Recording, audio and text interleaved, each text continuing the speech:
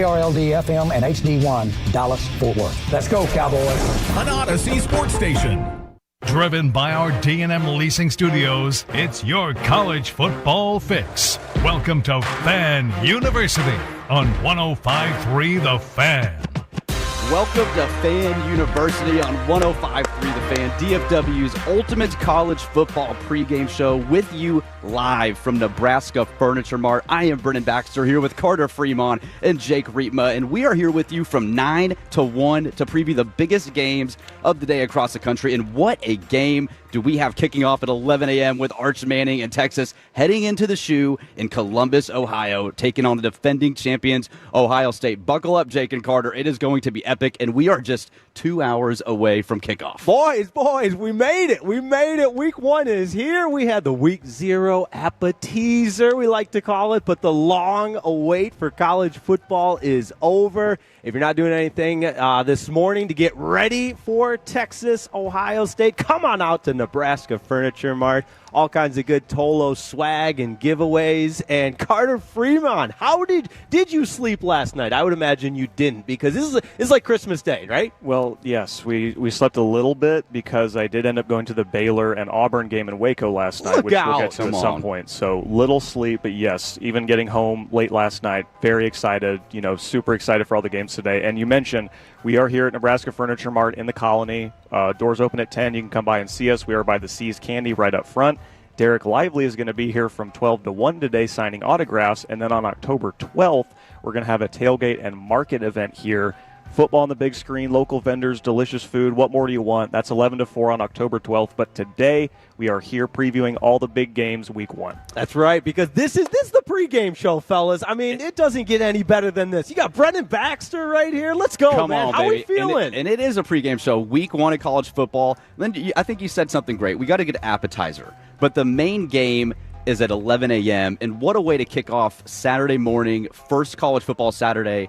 Texas at Ohio State. Arch Manning, all the hype of Arch. What is he going to do? Is he the Heisman front runner? Ohio State defending champs, bringing in a new quarterback in Julian Sayin. I cannot wait for the game at 11 o'clock. Well, what I'm so excited, there's a lot of things to be excited about, but, it's literally history. We have never had the preseason number 1 team in the land, the Texas Longhorns, be an underdog in their opening game. So to have preseason number 1 opening up on the road against the defending national champions as an underdog, we're witnessing a historic first in 2025 to begin the season. But this line has shrunk over the last couple weeks for sure, and I've even seen some sports books have Texas as a 1-point favorite now. So it's come all the way around. That's not in every sports book, but a lot of the money has come in on Texas, so I think Vegas has started to shift some of the lines. So then they made liars of me. They made liars of the people on the College Football Fox show last night that I was watching, because it was, at one point, fellas, it was a historic moment, all right? Don't take that history away from me, Carter Fremont. It was history at one point, It's still there. You can never There's take still that. a part of it. And there are still sports books where you can get Ohio State as a favorite. And there's a lot of history going on in Columbus. We've got Lee Corso's final show on College Game Day. We'll be talking about Lee here coming up later in the show. But let's get right into this game. I think there's so many headlines going in. Arch Manning is arguably one of the most touted quarterbacks coming out of high school. Who's Arch Manning? You have no idea? Explain who he is to me. Have you ever heard of Eli, Peyton, Archie, any of those guys? No? So I was checking the Manning watch list, and I didn't see an Arch Manning. Is there a different place to find Arch Manning? They're avoiding the nepotism. They're just avoiding it.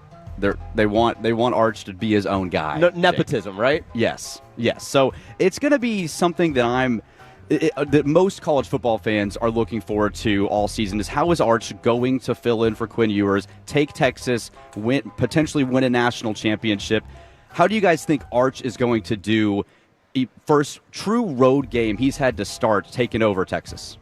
I think he's going to fall flat on his face, opening drive. No, I'm just kidding. At this moment, he was made for that. You bought that, right? You thought I was being serious. He is absolutely made for this moment, and the family heritage, the skill set is undeniable. But one of my favorite things about Arch that makes him so much different than Peyton Manning, so much different than Eli Manning, and even Archie for that matter, is he can run. He is an absolutely dynamic, electrifying player, And God bless Peyton Manning and Archie Manning and Eli for that matter, but nobody ever described them as electrifying and dynamic with the football in their hands. And I think what he can do with his legs against Ohio State today is going to be absolutely paramount. And Carter, that's the biggest difference that we've seen with Arch when you're talking about the potential for him in RPO situations and running situations. He could add a whole new level to the Texas offense. And Sarkisian, already one of the top offensive coaches in the country, it could be scary this year if you're playing the Texas Longhorns. Well, and Arch going into a huge environment like Ohio State, I think he's not only prepared for it because he's a Manning and he's basically been in the spotlight from the second he was born, but he's been sitting and learning Sark's offense for 2 years. This isn't like he was a 5-star that came in and was like, I need to start day one. He stayed at Texas through pretty much all of his class of quarterbacks have left their original school. He's one of the only ones that's still at the school he originally committed to. So for him to stay and learn, I think that's going to be such a huge help. And not only that, a lot of the guys that he threw to on second team last year are his first team receivers now, because you see Matthew Golden's gone, Silas Bolden's gone, all the receivers from last year at Texas go to the draft for the most part. But he's got the guys he's been playing with for several years now that he has most likely has pretty good chemistry with because he's been practicing with them a lot. They're the starters now. So I think that's going to be huge for them going into a place where there's 100,000 screaming Ohio State fans who are going to hate his guts for 3.5 hours today. Oh, my goodness, fellas. I mean, listen, the state of Ohio, the people that live in the state of Ohio, I'm probably going to make enemies with all of them throughout the course of the college football season. So let's just get this over with now.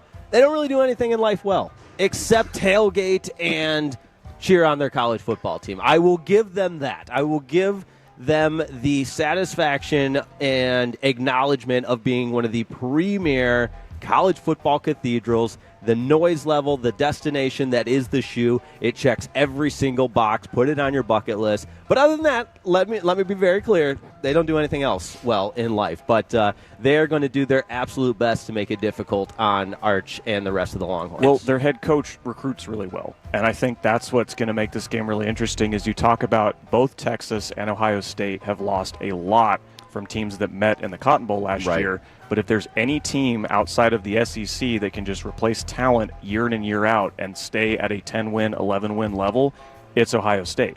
Yeah, there were 26 players drafted from the two teams that met in the playoffs last year from Texas and Ohio State. So they are bringing in a ton of new talent, but it is still talent. Yes. It's a lot of talent. And seeing the environment this morning, driving in here, watching game day from 8 to 8:15, it is going to be an epic arena. The unveiling of the national championship. I mean, this is going to be one of the best environments week one we've ever seen in college football. Oh, it's incredible. And again, they deserve their flowers. Ryan Day deserves so much credit for literally taking a team that was at rock bottom at the conclusion of the regular season. They did. I mean, and I'm not making light of this. I'm not joking about it. His family was receiving death threats after they lost to the University of Michigan as 3-touchdown favorites at home, and then to galvanize that team and go on for a run through an expanded college football playoff. Listen, again, it tastes like vinegar having to compliment Ryan Day and Ohio State for me, but give him a lot of credit. But, guys, we would be remiss if we didn't mention the very first text at 877-881-1053 in the history of Fan University, fellas. We've made history. This is the first edition of Fan University, and shout out to the 469 for the first ever text. Hit us up at 877-881-1053. The first text at 469 says, Jake, you know who this is. Let's bleeping go. Dallas Stars. I just wanted to mix that in on Fan University because the Tolos are fired up. We're fired up. We're with you at Nebraska Furniture Mart all the way until 1 o'clock. And guys, coming up in just a couple of minutes, we're going to go boots on the ground. We got CBS Austin sports reporter Darby Brown joining us live from the shoe. Good friend of mine, and for what it's worth, I've been following the content and everything. It's just what we've been talking about all morning. It's electric in Columbus. It is electric. And, Carter, I was thinking about this, too. We're talking a lot about Texas and Arch Manning. And Ohio State, Ryan Day, we just touched a little bit on the journey last year. But they're coming in a little bit under the radar in this matchup because so much of the spotlight is on Arch. It's on Texas. It's on the Manning name. you've got Julian Sayin coming in, Alabama transfer, Ryan Day, defending national champs at home. I mean, the best player in the country, Jeremiah Smith, Caleb Downs, arguably the best defender in the country. And we're here talking about Texas for 10 minutes. I think Ohio State is going to welcome the fact that they are being a little overlooked in this matchup and come out and play with a lot of energy. It's going to be interesting to see how Texas responds early in the first quarter. Yeah, and we mentioned Arch sat at 2 years for Texas learning Sark's offense. So Julian Sayin, Ohio State's new starting quarterback, has been at Ohio State for a full season. So Will Howard obviously started last year, led them to a title, but Julian Sayin was there learning as well. And he was a 5-star. He was I believe, the #1 recruit in his class that went to Alabama, then transferred to Ohio State once Nick Saban retired. So, yeah, Julian Sayin is a very heralded quarterback, but he just doesn't have the last name. That's what's led a lot into this matchup. But I think Julian Sayin's going to have a really easy transition into the starting role because he's got a freak in Jeremiah Smith, who would be a top 5 receiver in the NFL right now if he could play. He's at home. And that makes a big difference as well. And I'm sure we've kind of hinted at, but to put it out there, I think the value of Arch playing the number of games that he did last year, we'll see that right away. And you made the point with Sark game planning, not to protect Arch, but to really hone in on what makes Arch so good and the play calling to reflect that. I don't have as much confidence in Ryan Day and the rest of that Buckeye coaching staff as I do in Sark. Yeah, that's a great point. I do feel like Sarkisian is going to allow Arch to kind of work his way into the game. I don't think we're going to expect to see too much. And just hopefully develop a flow for Texas. But you brought up Jeremiah Smith, man. The best player, 18 years old. Cheat code. Best wide receiver in the country. Another perennial Heisman candidate. This guy is legit. And for Julian Sayin to be able to throw the ball to him, to look his way, know that he's going to win one-on-one matchups is key. Yes, absolutely. But Ohio State is breaking in a new offensive coordinator. Brian Hartline is taking over play calling duties after Chip Kelly left for the Raiders this offseason. So I think that's definitely a storyline to watch. But again, Ohio State has been a machine when it comes to turning over talent and continuing to not only have success on defense, but on offense. I mean, both sides of the ball, they're scoring 40 points a game and they're allowing 10. See, this is why I love Carter. A million reasons. But I knew Chip Kelly had left, and I could not place the offensive coordinator for Ohio State. This guy's an encyclopedia when it comes to Brian college Hartline football. is the best wide receiver recruiter in the country. Well, so yeah, that's why Jeremiah Smith is at Ohio look State. At the track record. And now he gets to call plays for him. No doubt. And for what it's worth, Chip Kelly, I think maybe not a full 8-part documentary, but I'd be curious. I'd love to see his career trajectory has just been all over the place. He's been the hottest name in the sport. He's been down in the dumps. He's been the head coach at UCLA and said, forget this, I'm just going to go be a coordinator. Now he's back in the NFL. I mean, he's been all over the place over the last 20 years. It's going to be an interesting game. We cannot wait. We're less than 2 hours away now. And as Jake mentioned, we are live from Nebraska Furniture Mart. Doors open at 10 o'clock, so come see us. Come hang out. Lots of giveaways. Derek Lively will be here at noon. Can't wait to see Derek. Look right up at him. It's going to be awesome. Coming up around the corner, CBS Austin sports reporter Darby Brown will be joining us live from the Shoe. You are listening to Fan University on 105.3 The Fan. Sean and RJ, the KNC Masterpiece, G-Bag Nation, and Fan After Dark. Live and local. Turn it on and leave it on. 105.3 The Fan. And our Odyssey, iHeartRadio, and TuneIn apps. Texting privacy policy and terms and conditions posted at textterms.us. Texting enrolls you for recurring automated text marketing messages. Message and data rates may apply or play. Stop to opt out. Ugh, my bank account just charged me another overdraft fee. Sounds like your bank is still stuck in the past. I can't believe you still haven't switched to Current. They offer fee-free overdraft, plus paycheck advances up to $750 if you qualify. Wait, up to $750?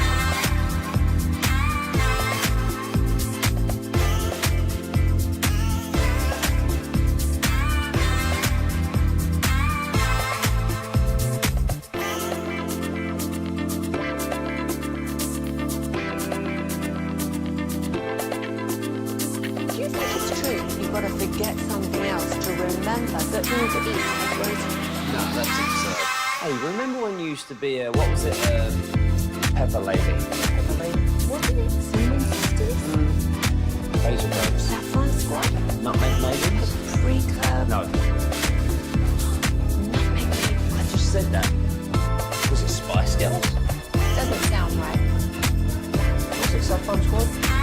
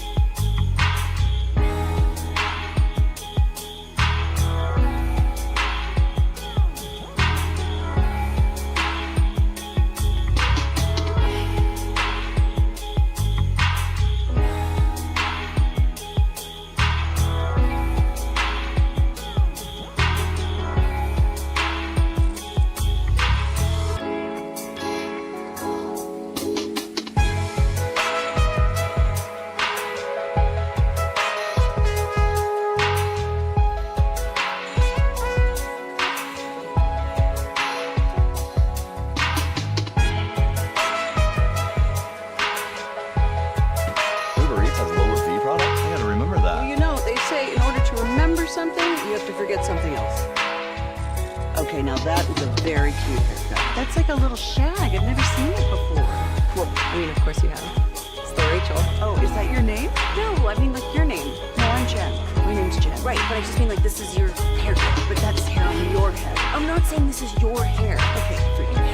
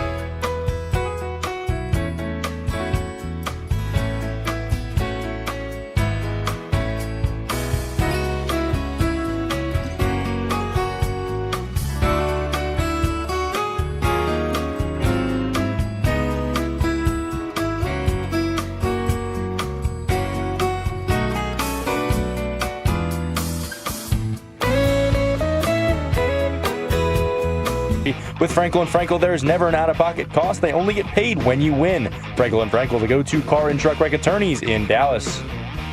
Fan University right here on 105.3 The Fan. Jake Remo alongside Brennan Baxter and Carter Fremont. And right now, we've got a treat because we are going live, boots on the ground, to Columbus, the biggest show of the college football weekend, Ohio State against Texas. And joining us from CBS Austin, sports reporter Darby Brown. Darby, good morning. Thanks for spending some time with us. How are you and how is the environment? Good morning. Oh, my gosh. I am on the moon right now. So excited that college football is back. It is. I do not want to rub it in too much to people back.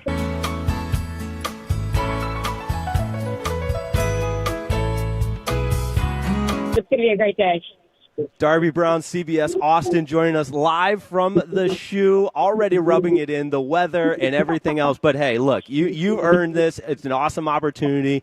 And what an opportunity for the Texas Longhorns, who obviously Arch has played a little bit and everything. It's not his first game, but you're talking about the biggest moment of his Texas career so far. What has the message and really the week leading up to this moment been like from your perspective covering the Longhorns? Yeah, I think one thing that Steve Sarkisian loves to do is consistency. He tries to be really consistent with the players and how he's at, how he acts with them. And so I think when it comes to Art, kind of touched on it, that he's really trying to keep it all the same. He doesn't want to overdo it with more conversations heading into this game or more meetings or anything like that. Just kind of keep it moving as he's been doing during his time at Texas. Because he said, he's always prepared to be the starter. Obviously, he knows it's different when he really will be the starter, which he's had a couple starts in his career. But we all know this is a little bit different. But I think as much as it's different, they've really tried to keep it the same.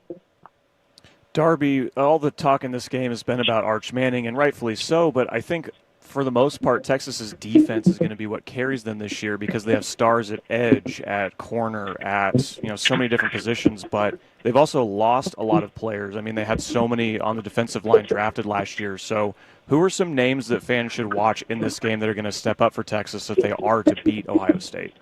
Yeah, I mean, you touched on it. There are a lot of question marks really on both sides, especially on the lines. And it's funny because people really haven't talked about that. If they moved a bunch of guys to the draft at Ohio State, matchup looks incredibly different as it did last January. But, at the same time, I think there's a lot of options in that they've been developing in this program, plus some transfers as well. You mentioned the defense. I think as much as Arch is important in this game, so is a guy like Colin Simmons. I mean, he is just a player that you got to look out for every single snap. And I think if he has a big game, that'll be key. And he's not afraid to talk his game up heading into this matchup, which is something he did, kind of posting something on his Instagram about Julius saying, and then had some comments about, it's not a target. I just, I'm glad to have a quarterback. And then he kind of snuck it in. I'm glad they have a quarterback that I can sack. But I think if Colin Simmons does his thing, that'll be definitely something to watch for today. You're listening to CBS Austin sports reporter Darby Brown live from the shoe here on Fan University 105.3 The Fan. Darby, what's the energy like out in Columbus from Texas fans? Did a lot of fans make it up to Columbus, Ohio? Was it all red, or is there some white and orange sprinkled in there? Yeah, I got to say, we were out yesterday with a couple of Texas legends, Max Brown and Vince Young, hanging out with them yesterday at a tailgate. And so, of course, fans are going to show up to see those guys. But there was a good crowd out and about yesterday with Texas fans, and then today coming into the stadium. Texas fans are going to travel. A lot of the people that we've talked to, they said they went to the Michigan game last year, and now they're back for this one as well. So they've kind of made it a tradition to go to some of these early big games. But yeah, Texas fans are going to travel, but without a doubt, there is a lot of Ohio State fans, and it's not from what we've heard, it can be. Even the word violent has been used to describe these fans, so we'll see how it all shakes out today. Darby, I'm so glad you said that. A number of things to unpack there, because one, I have been on record as saying everyone from the state of Ohio, they really don't do a lot of things well, but they know how to tailgate and they know how to get after it. from a football perspective as a football fan. But the safety component of it is let's be serious for a second. Please stay safe out there. I saw the pics with the Texas tailgate and everything, and just make sure that nothing crazy happens. Where will your setup be for the game? Are you out on the field right now? Are you sidelines? Yeah. Are you up in the box? Or what's paint the picture for us? Yeah, I mean, I wish that you could see what I'm doing right now. I'm actually filming pregame footage for our files later on. So I'm on the field. I'll be on the field the whole game, filming the game, and then we'll get into to talk with the players afterwards. But yeah, it's fun to be on the sidelines for these games without a doubt. There's a reason, we don't wear burnt orange for multiple reasons, but I think that would be silly if you were doing that today. So neutral colors always is the key when you're on the road. For sure. Well, Darby, we know you've got a ton to do pregame, and we just can't thank you enough for stopping by. And for what it's worth, this is the first ever Fan University. You are the first guest ever on Fan University. We're going to send you the plaque in the mail and everything. We'll get you, we'll get your address and everything, and make sure that gets delivered to you. But have a great game, enjoy it, and we'll catch up with you on the other side. Thank you guys so much. Congrats on the show. I'm excited to follow along this season.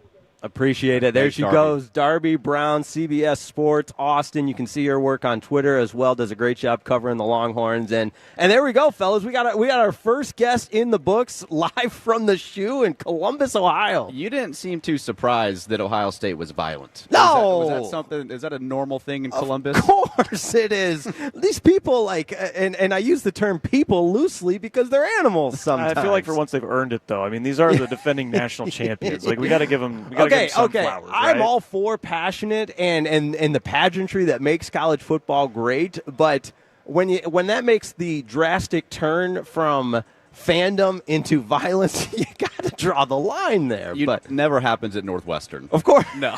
So long as Northwestern Wildcats. So long as we don't see father and son fighting like we did at the Ireland game a week ago, I think we'll already be doing better than how the season started. Exactly. But no, seriously though, huge shout out to Darby Brown joining us from the field awesome. there. That was cool, and we'll definitely have to keep having her on throughout the course of Fan University. Because fellas, Fan University is just getting started. Now, one thing that we didn't get to ask her about, this would have been another question I had, is we saw how Pete Kwiatkowski, the Texas defensive coordinator, bracketed Jeremiah Smith in that game last year.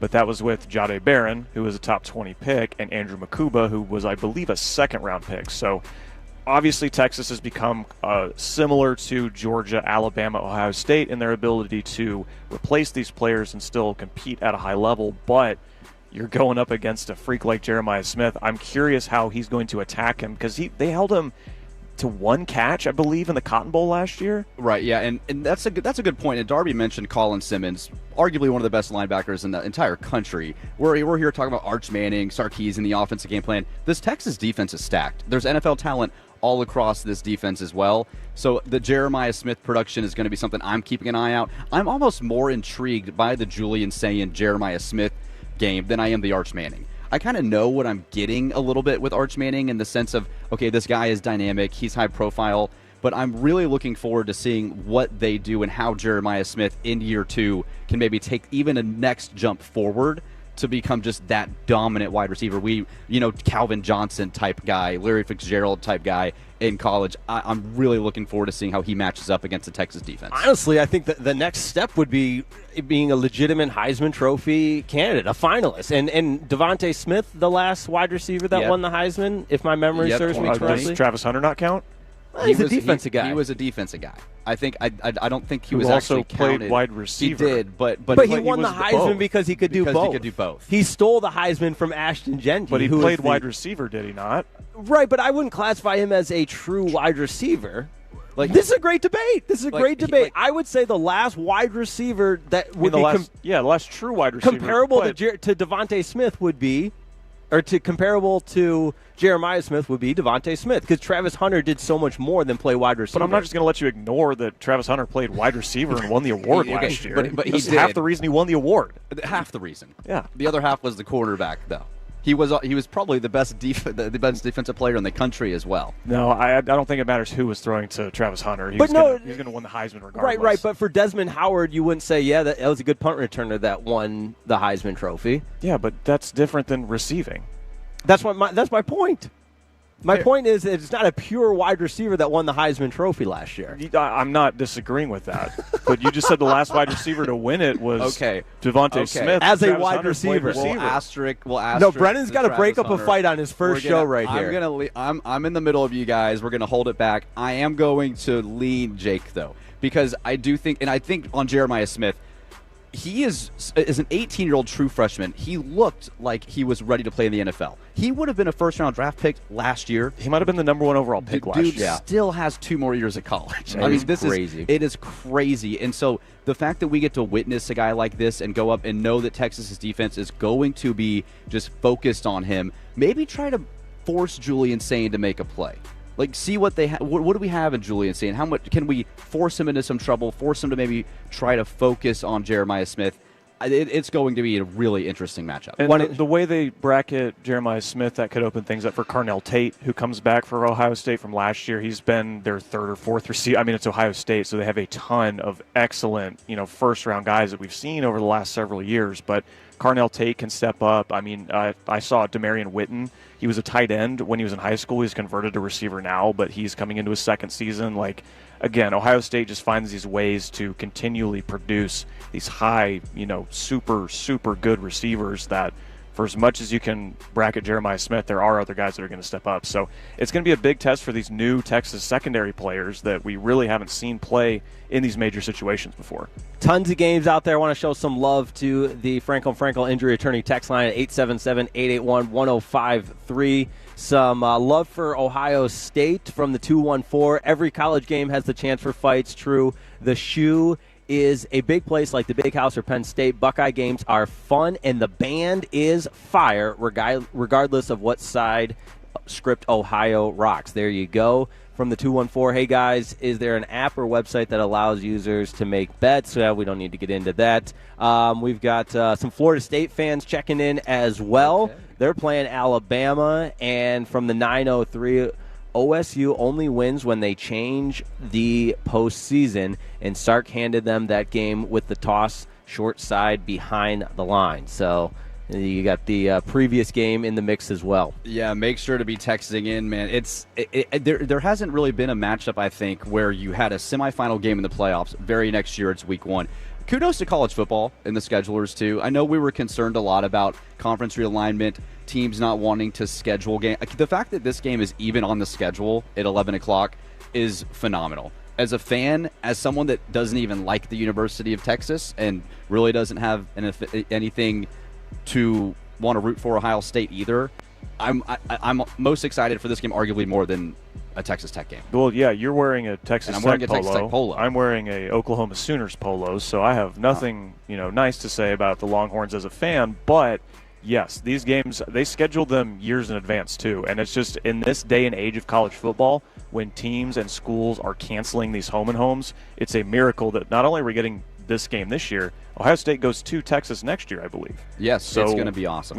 We get these matchups next year as well. We mentioned quickly Texas Tech polo, OU polo. Jake, you got a Northwood football polo on. We can't be remiss. We got to shout out your Division II legendary football. Yeah, legendary career. 1 career interception. Bobby Belt put it on Twitter one time, so there is video proof of that. But we said we were rocking our alma maters, so we got OU there, we got Texas Tech, and we got the real NU right here, fellas. Northwood University, and I guess some love for Northwestern. Yeah, and if you come by Nebraska Furniture Mart, I know it's week 1, so you're probably going to be wearing your stuff anyway, but, come by, say hi, tell us what team you're rooting for, text in as well, put it in the Twitch and the YouTube. I can read those off because, dude, it's week 1.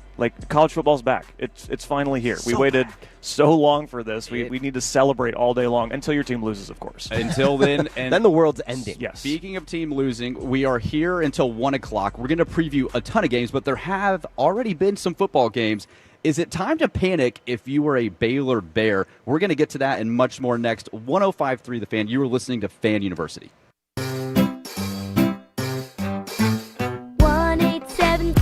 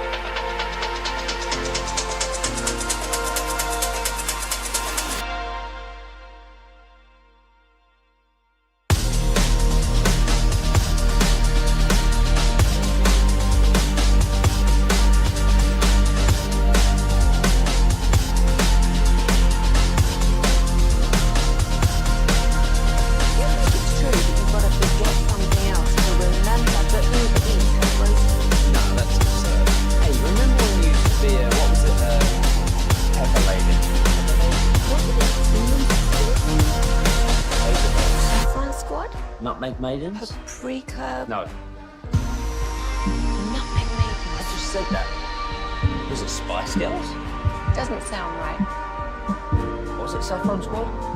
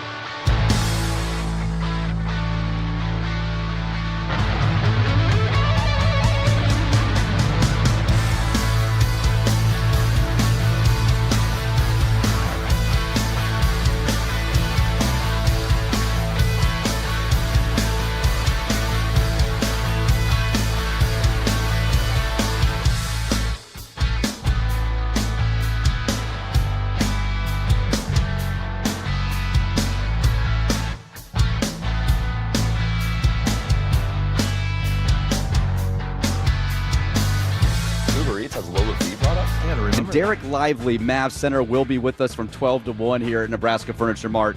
We are here with you until 1 o'clock to preview all of the biggest college football games, but there have been some games already. Last night, the Baylor Bears fell at home to the University of Auburn. Carter, you were at the game. You made the effort to drive to Waco, get back in time for the show. Man, if you're a Baylor fan, is it time to panic already week one if you're a Baylor Bear?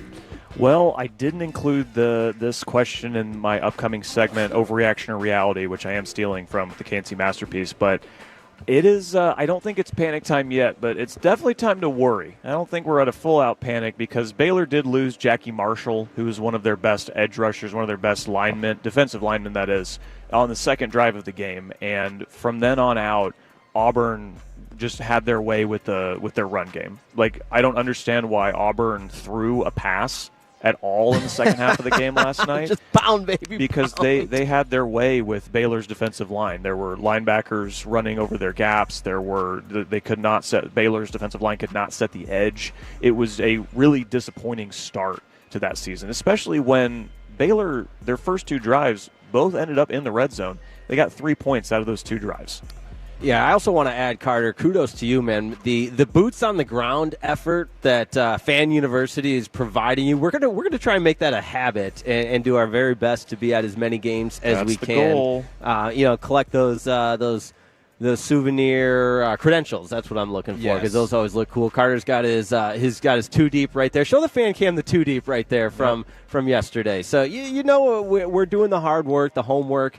I will also add about that game, watching it on TV, with Baylor down 2 touchdowns towards the end of that game, Carter, it felt like the urgency on that final drive, it didn't necessarily suggest that Baylor was down 2 scores. I just kept screaming at my TV, you got to go, you got to go. And then on a 4th and 1 play, it's a long pass into the end zone that it should have been caught, but I guess that was a tough chance, and Trigg, the Baylor tight end, had an awesome game. That dude is going to be a star this year. But yeah, I'm totally with you because there were about 4 minutes left. Right, Baylor got the ball back down 2 scores, and they took it down to about a minute. Yeah, there really wasn't, and they had all 3 timeouts, and it kind of seemed like they were saving their timeouts for the potential final drive they would need to tie the game. But you have to score the first time before you can score the second. I'm no math major, but there is not a 14-point touchdown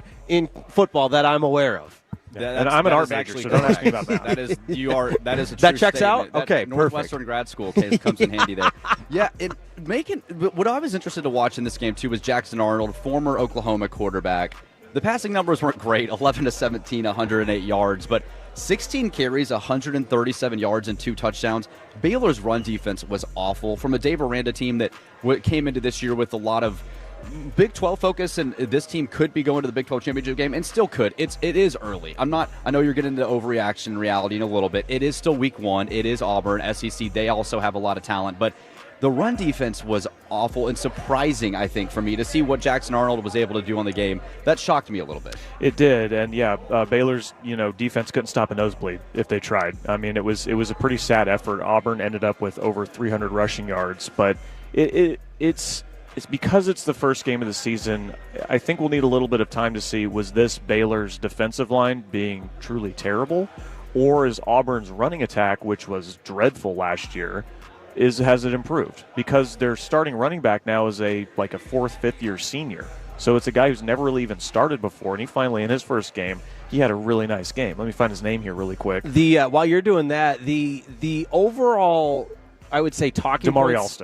Damari Alston. The talking points on Auburn, though, starts at the top with Hugh Freeze coaching for his job. I mean, the seat is hot, and you have to give him and really the entire team a lot of credit for going on the road in a week 1 showdown against a Big 12 team that a lot of it, and Carter, I don't want to speak for you, but I'll speak for myself. That's the team you think you'll win. That's Carter's preseason Big 12 champion right so there. Sorry, Baylor fans. I might have cursed you.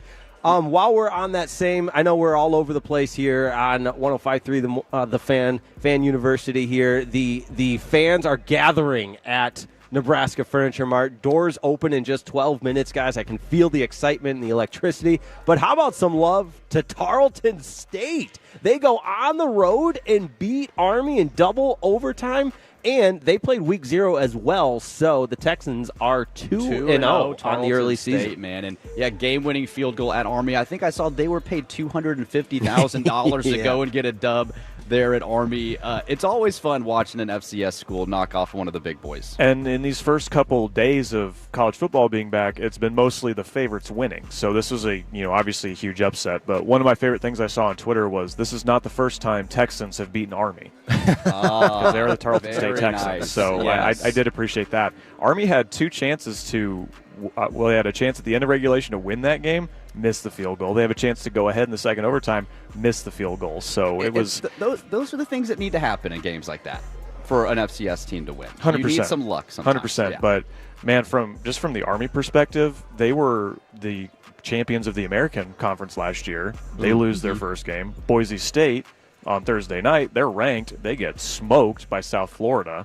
And then UNLV struggles in their first game, and then San Jose State. All these Group of 5 teams that we're kind of thinking might contend for that CFP automatic berth. Yeah, looking rocky. They're all early. losing in the Yeah, early going. Only North Texas can save the conference, right?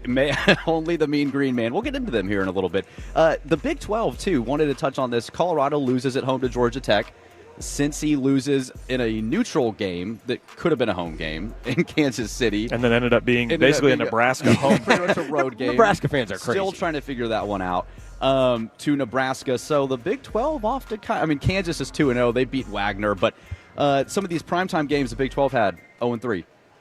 Yeah, and the Colorado game especially is disappointing for them because Georgia Tech was turning the ball over like it was their job early in that game last night. And Colorado didn't end up doing a whole lot with it, and then, it comes back to bite them. Haynes King, former Texas A&M quarterback, who's been I believe he's in his 3rd season at Georgia Tech now. 24-year-old. Yes, he had the 45-yard rushing touchdown to put them ahead, and then I was not able to view this live, so I had to see it later, but Coach Prime really bungled the end of that game for Colorado. It seemed like the Hail Mary attempt was on Colorado's 30-yard line when it could have been on Georgia Tech's 30 or 40. Yeah, they had 2 timeouts without a minute to go in that possession. Didn't use a timeout. And Caden Salter's kind of running around for his life trying to get a first down, and by the time they got to roughly midfield, there were 4 seconds left. So it was it was disappointing, I think. We kind of talk about Coach Prime and all the energy he brings, but is he an X's and O's? Like, what is the tactical He's a expertise? vibes guy. He's a vibe. No. We kind of saw it there a little bit at the end of that game. Yeah, and he spoke on this in the post-game presser. Listen, Colorado gave up 320 yards on the ground. You are not going to win a lot of football games giving up 320 yards on the ground. And Georgia Tech did their absolute best to gag the game away, especially early with all the turnovers. And listen, I have been vocal time and time again. I'm not a big believer in Prime as a college coach and what he brings to the sport and to your specific program. A lot of eyeballs and everything else, sure. But at the end of the day, I mean, this is a team that's coming off a huge loss in, what was that, in the Alamo Bowl? And to BYU. And they're retiring jerseys. It's not a serious program.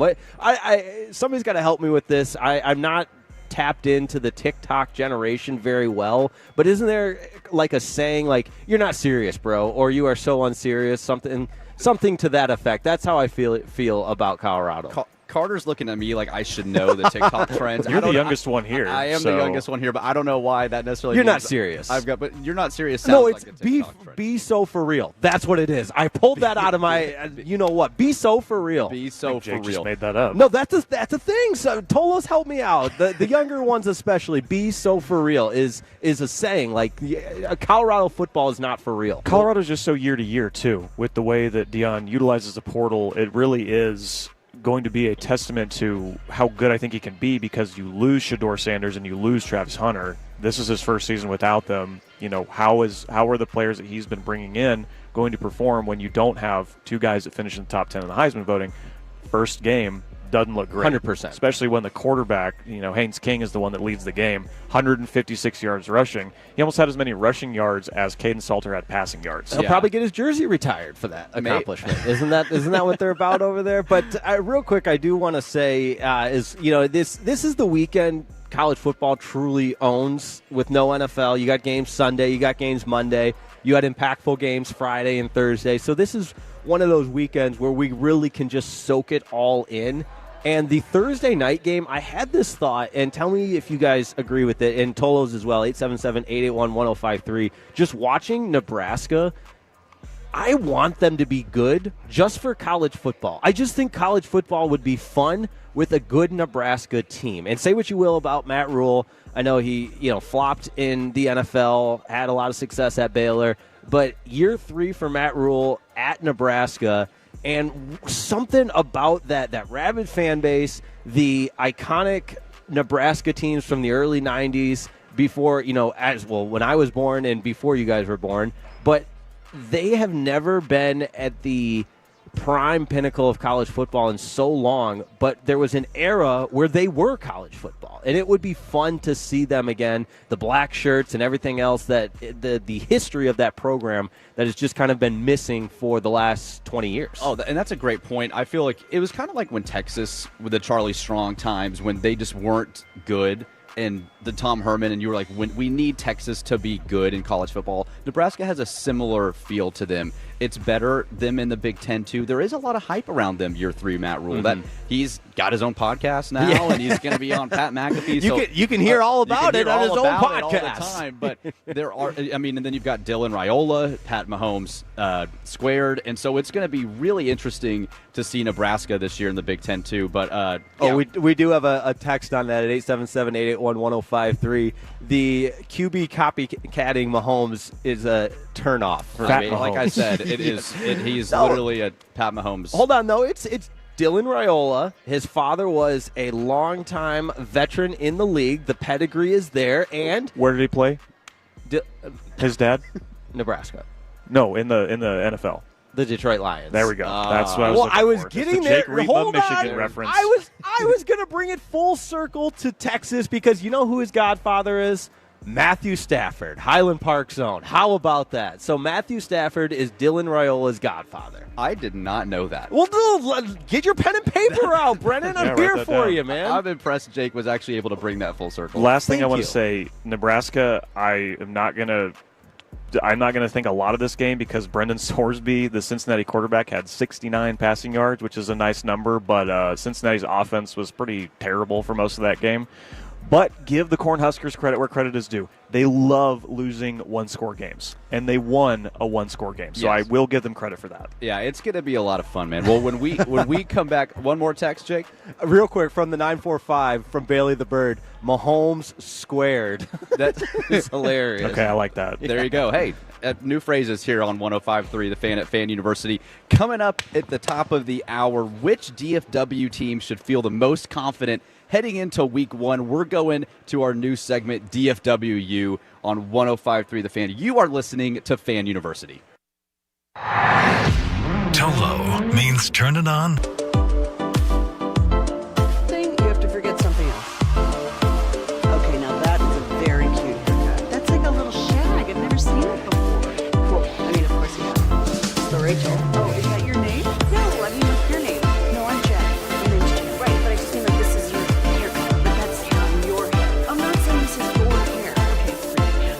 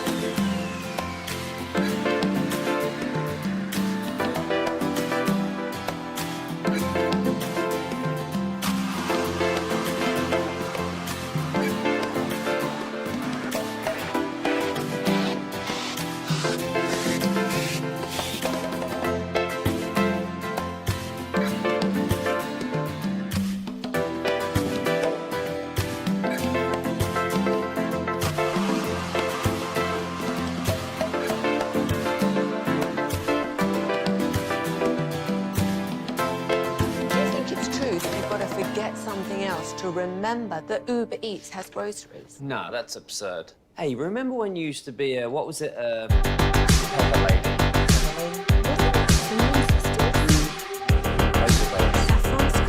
Nutmeg lady?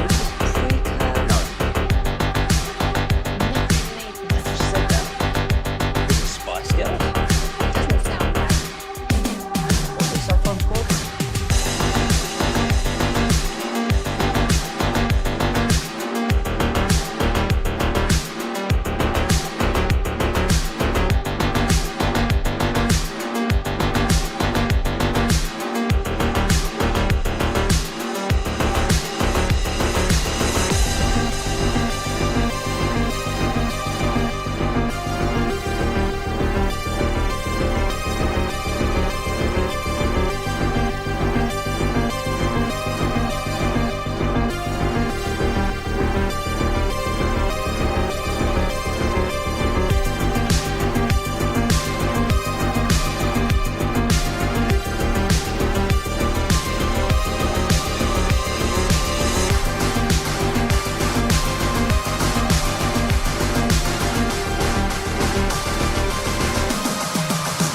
University on 105.3 The Fan. You are listening to Fan University on 105.3 The Fan. It is 10 o'clock. We are now officially 1 hour from the 11 a.m. kickoffs here live at Nebraska Furniture Mart. I am Brennan Baxter with Jake Rietma and Carter Fremont. DFW has got some teams kicking off as well today. We've got Texas and Ohio State, but we've got TCU Monday night at UNC, and we've got SMU getting East Texas A&M. Oh, look out for East Texas out. A&M. You never know. No, seriously, that's a heck of a program, and they've had a lot of success. But speaking of kicking off, the doors are open, my friends, at Nebraska Furniture Mart right here in the Colony. The fans are packing the house. It feels like, you know what? It feels like Columbus, Ohio. It feels like game day to me. I don't know. Jake hasn't, disparaged a lot of the people in here like he already has the people of Ohio. That's true. So We've been very don't kind. know if we want to compare the two yet. It needed to be said. It needed to be said, and I said it. That's I fine. imagine every Fan University show that we have, it's going to be Jake disparaging a different fan base from the Big Ten. Ohio State has the big game this week. Michigan's at Oklahoma next week. I'm sure we'll hear something about them. Then it's Wisconsin, Minnesota, what have you. Listen, I will report the news based on facts, based on historical data,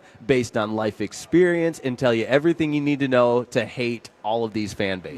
That's exactly what I would expect. That's what college football is all about. That's what I expect from you, man. And we've got the Mean Green taking on Lamar, too. I can't look over the Mean Green. I wanted to get to the TCU game first, though, because this is the new era of Bill Belichick. TCU went through this whole dance 2 years ago when Dion, first year at Colorado, came into Fort Worth, beat the Horned Frogs. Now they're going to North Carolina, Chapel Hill, to take on another celebrity coach in Bill Belichick. Horned Frogs have a lot of hype around them, similar to Baylor, potential Big 12 championship contender. What do we think of the Horned Frogs going into Chapel Hill Monday?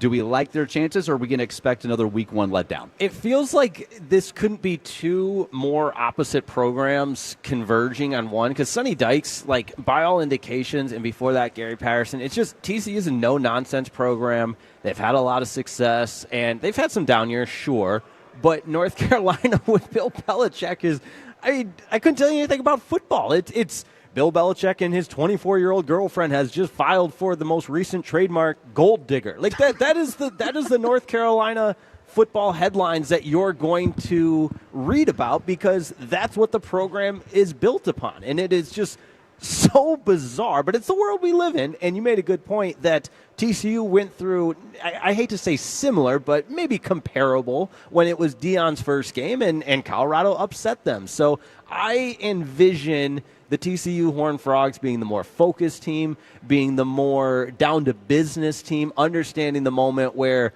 North Carolina feels like a circus. Yeah, Josh Hoover comes in, Carter, with a ton of hype into 2025. Had a good year last year, expecting a big jump from him to potentially lead the Horned Frogs to the Big 12 championship game. Yes, absolutely. And yes, he comes back. TCU was sneakily 9-4 last year. I don't think, because they weren't in the Big 12 race to end the season, a lot of people didn't think about them as someone who could come in this season and have, championship success, but they were sneakily a good team last year, as was Baylor. But yes, TCU opened this game as a 3.5-point favorite on the road. I think that kind of tells everything. I would have to go back and see what kind of favorite I know they were a favorite over Colorado in that game 2 years ago, but Sonny Dykes, TCU's head coach, is spending a lot of time this week talking about how when we were coming off a national title game appearance, we weren't focused as we should have been. We took Colorado for granted. Colorado took advantage of that. The same thing is not going to happen this time. Plus, UNC does not have the kind of athletes that Colorado had coming into that game. Right, that could surprise a lot of people because of the unknown. And a Week 1 game is always going to provide its own fair share of surprises because unlike the NFL, there's no preseason, there's not a lot of tape out there. The way these rosters completely undergo these wholesale changes, it's different because of the transfer portal and the era of college football that we're in. Yeah, and over 40 transfers were brought in from North Carolina for Bill Belichick. So they did take a similar approach to what Colorado did a few years ago, just bringing in essentially a new roster. I do think, though, I know we kind of make fun of Bill Belichick. It's the Jordan Hudson girlfriend. He's in his 70s. He's never coached in college. But college now, more than ever, is run like an NFL program or NFL team, and they do have a structure in place with the GM, with directors of scouting. Bill can just coach ball. Bill's not going to go get ice cream in someone's living room, from Louisiana or Mississippi or Texas. He is just going to coach football, and I do think that he is set up for success more in 2025 version of college football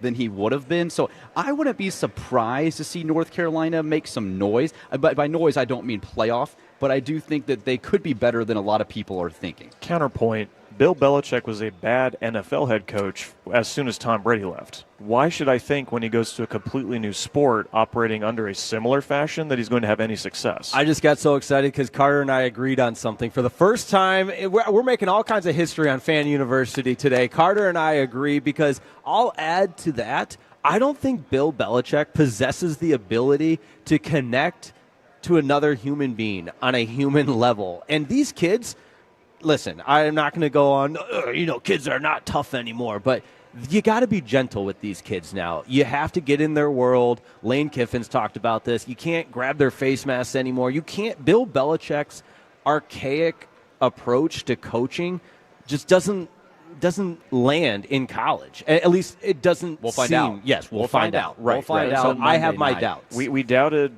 Prime, and we obviously the first season they beat TCU, have a tough year, but then at some, it eventually, they do have success last year. But I do think they're very different situations.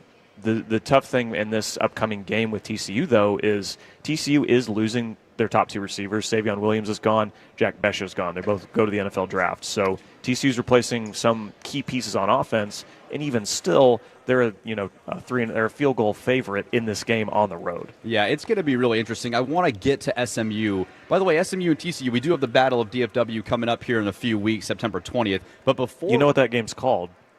Battle for the Iron Skillet. Iron Skillet. Yes. Which that game is going away, which it is a damn shame. That is a shame. It's an out-of-conference game, but given how, Power 4 conference scheduling is changing, that game for the foreseeable future is not scheduled past this season, which is disappointing. That is disappointing. But SMU comes in as well, losing in the ACC championship last year to Clemson, but made the run to the playoff, eventually lost at Penn State. They return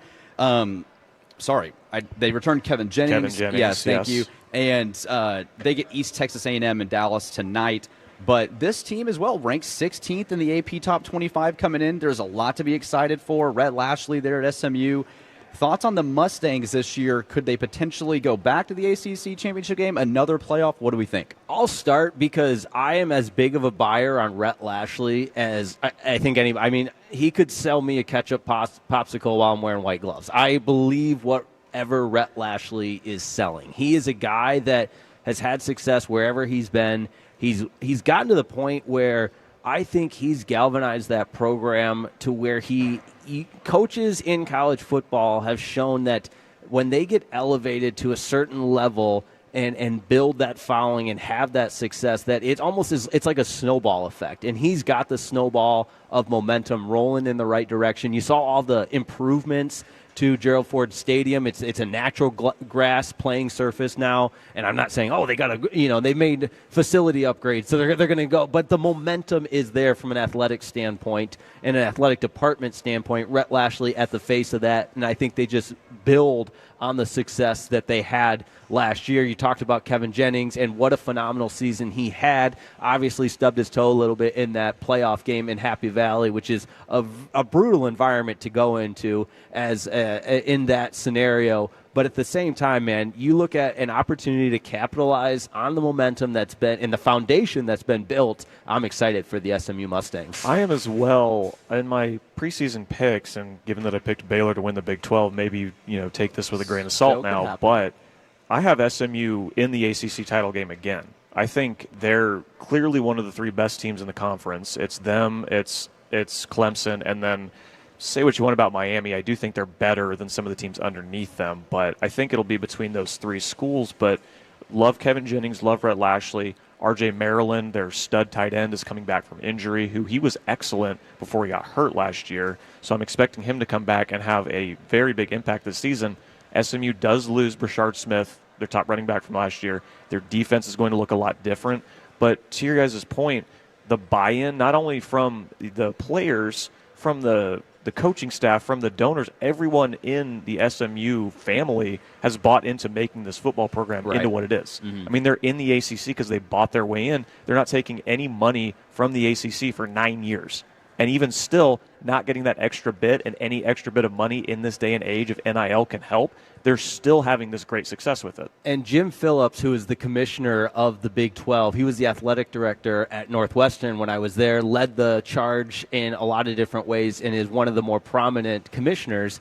And he spoke about the value that SMU brings to the ACC from a obviously a location perspective as well, being in the heart of Dallas, but also just from a brand and an alumni base. And those are all factors that are so important and so impactful in today's current landscape of college athletics. And so you talk about all the different layers that are associated with SMU kind of on this resurgence, and they really do check every single box. Yeah, and there's another team in DFW, the Mean Green of North Texas, play in as well.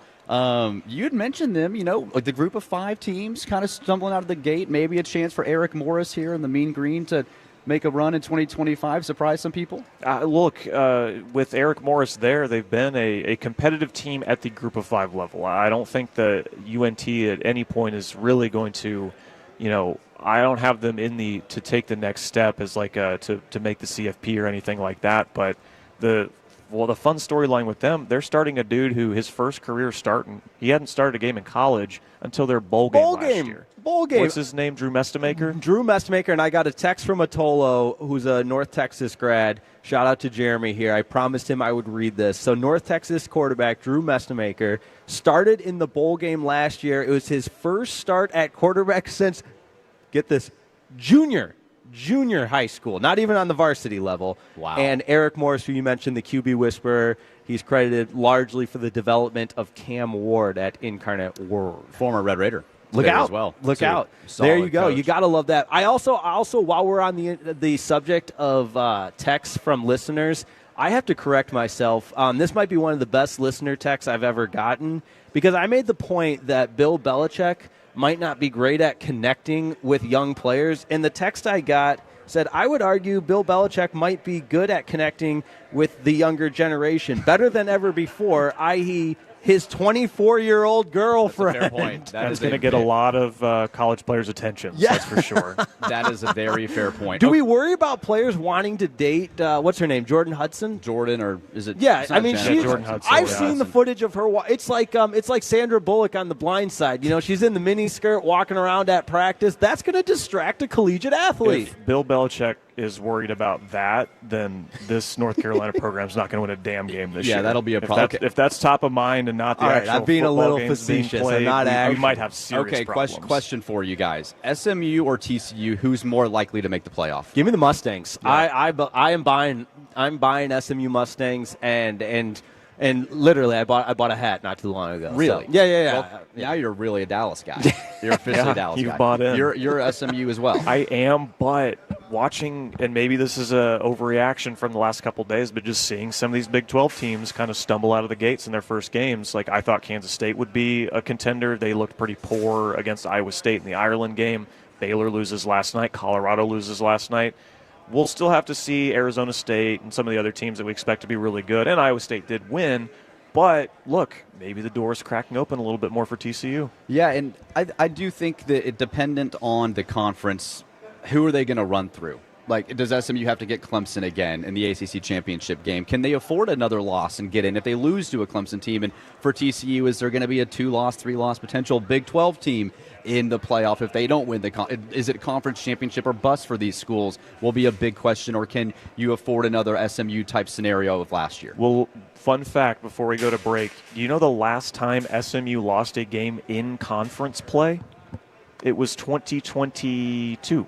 Because they went undefeated in the American in 2023. They went undefeated in the ACC in 2024. The Rhett Lashley effect. You keep mentioning this guy as the encyclopedia of college football, and he just keeps doubling down on that statement. Numbers are fun. There's, 300 billion teams in the FBS? Every single one of them has a fun You can find stat. a fun fact. Yes, exactly. That's very true. Well, regardless, I'm impressed, Carter. Well, coming back, when we return, Lee Corso, final game day. His picks are coming up soon. We're going to give our best Lee Corso audio clips on Jake's Take. You are listening to the first show of Fan University live at Nebraska Furniture Mart on 105.3 The Fan.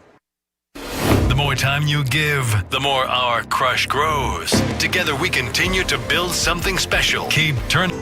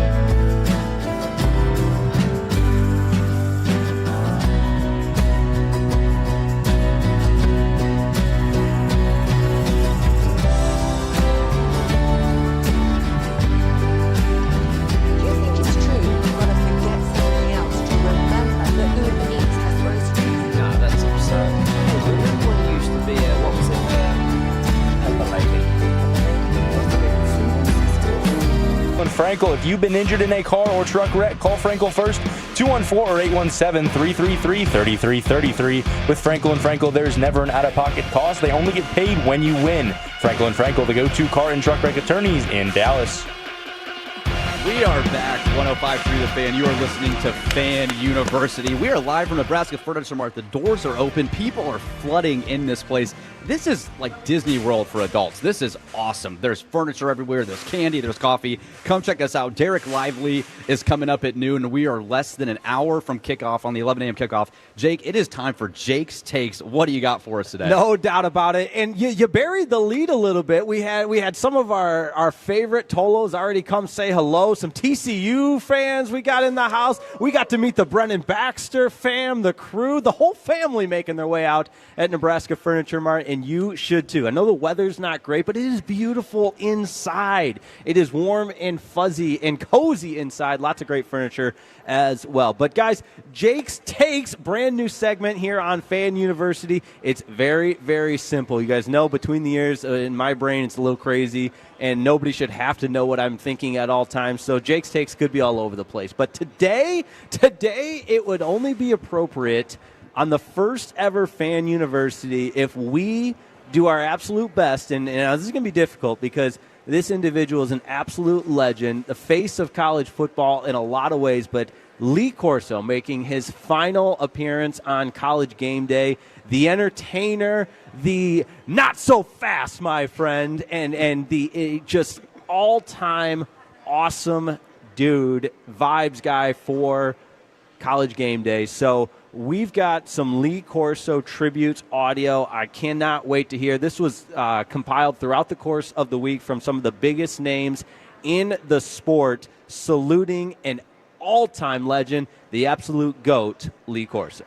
The greatest sports entertainer of all time is Lee Corso. He played the game, he coached the game, and then he became an iconic sportscaster.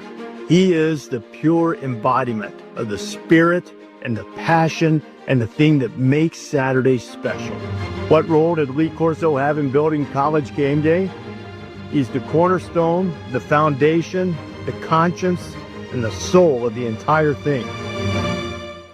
I don't know about you guys, but just the thought of Lee Corso and everything he's meant to the sport of college football, I mean, everybody's got a memory of waking up early on Saturday mornings, the tuning into College Game Day, the headgear picks, and some of the best Lee Corso moments. So I'll toss it to one of you guys. Man. When Lee Corso comes to mind, what do you think of? I've got a personal memory being in Lubbock, Texas as a 12-year-old kid. The only time College Game Day was ever in Lubbock, and I was there watching Bob Knight say that they were going to kick Texas's you-know-what, and then Lee Corso puts on the Raider red and shoots the double shotguns up in the air, man. It was just an epic thing for as a 12-year-old. Was that the Michael Crabtree game? That was the Michael Crabtree game. I was there, present, dude. I think that was probably arguably the second greatest day of my life, being there. And I remember it vividly. And Lee it was so much fun. People are going crazy. It's everywhere, and it's just such a great memory for Texas Tech, and especially having that moment with Lee Corso getting to put on our headgear. I will never forget that. Yeah, I mean, Lee Corso is college football in a way because he's been doing this for so long. He was doing College Game Day for years before he even did the headgear picks. Mm-hmm. So, I mean, not only was he a longtime analyst, he just turned himself into, as Kirk Herbstreit said, just the ultimate entertainer, right? Like, he's so embedded with everything that we love about the sport because, every Saturday morning at 8 a.m., I get the notification that game day's on, and that's an immediate turn it on. Like I am there for it. Would you say you turn it on and leave it on? Turn it on, leave it on, as you should for Fan University right here on 105.3 The Fan. But me as an OU fan, anytime I see Lee Corso with a gun, I'm here for it. Whether it's the Roughneck guns, if it's Pistol Pete's guns at Oklahoma State, he loves, if there is a firearm in the area, Lee Corso is grabbing it and he is just boom, boom, boom. He is shooting it. I think one of the best Lee Corso quotes, and in all seriousness, there's a lot of, imitation is the highest form of flattery, and I wouldn't suggest that, I'm trying to be Lee Corso, but his acknowledgement of the fact that it's entertainment, and he told Kirk Herbstreit and Reese Davis one time that it's entertainment, sweetheart. football is the medium. Of course, football is the vehicle, and that's what we all love. It is football, but at the end of the day, he had the ability to captivate an audience. And in a second here, we're going to hear the toast and the tribute to that Kirk Herbstreit led that really explained how he impacted people, too. And in fact, let's go ahead and hear from Kirk Herbstreit. This was the toast to Lee Corso at their final production meeting yesterday before the last episode of College Game Day. You just lightened everybody up. You lifted everybody up. And you've done that, I'm sure, as a coach. No, oh, here he comes.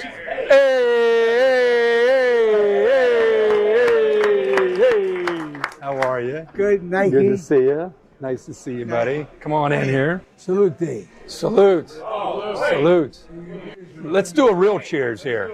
Yeah. This is to, the weekend is going to be fun. It's the opening weekend of college football. It's Lee Corso's final appearance on College Game Day. It's going to be a blast. We're going to celebrate this guy. And I think every person in this room and anybody you've ever worked with, I think what's unique is people see you with the headgear and they see all the silly stuff you do. But I think what we see is the smile every Friday meeting, whether you're the makeup artist or Reese Davis, everybody in between, you just lightened everybody up. You lifted everybody up. And you've done that, I'm sure, as a coach. But our experience with you, for me, the last 30 years, it's like, I've never seen you have a bad day. Like, if you have a bad day, you never really show that you're having a bad day. You're always positive, and you're the backbone of what this show has been about. We're going to celebrate you the way you should be, and we just want to honor you tonight and say you're the man. We love you. Lee Corso. I think one of my favorite things about Lee Corso, too, is just as he's gotten older, and you can say, especially post-COVID, watching him on game day has been a lot harder because he's not able to have a lot of the off-the-cuff moments. But the way that Kirk Herbstreit has taken care of him on air and made sure that he's like still there and still able to do all of the Lee Corso things we know and love in a reduced capacity, but still do a lot of those things, still do the headgear. Kirk Herbstreit has done a phenomenal job of taking care of him and making sure, like, he's like a son taking care of his, his father, right? It really is the father-son relationship in sports, it feels like. And watching the 7-minute tribute video that ESPN released previously, I mean, you're going to bring me to tears on our first Fan University show, man. You talk about making a grown man cry. And then my wife was like, oh, I want to watch it too. So I have cried twice watching it now.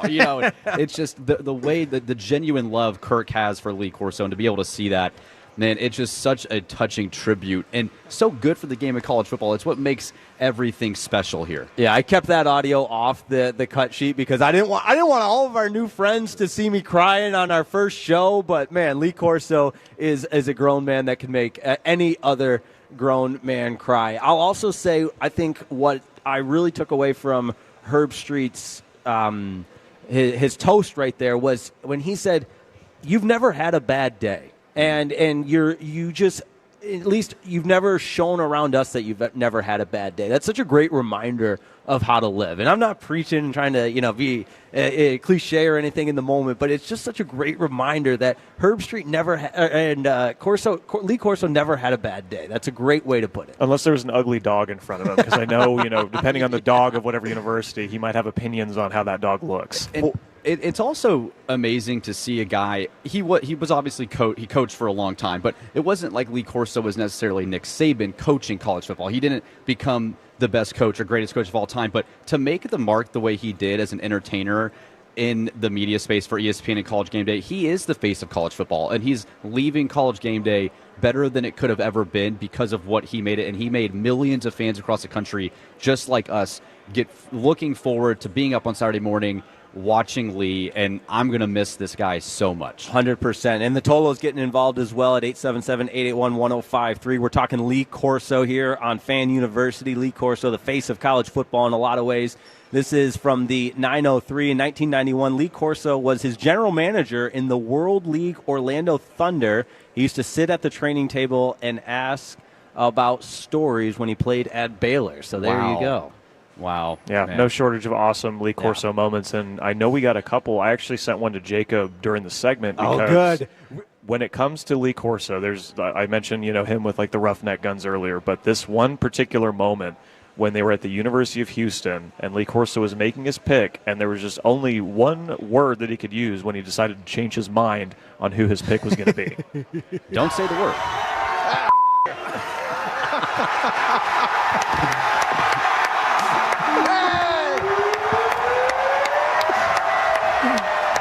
Glad there's a delay. Glad it's delayed. Shasta, shame on you.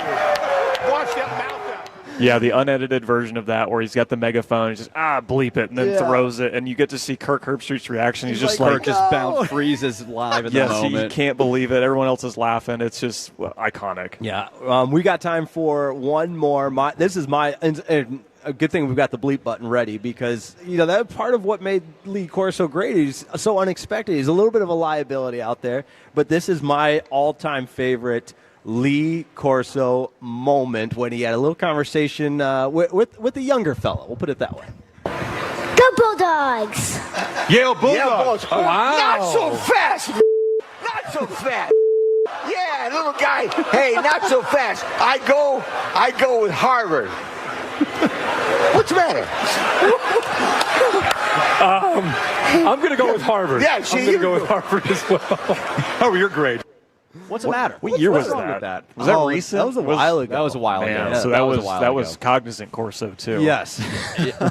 Well, what a beautifully different time. And just that is what made him a legend. He was unequivocally himself. He said what he wanted. He wasn't ashamed, and he really spoke for the college football fan. I think that's the biggest thing. He entertained, but every fan that was watching him on game day, being there live, they felt and we felt like he was speaking for us when he talked about college football. He talked how we would talk, and that is what made Lee Corso so special, and that was a massive bolt of the Thunder's rolling here at Thunder's Nebraska rolling Furniture like crazy. In The Nebraska Thunder's Furniture chiming in, saying how much it loves Lee Corso as much as That's we a do. shout out to Lee Corso, man.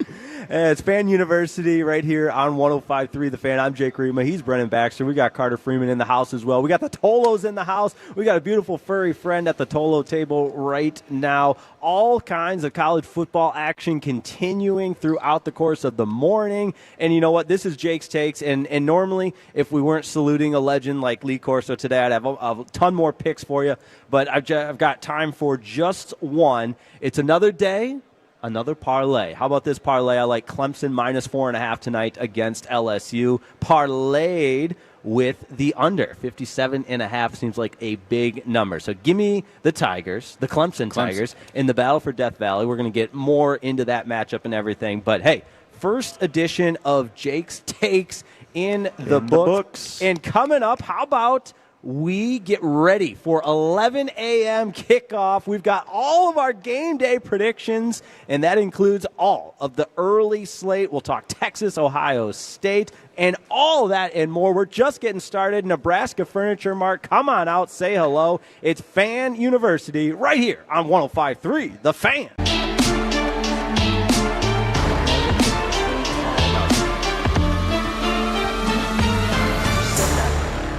Was it Spice Girls? Doesn't sound right. Was it Saffron Squad?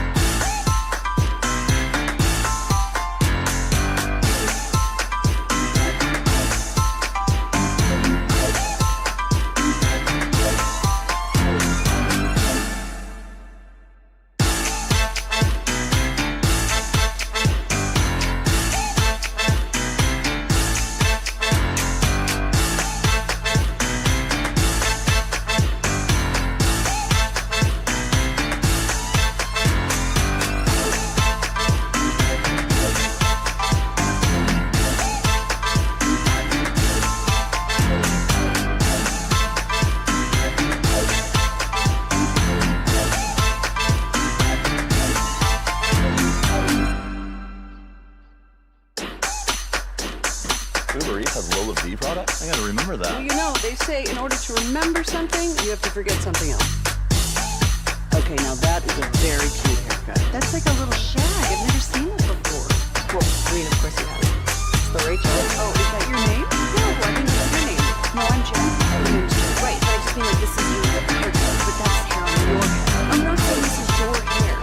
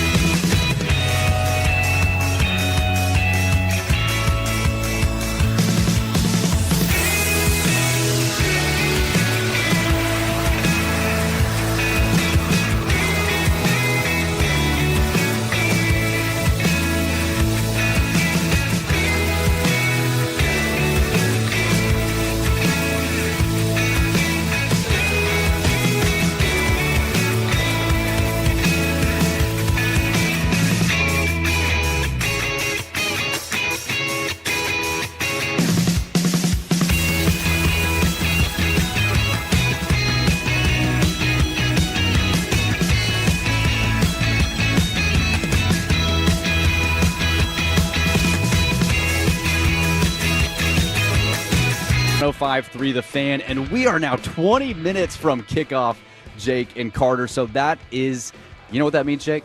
It's prediction time. That's right. It sure is. Let's go. We got the headgear, right? Somebody brought a big mascot head. It's hidden underneath the tables. Carter's here got it at under the NFL. table here at Nebraska Furniture Mart in the Colony. Come check us out. Derek Lively will be here at 12 o'clock as well.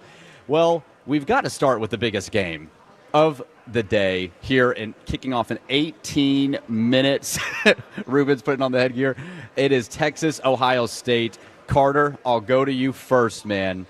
Who are you picking, Texas or Ohio State? Look, I'm putting my Oklahoma Sooners bias aside, and I'm picking the Texas Longhorns to go into Ohio Stadium and get a win. I do think that Texas is the better team. I think this is going to be a low-scoring game. I think given that your starting quarterbacks for both teams are both in their first real career start. I know Arch has had some starts against, lesser competition before, but like first big start against a big, top 5 team. I think it's going to be a bit of a slower start for both teams. We're going to, whatever the under is, I think that would be the bet for this game. But I do think Zach Wolchuk on the G-Bag Nation on our station has made the point a lot of times this, for the last couple of weeks, that Texas's defense is going to be what carries them this year. And I think against a, quarterback making his first true career start, that's going to make the difference. I think Jeremiah Smith is going to have a good game for Ohio State. But give me the Longhorns by 3. I think I'll take the Longhorns in this one. They'll cover. I really wanted you to say Ohio State so I could just bellow out with the top of my lungs, not so fast, my friends. We got plenty more picks. Yeah. Don't you worry. But no, that's 2 in a row we've agreed on because I really like the Longhorns in this game, this setting. And to go on the road and beat the defending national champions, it just seems like that's the next chapter in the evolution of Arch Manning. He won the offseason. He was going, visiting his teammates' hometowns, running camps. He's done everything right. Sark and Texas on the road is just, they've been unbeatable. I mean, and yeah, their last UT's last road loss was to Oklahoma State in 2022. I did look that up because we were talking about that earlier this week as we're prepping for the show. And yeah, 2023, 2024, UT has not lost a true road game. Okay. And so yeah, for that reason, I know you said the line has shifted a little bit, which is interesting. And it's gone all the way to Texas being favorites now? At certain sports Yeah, books. depending on where you do your shopping. Looking on ESPN, if you look right now, it is still Ohio State by 1.5. Right, and home team gets 3.5 for being at home. So, depending on how much of an impact you want to put that into the conversation as well. But give me the Longhorns. Okay, you wanted to use not so fast. I will use it. Let's not go. So there fast, it is. Boys. I just cannot see Ohio State. Well, I could see it. I don't want to see it. I'm a Texas Tech guy. I'm not going to put my personal bias aside here. Give me Ohio State at home against Texas. I just think it's still a lot to ask of Arch. I know all the hype. We've talked about it all morning, but I just do not see Texas going in and getting a win. Ohio State goes 2-0 against Texas in less than a year in the shoe. And Texas is replacing pretty much their entire offensive line. I think that's something that we really haven't mentioned a lot, but Calvin Banks goes in the first round. They have several other guys from their offensive line drafted in this previous draft, but that's a huge thing, especially for a quarterback making his first road start to deal with in a stadium like that. I think that'll have a bigger impact than we think. But like we've been saying too, Texas has found a way to plug and play new guys and immediately simulate success. All right, let's move to the next game. Alabama, Florida State, 2:30. No one really knows what Florida State's doing. They had a horrible year last year. What's the team going to look like? Bama's got a new quarterback in Ty Simpson, Kalen DeBoer, year 2. Where are we going here? I think one of the funniest tweets I saw about college football and this week so far about preseason rankings with Boise State losing was, let's not forget Florida State was ranked 10 in the preseason last year. They were. And what did they win? 2 games? Yeah, they beat FCS team and they beat Cal. Absolutely brutal. And for Mike Norvell to survive and still be at the helm of Florida State, I just think that's another guy that his seat is increasingly warm. And I don't see how Florida State opening up with Alabama. And Bobby Bell, if you're listening, I know you absolutely love Alabama and believe in everything that they do and deserve all the credit that they get. So just wanted to make sure that Bobby Belt knows we're thinking of him this morning. He's often said that. And is a huge Alabama fan. So for that reason, I'm with Bobby Belt on this one. Give me Alabama. And I do think Kalen DeBoer inherited a really difficult situation with Alabama, with people don't talk enough about. Alabama lost that game, Saban's last game in the Rose Bowl, to Michigan, and Saban felt like the floodgates were about to open, and he's been vocal about this, and he had guys waiting for him, when he got back from the end of the season saying, I need this money. There was turmoil within Alabama. Sure, it's Alabama, but it's not like Kalen DeBoer inherited this immovable object and he screwed it up. There's an element where he had some things to repair, and so I think year 1 to year 2, he makes a jump. Give me Alabama. Yeah, in year 2, bringing Ryan Grubb, his longtime offensive coordinator in from Seattle, coming in. A lot of reason to be high on Alabama this year. You got Alabama over Florida State? I definitely do, and I think it's just because there is so much unknown with Florida State. This game is in Tallahassee, so it's a home game for the Seminoles, but coming off a 2-10 season, they spent a lot of money on their defense last year to go 2-10. It just did not work. It is one of the poster childs for you can't just straight up spend all the money and you'll immediately have a good that's team. how you win in college football right now. I mean, we're going to find out with Brennan's Texas Tech Red Raiders Brennan Baxter's Texas Tech Red Raiders. It's not all the money. We'll get to them in a little bit Carter's later. Corner. I definitely have a question or two about them, but I'm definitely rolling with Alabama. They are 13.5-point favorites on the road in this game, which is just, I know for as bad as Florida State has been, it is still crazy to see a Power 4 team that big of an underdog at home, especially a team like Florida State, who we've seen have success, but Ty Simpson, we'll see in his first career start, but he's been in Alabama for a long time. He's waited for his moment. He's finally going to get it. You do still have Ryan Williams. You have Ryan Williams, the wide receiver for Bama, is awesome. Jeremiah Smith didn't exist. He'd be the best receiver in sport. Very true. But Jeremiah Smith does exist. But Ryan Williams is very good. Caden Proctor on the offensive line. I think Alabama is going to cover, and they're going to cover big in this game. All right. Let's move to UTSA and Jeff Traylor there with the Roadrunners against Texas A&M. We haven't talked much Aggies here the first couple hours. Aggies coming out strong to start the year?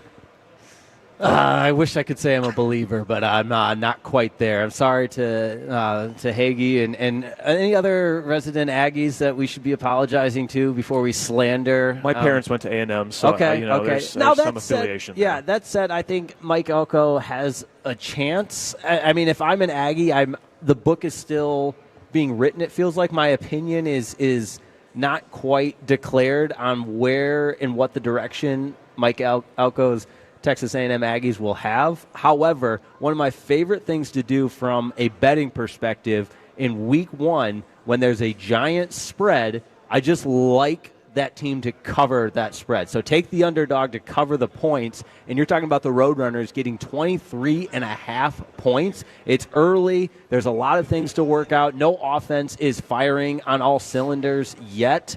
And I think UTSA, I don't expect them to pull the upset, but if we're going to do a little betting aside, I think they can cover 23.5. Unfortunately for the Roadrunners, they are just not the team that was really, really good from several years ago, the one that was winning 10 games consistently. Jeff Traylor is still there as head coach, but they're just not. A lot of the they had 6th, 7th-year seniors that were staying and powering those teams to, winning bowl games for the first time in school history. That's just not the case with UTSA anymore. A&M, I think we're going to do a full Texas two-step segment coming up. I want to talk about them more. A&M's going to win this game, but I do have thoughts about them in future segments. Yeah, I got Aggies as well. We'll go 3-0 on that side. Let's get to two of the biggest games of the entire weekend. LSU Clemson, Battle of the Tigers. We didn't even talk. This is a top 10 matchup. We haven't even talked about it yet. There's so many good games to get to. It is wild. 3 top 10 matchups. We'll get to the second one after this one. LSU Clemson, Battle of the Death Valleys, Battle of the Tigers. Garrett Nussmeier, Cade Klubnik, 2 Heisman Trophy potential candidates. Who we got here? Which Tigers coming out top at Clemson? Well, I know what way Jake's going because he gave Jake's take. It was a parlay taking all things Clemson. So let me give you the not so fast, my friend. Garrett Nussmeier and LSU are going to actually win an opening game for Brian Kelly. They've yet to do that in the Brian Kelly era, and I believe even going back to Ed Orgeron, they haven't won a season opener since 2020. Yeah. That's right. It really has been that long since around the championship season. Crazy. This is the year it gets turned around. I think Garrett Nussmeier is going to develop into the number 1 overall pick in the NFL draft. I think the receivers they brought in the portal and that they return, I think their defense is going to get turned around this year. LSU is going to get the biggest, because I think this is it's tough to say if Texas were to win versus LSU to win, what would be a bigger statement win. But LSU is going to get a statement win tonight and get an early inside track number 1 overall seed in the CFP. Well, we know if they don't win, it won't be Brian Kelly's fault. Nothing's ever been his fault. And his family and his fake accent and everything else that Brian Kelly brings to the table, accountability is not one of them. That man has never taken responsibility for any loss. In fact, he's called for public execution of his players at a halftime interview when he was at Notre Dame. So you put all your chips in the Brian Kelly basket. No, I put all my chips in the Garrett Nussmeier basket. I want that to be very well known here. Brian Kelly's just also there. You make that known, Carter. Carter was so quick to correct me on that. But hey, guilt by association though. You're in my mind a Brian Kelly guy. Shout out to Broadus, the LSU Tiger. And I've been meaning to talk ball with Broadus about that. I just, at the list of college football coaches that get under my skin and just drive me insane, Brian Kelly, number 1. My family. But I know a lot of people feel that way about Dabo, and when he runs down the hill at Howard's Rock and makes it about himself every other time. So I'm not calling Dabo Sweeney completely innocent in that, but I'll take Clemson. And as you mentioned, I like the under in this one as well. All right, tiebreaker. I'm going Clemson. They're my pick to win the national championship this year. I'm a huge believer in Cade Klubnik. I know, maybe you're going to drop a bomb like that? Say it with your chest. It's week 1. We got to drop some bombs I love here. it. It's early. I love Cade Klubnik. I think the Dabo slander on he's not embracing the portal, he's not in the NIL era, that he's too old for it. He's like, I just think that's a bunch of baloney. Well, he finally kind of has embraced the He's portal. embraced it to an extent, but I also think that he has just built such a culture. Clemson's not going to stay down for long. They made the playoff last year. Like, we forget this team did. They were just trashing Clemson. They won the ACC. They made the playoff. They're returning arguably one of the most talented rosters in the entire country. Their defense is stacked. I don't think they're going to drop this game at LSU, and I expect Clemson to be hoisting the trophy. Early hot take. I know we've got all football season. but give me Clemson. This is the most talented Clemson team they've had since they were winning national titles, but it is not as talented as those teams. So that's, and I think LSU is. I think this team for Clemson has a lot of similarities with the way they're built up front. I mean, defensively, they've got 11 monsters on the defensive side of the ball. Yeah, okay, quickly, last game. Notre Dame, Miami, who you got? Oh, I believe in Marcus Freeman. Give me Notre Dame. Notre Dame. I believe Marcus Freeman. Do not believe in Miami. Where's the Irish costume? In honor of Lee Corso, putting it on. I'm taking the leprechaun. I'm wearing it. Redheads. Give me Notre Dame. Also, Shane Gillis is not playing for Notre Dame. They made sure to put that on their depth chart I didn't know this that. week. Interesting. So, I thought he would be. Good note. Yeah, he's not starting. In honor of Lee, man, there were our game predictions. You are listening to Fan University on 105.3 The Fan. Coming up next, top of the hour, games kickoff at 11 o'clock. We'll be right back.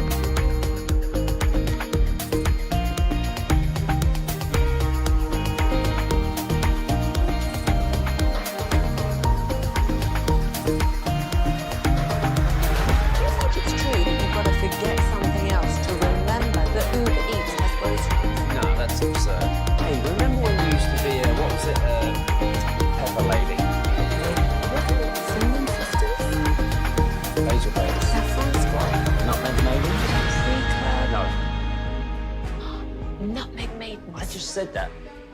Was it Spice Girls? Doesn't sound right. Was it Saffron Squad?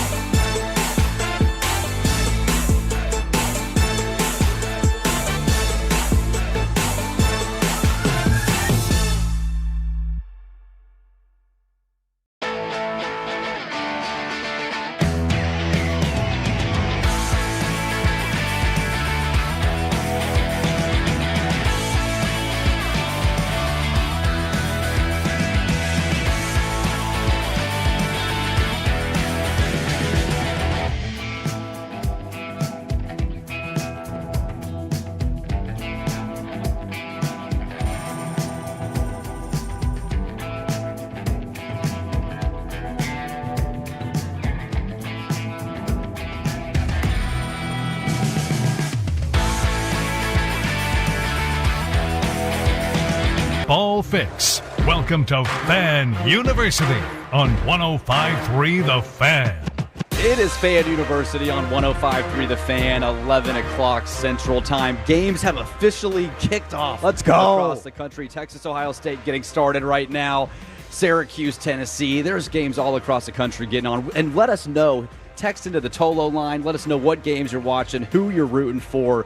We cannot wait to get started this hour. 877-881-1053. That is the text line. Yeah, like Brennan said, text in. We want to know what you're watching, who you're watching, and what you're excited for today. The biggest game of the year, Jake, is kicking off right now. Texas, Ohio State. Man, I mean, we've been here 2 hours. People are now flooding into Nebraska Furniture Mart. We're less than an hour away now from Derek Lively being live here. Even though it's raining outside in the colony, the storm, it's not stopping people from flooding in here. No doubt about it. The Tolos are out. It's alive and well. It's a Saturday morning. You got the biggest college football game getting ready to kick off. We've already visited with Darby Brown from CBS in Austin, sports reporter there, getting a feel for the atmosphere, the energy, the excitement. You just can't say enough about it.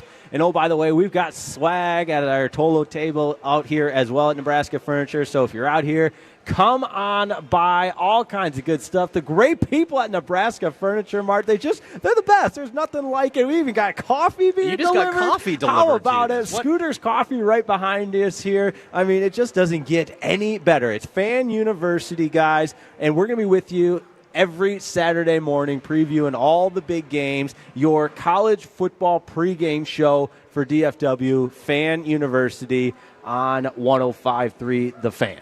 Yep. I mean, look, it's here. Oh. We've been talking about it the whole day. From the 469. And by the way, I do owe apparently some Buckeye fans an apology. I guess I was very, very rude. You were. I was mean, and nobody can take a joke anymore, and everybody gets their feelings hurt. I said they were great at tailgating, and they were great at being college football fans. What more do they want from me, Carter?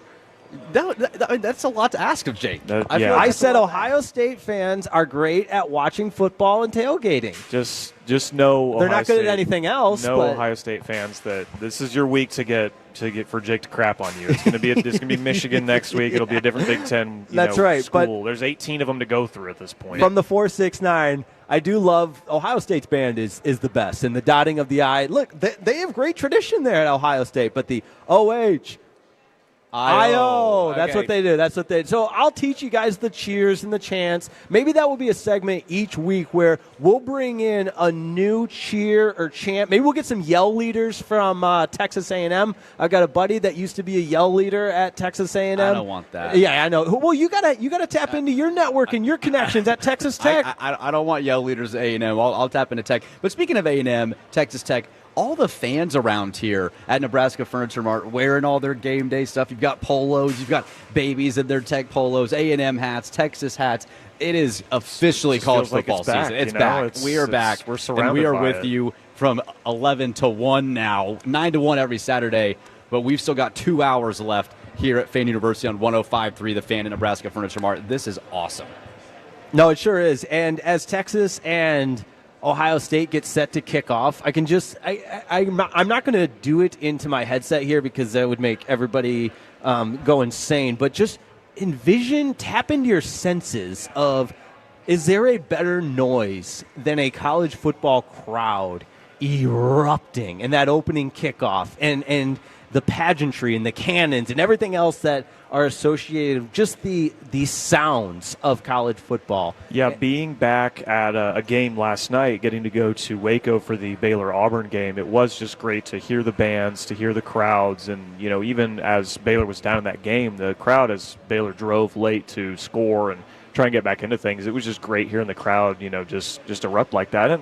And McLean Stadium's not even one of the biggest stadiums in the country, and it still gets this massive pop when something big happens. So it's a beautiful thing. That's why you love being at the games, watching them, no matter what. This is what we want. I just pulled up the Texas-Ohio State game on Fox, and there he is, Tom Rinaldi, greeting us with his smile. I'm sure he'll have a poem to read and make us all cry right before kickoff. But they're getting ready to kick off from the shoe. Did you follow the drama with Fox Big Noon Kickoff, Dave Portnoy, the newest member, the CEO of Barstool Sports, not being permitted to enter the shoe because he's a Michigan fan? I did follow that. I'm not a fan of that because it's college football. Rivalries are what makes it. Put Dave Portnoy right into the shoe. Let him be booed. Like, let's not restrict enemies of the people. Right, that's what makes college football great, man. But that's also part of the sport, is doing everything in your power to not let your rival get what they want, right? Now, I do think it's dumb. I think they should let him in, but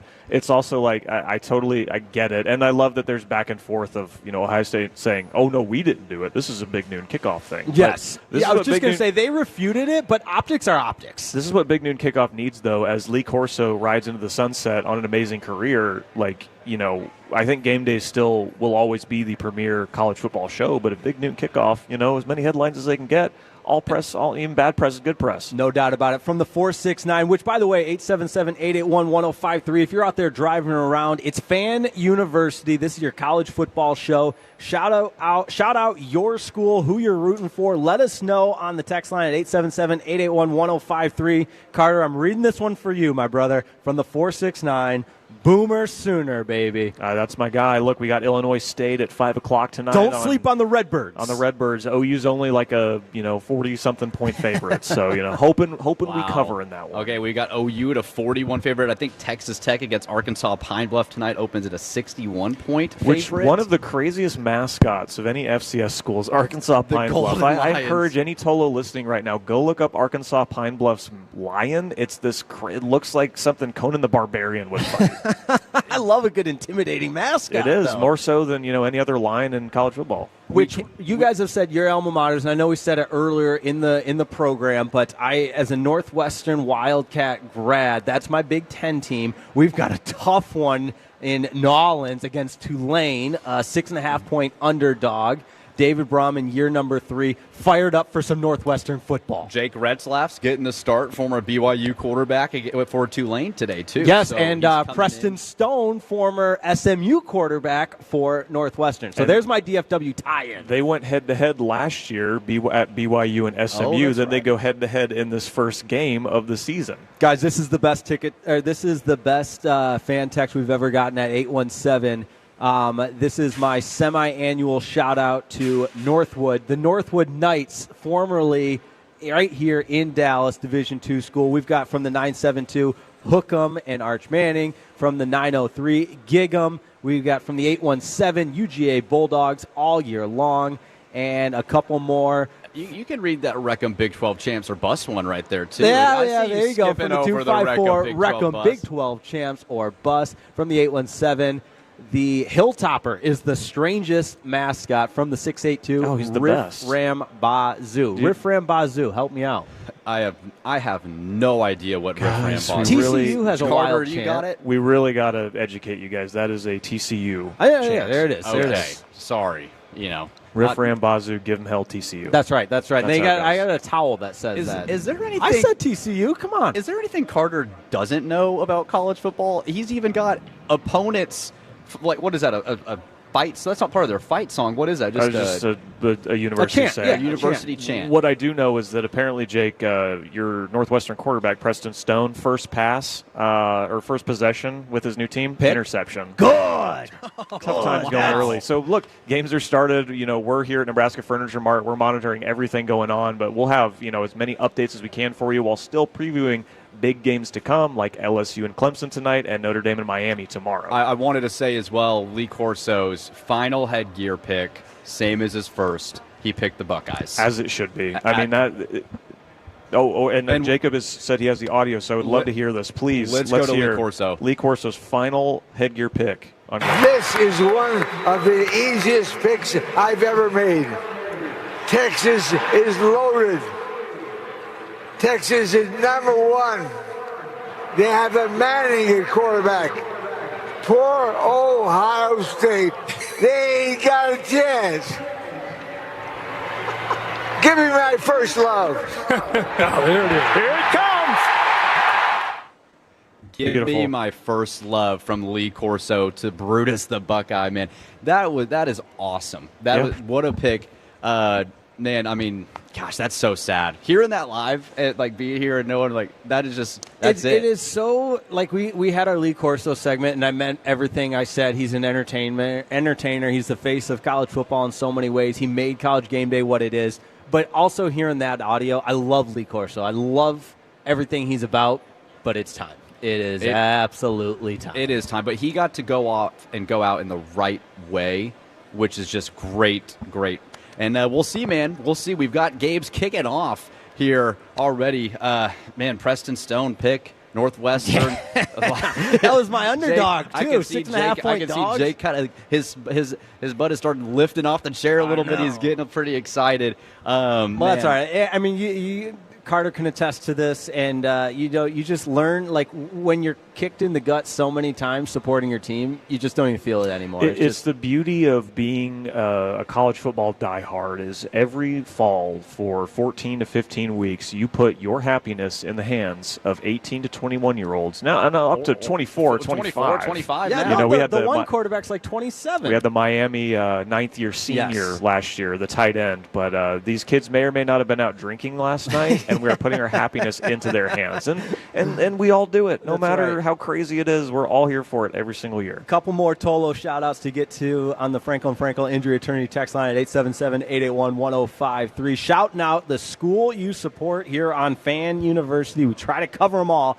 This from the 601. What up, fellas? Y'all have been killing it today. Shout-out to the Mississippi State Bulldogs. Hail State. There you go. Mississippi State Bowl. They got the cowbells. I like that part of their tradition. Yes, they do. And they have nowhere to go but up. Right, Mississippi State, not great last year. Yes. Worst season in the SEC by far. But there's nowhere to go but up, I would say. They could stay level, but they most likely will go up. And the Egg Bowl. That's I love a rivalry game that has a good name. The Egg Bowl. I like that. Egg Bowl is an underrated rivalry. Top 10 rivalry. And usually you get that's with any rivalry, but that one especially. I think back to the one where the player, simulated a dog peeing, right? Wasn't that? It was Elijah Moore. Yes, wide receiver. But then they end up missing the extra point. They lose, and it causes whole chain of reaction of events of coaches getting hired and whatnot. But yes, Egg Bowl, great rivalry. Yes, all because he decided to do a celebration that was not so tasteful. From the 817, this actually might be Jared Sandler's burner account. Sleeper team,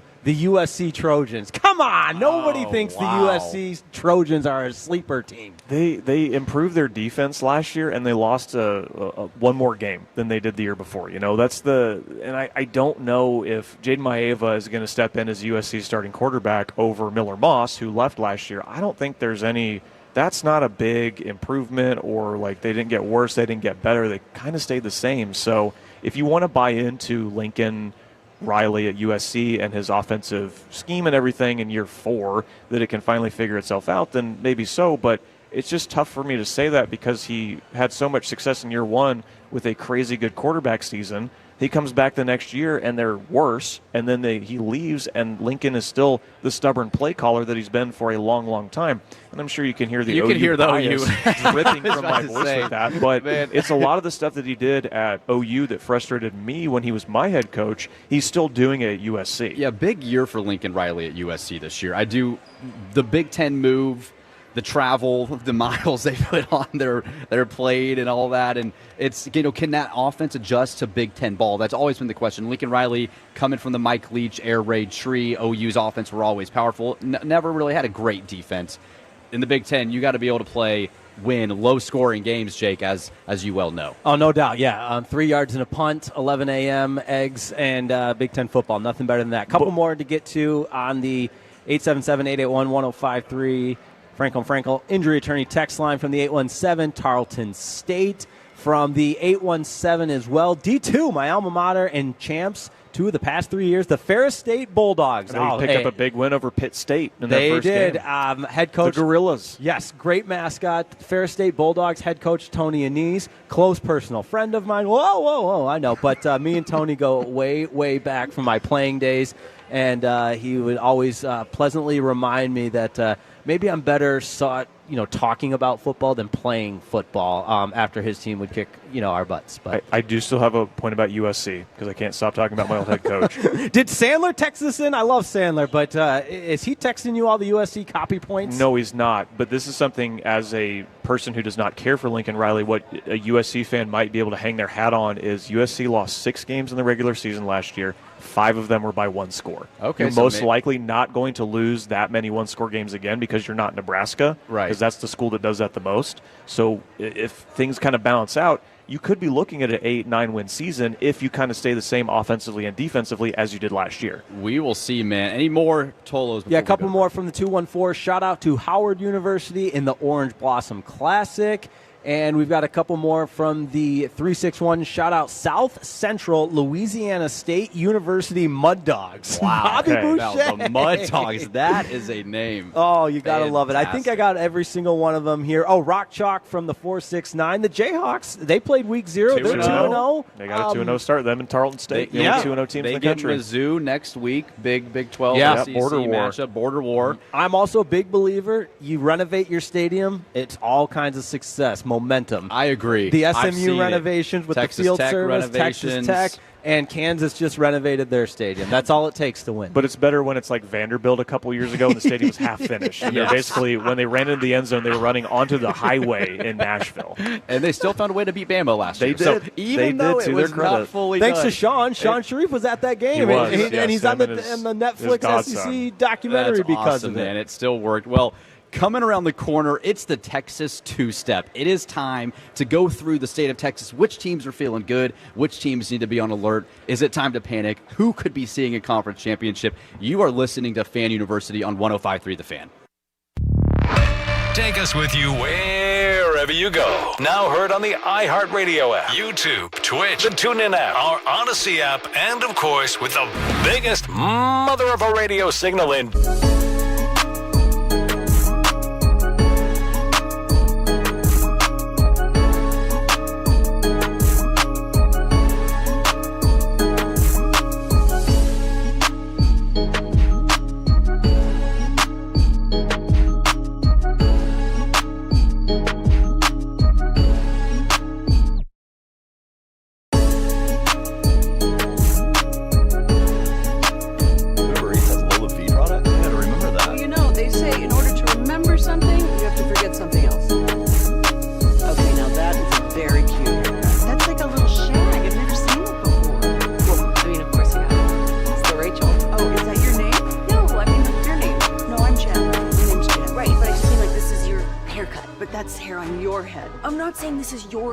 Okay, freaking me out a little bit.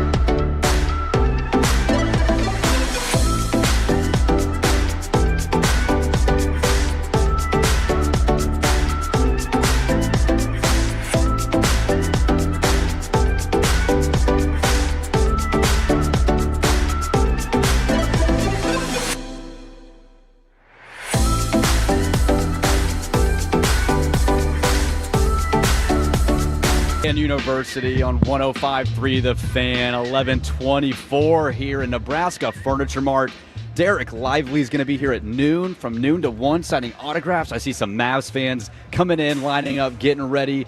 The college football polos and T-shirts are out, man. I see OU, Texas, Texas Tech. And we're getting into our Texas two-step here at Fan University. Which Texas team should be most confident heading into 2025? Who should be on alert, and who could be a surprise team making the playoff? There's lots of potential opportunities here for Texas schools to make a difference in 2025. Carter, Texas has kicked off. Any updates before we get into this on the Texas-Ohio State game? What's going on there? Should Texas start? I know it's super early. Game just kicked off.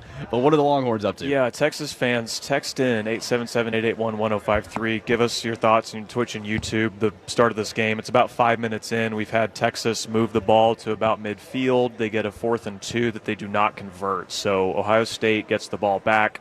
So first drive for Arch Manning, they move the ball a little bit, but they do not score. And so now we'll get to see Julian Sayin in his first real action with Ohio State. But yeah, Texas fans, let us know how you're feeling going into this game. Which I know this is going to come as a surprise to you guys, but I've had a lot of coffee this morning. Heart's racing pretty good, and starting to feel the excitement and the energy. But also reading the fan text line at 877-881-1053. A lot of people wanting to talk some Texas A&M Aggies as well. And the good news is this is the Texas two-step. We'll cover every single one of them. It's your time, Aggies. But, we aim to please. That's what we do around here. So we want to start with a little Texas A&M talk. Let's start with the Aggies, man. I'll concede at some Texas Tech Brendan talk so for did just not a want to second. do that as a Texas Tech I was like, alum. He did not want to say that, but he's like, all right, I'm a professional, so I will. Hard for me, but yes, as an unbiased professional, I'm happy to listen to a couple minutes. I'll give you a couple minutes on the Aggies. Well, I think it starts with Mike Elko and leading that program. And Carter, I felt like at times last year Texas A&M showed glimmers of hope and some promise. And when you talk about the Aggies, they had some really big wins, but some really unfortunate losses where you start to try to determine what team, who are the Aggies? Are they the team that lost to Notre Dame, or are they the team that had some big wins and beat LSU? Well, the end of their season was really marred by losing their top running back. I'm blanking on his name right now, but they lost their best running back, and that really kind of stunted their offense in those final couple losses because they lose to South Carolina on the road, lose to Auburn, and that heartbreaker where the tight end drops a 2-point conversion in overtime, and then lose to Texas to end the year. But, yeah, I don't think we should forget that A&M was 7-1 going into the end of that season, and they did that on the back of Connor Wegman, who's not even their starter anymore. Right. He's not even at the school. He's at Houston, Houston picked up a win on Thursday night, I believe. Yep. They blanked. I'm blanking on who they blanked. But anyway, armpit. Marcel Reed steps in as the quarterback against LSU, does a lot of really good things with his legs.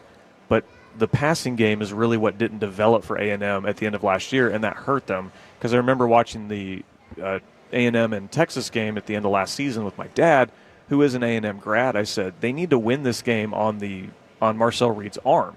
And they just refused to have him throw the ball. And every time they tried to run, Texas's defensive line stuffed them. My big thing with A&M this season is I think they can rise above the 8-4 joke that we always talk about with A&M. But Marcel Reed has to develop as a passer. And A&M's going to have nothing but talent because that's one thing Mike Elko's done. Jimbo Fisher recruited really well when he was at A&M. Mike Elko's continued that same trend, and you're hoping same level of talent, better coaching staff, things will turn out better. Here's what worries me about A&M, and you brought Marcel Reed, and I think that's a great point. Dynamic athlete, young kid, has plenty of room to grow. But it's the road schedule this year for the Aggies. You could convince me. I mean, you look at their first UTSA, then Utah State 2-0, but then at Notre Dame, 7:30 kick there. They go at LSU. They go at Missouri. They are at home against South Carolina, at Texas. So you're talking if LSU is what you think they're going to be come late October. Yeah, that's a tough game. Obviously, that's a hugely Texas, tough game. Thanksgiving week. Missouri, we don't know, but never needs a place to go play. And then at Notre Dame. So, and then you're talking to the home games. Florida's a home game this year. And then they're ranked 15th. South Carolina is at home this year for the Aggies. So if they do have the opportunity, any team in the SEC has the chance to do well. And as an Aggie fan's walking right in front of me, I'm not going to sit here and talk slander about him. So there's you should. And I want to see if he turns that card around and comes after us. I'm not going to ruin a kid's day. So I don't know. He looked a pretty big guy. I think he could take us. Another reason why I'm not going to ruin his day. And so there's a lot of opportunity here for A&M, but I am concerned about the development of Marcel Reed as a passer. Can he go and win you a game with his arm? And then how are the road games going to affect this offense as well too? But I mean, it's still a talented roster. I do believe in Mike Elko as a head coach. I just got to see it from Marcel Reed. I do think that the Notre Dame game on the road this year is a really interesting matchup, and it's later in the season, so we're not going to get into it a whole lot now, but that's just going to be so telling of what we think A&M is going to be able to do this year. And they lose to Auburn on the road. They lose to South Carolina on the road last year. Those are home games this year.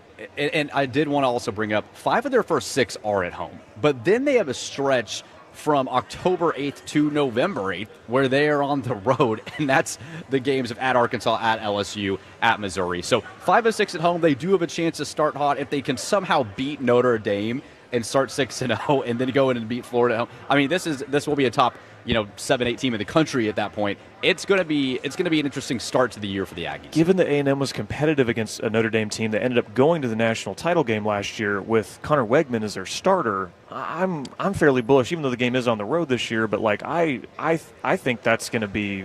I think A&M has a real shot to win that game. Okay. Is there another? I feel like there's another Texas question lined up.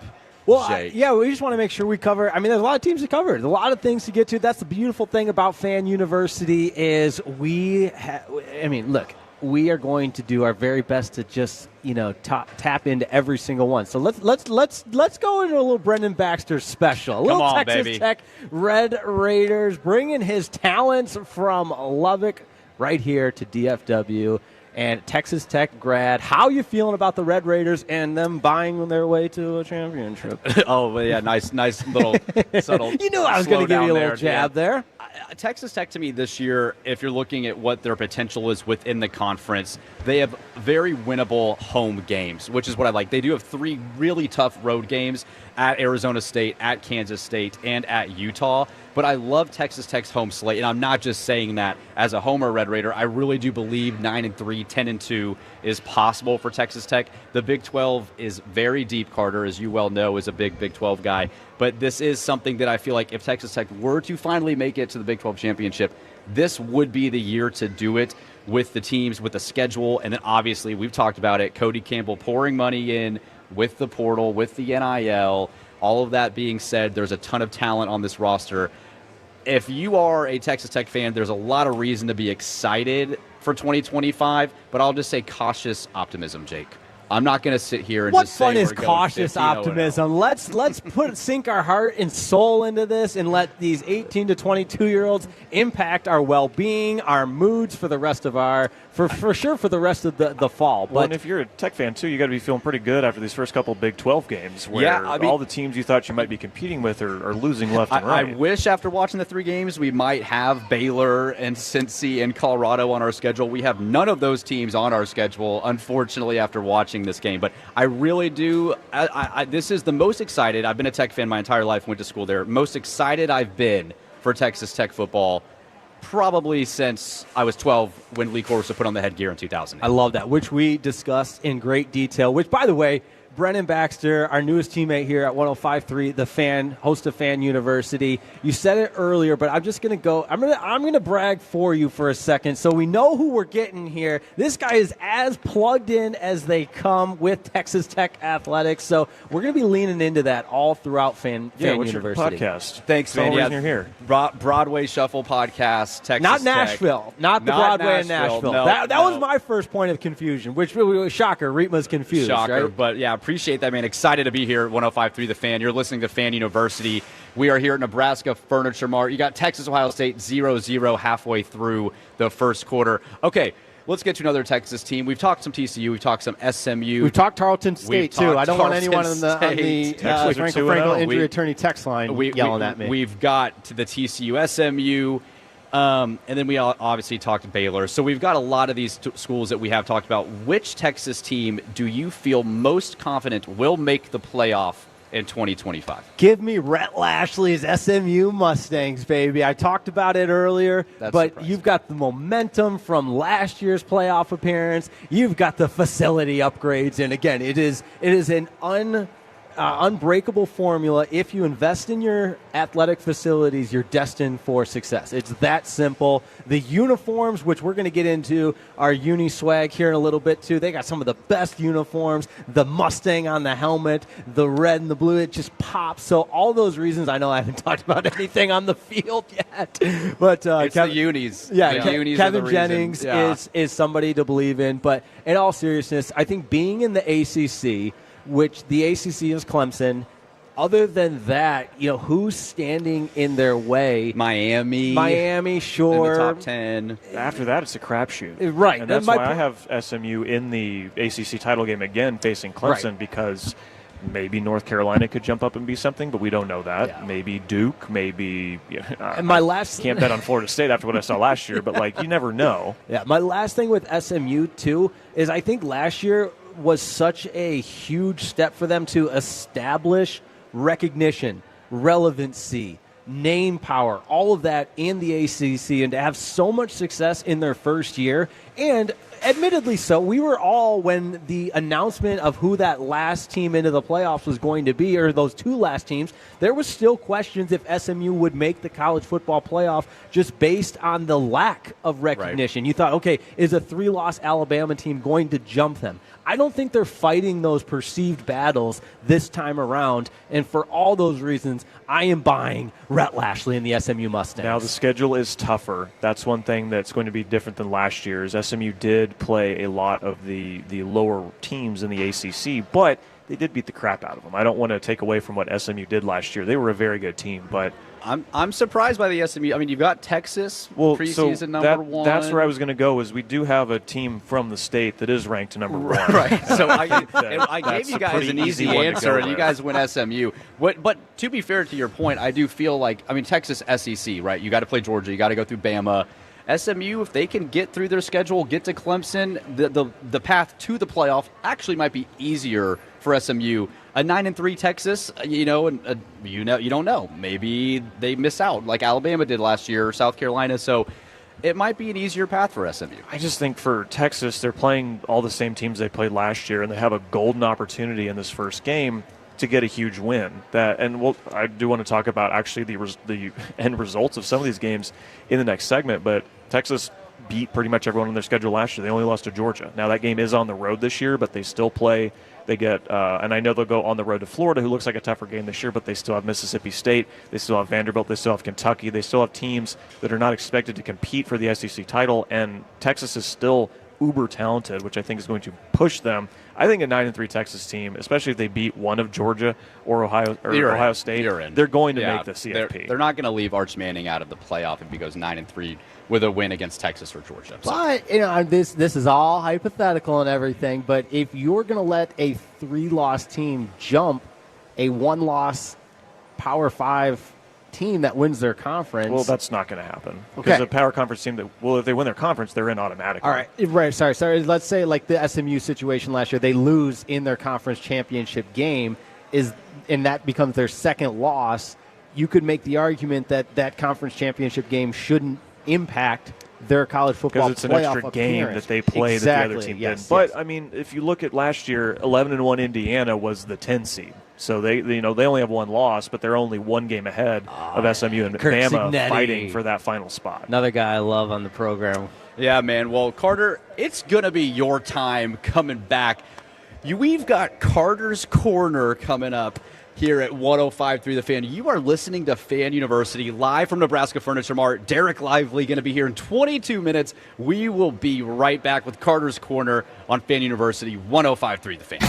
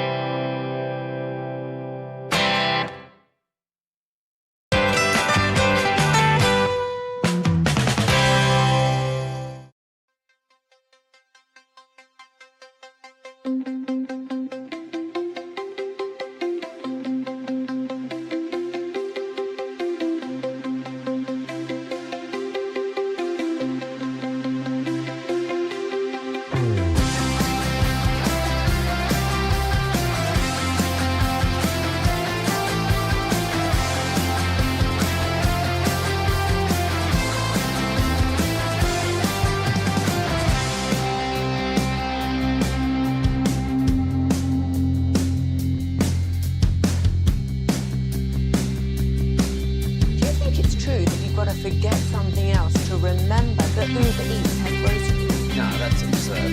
Hey, remember when you used to be what was it, Pepper Lady? Wasn't it Singing Sisters? Laser Lady. Sapphire Squad? Nutmeg maybe? No. Who said that? It was a Spice Girl. Doesn't sound right. What's it suffer for?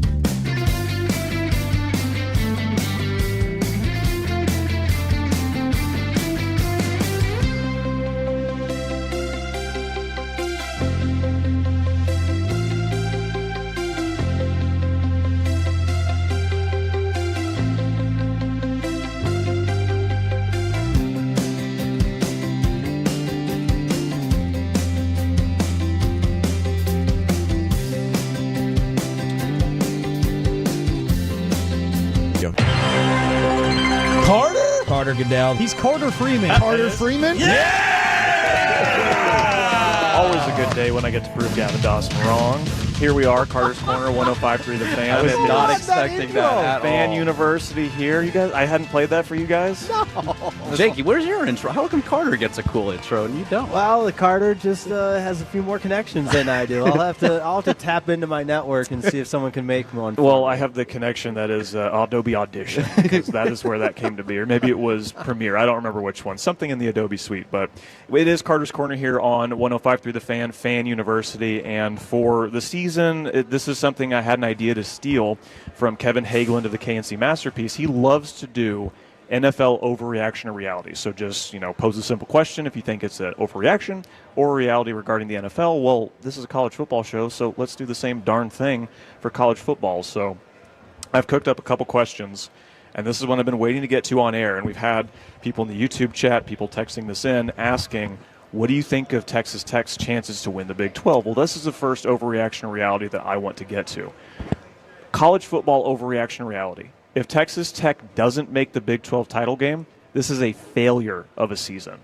I'm going to go to you first. Oh, the Texas Tech fella. He's got to formulate these opinions. I'm going to defer to you You have first. won the coin toss and elected to defer. That means I will. I just want to get you fired up, so that's going to direct my answer. And I will say that is 100% reality. This is a team that is trying to buy its way to success. This is a team that is really embracing what makes a new and improved way to win in 2025, which, by the way, Hook 'em Horns. We just got our first Hook 'em Horns. So you would never hear that out of me, by the way. Yeah, wanted to shout out the Tolos, though. See, I love and embrace the Tolos no matter what color uniform they're wearing.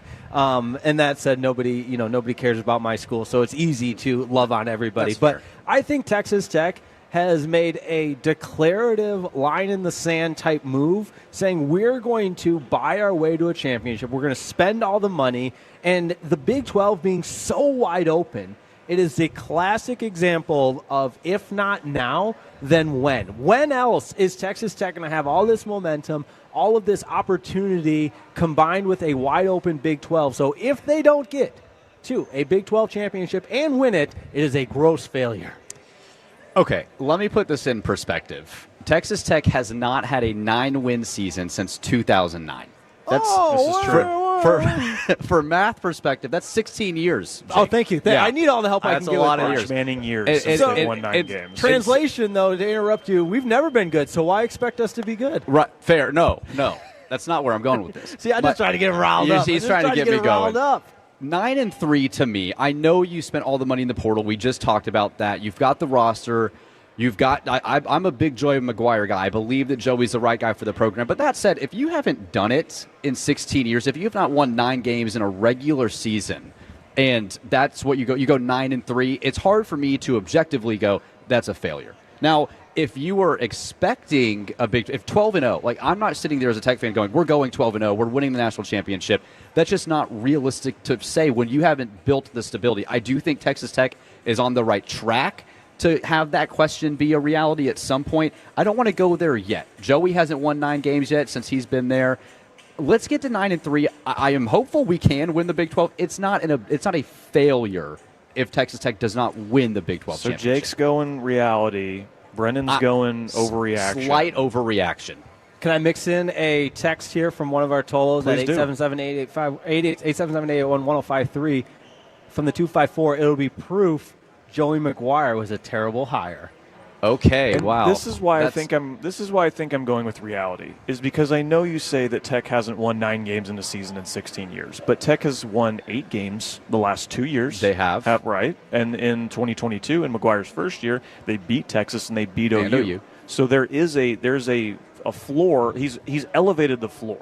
So I don't think we're talking about Texas Tech as a school that's like I'm trying to think of someone in the Big 12 who just hasn't been competitive in a while.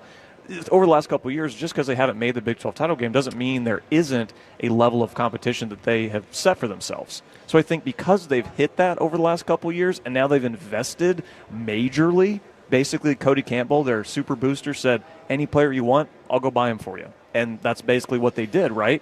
I think because you've invested that much and you've seen them win, this is the season. You have to do something with as much as you spent. Yeah. If not now, then when, Brennan Baxter? And maybe you can speak to this. How many of these players are just one-year guys? How many of them could come back for more years? There is more depth than I think people realize. I think a lot of people see the transfer portal and go, all these guys have been in Lubbock. They're only going to be there 1 year. Baron Morton, who is the senior, has been there all 4 years.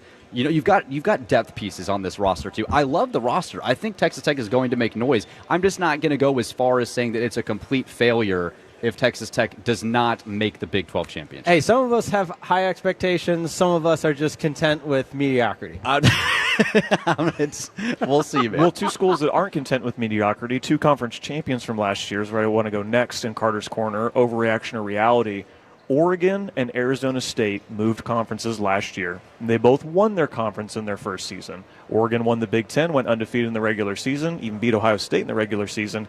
Arizona State, shockingly, goes from 16th in the Big 12 to winning the whole darn thing. Going into this season, both of them are ranked in the top 11.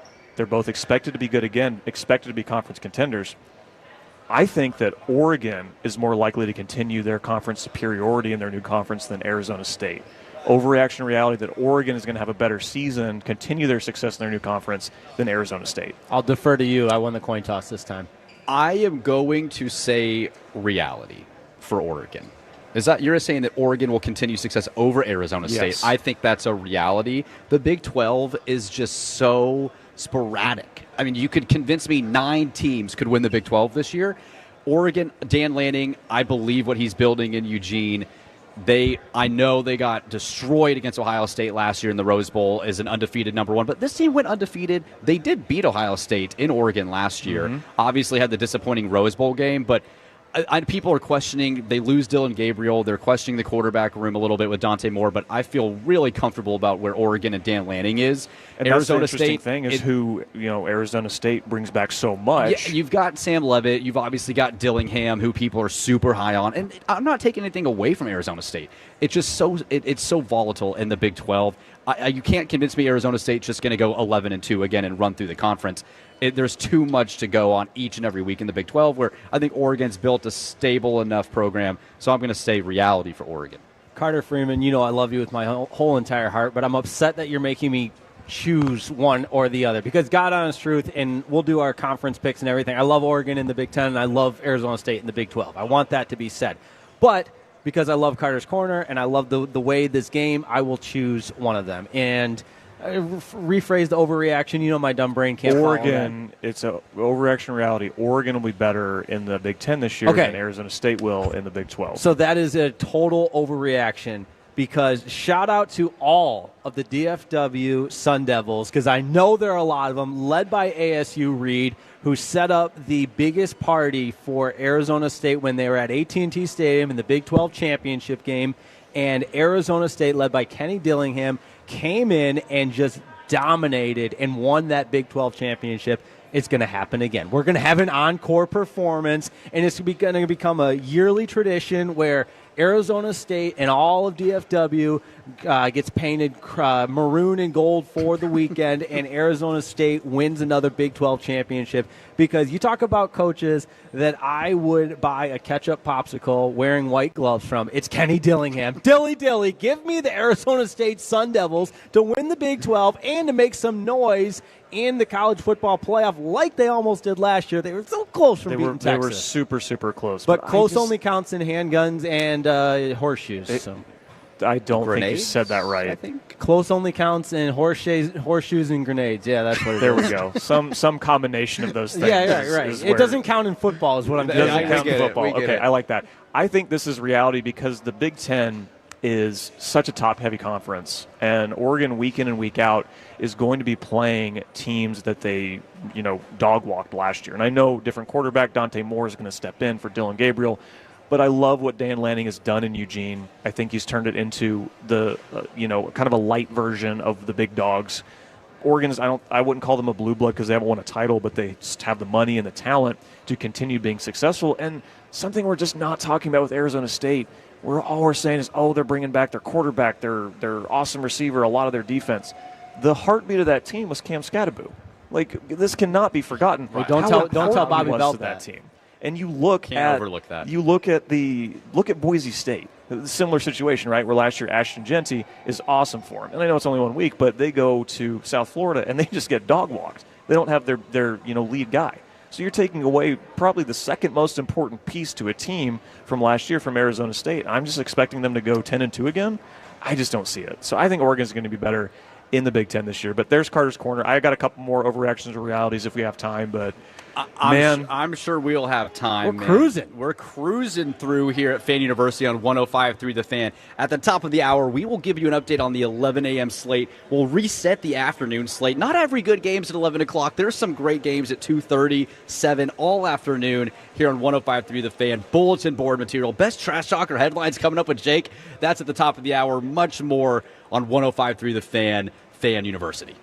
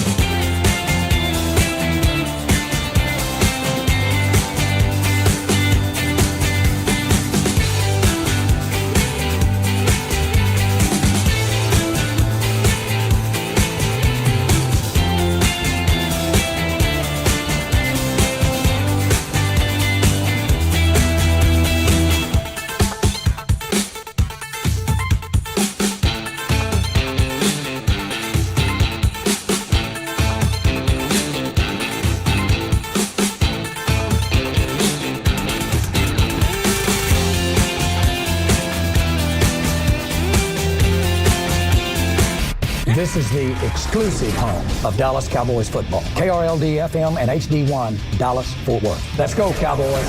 An Odyssey sports station.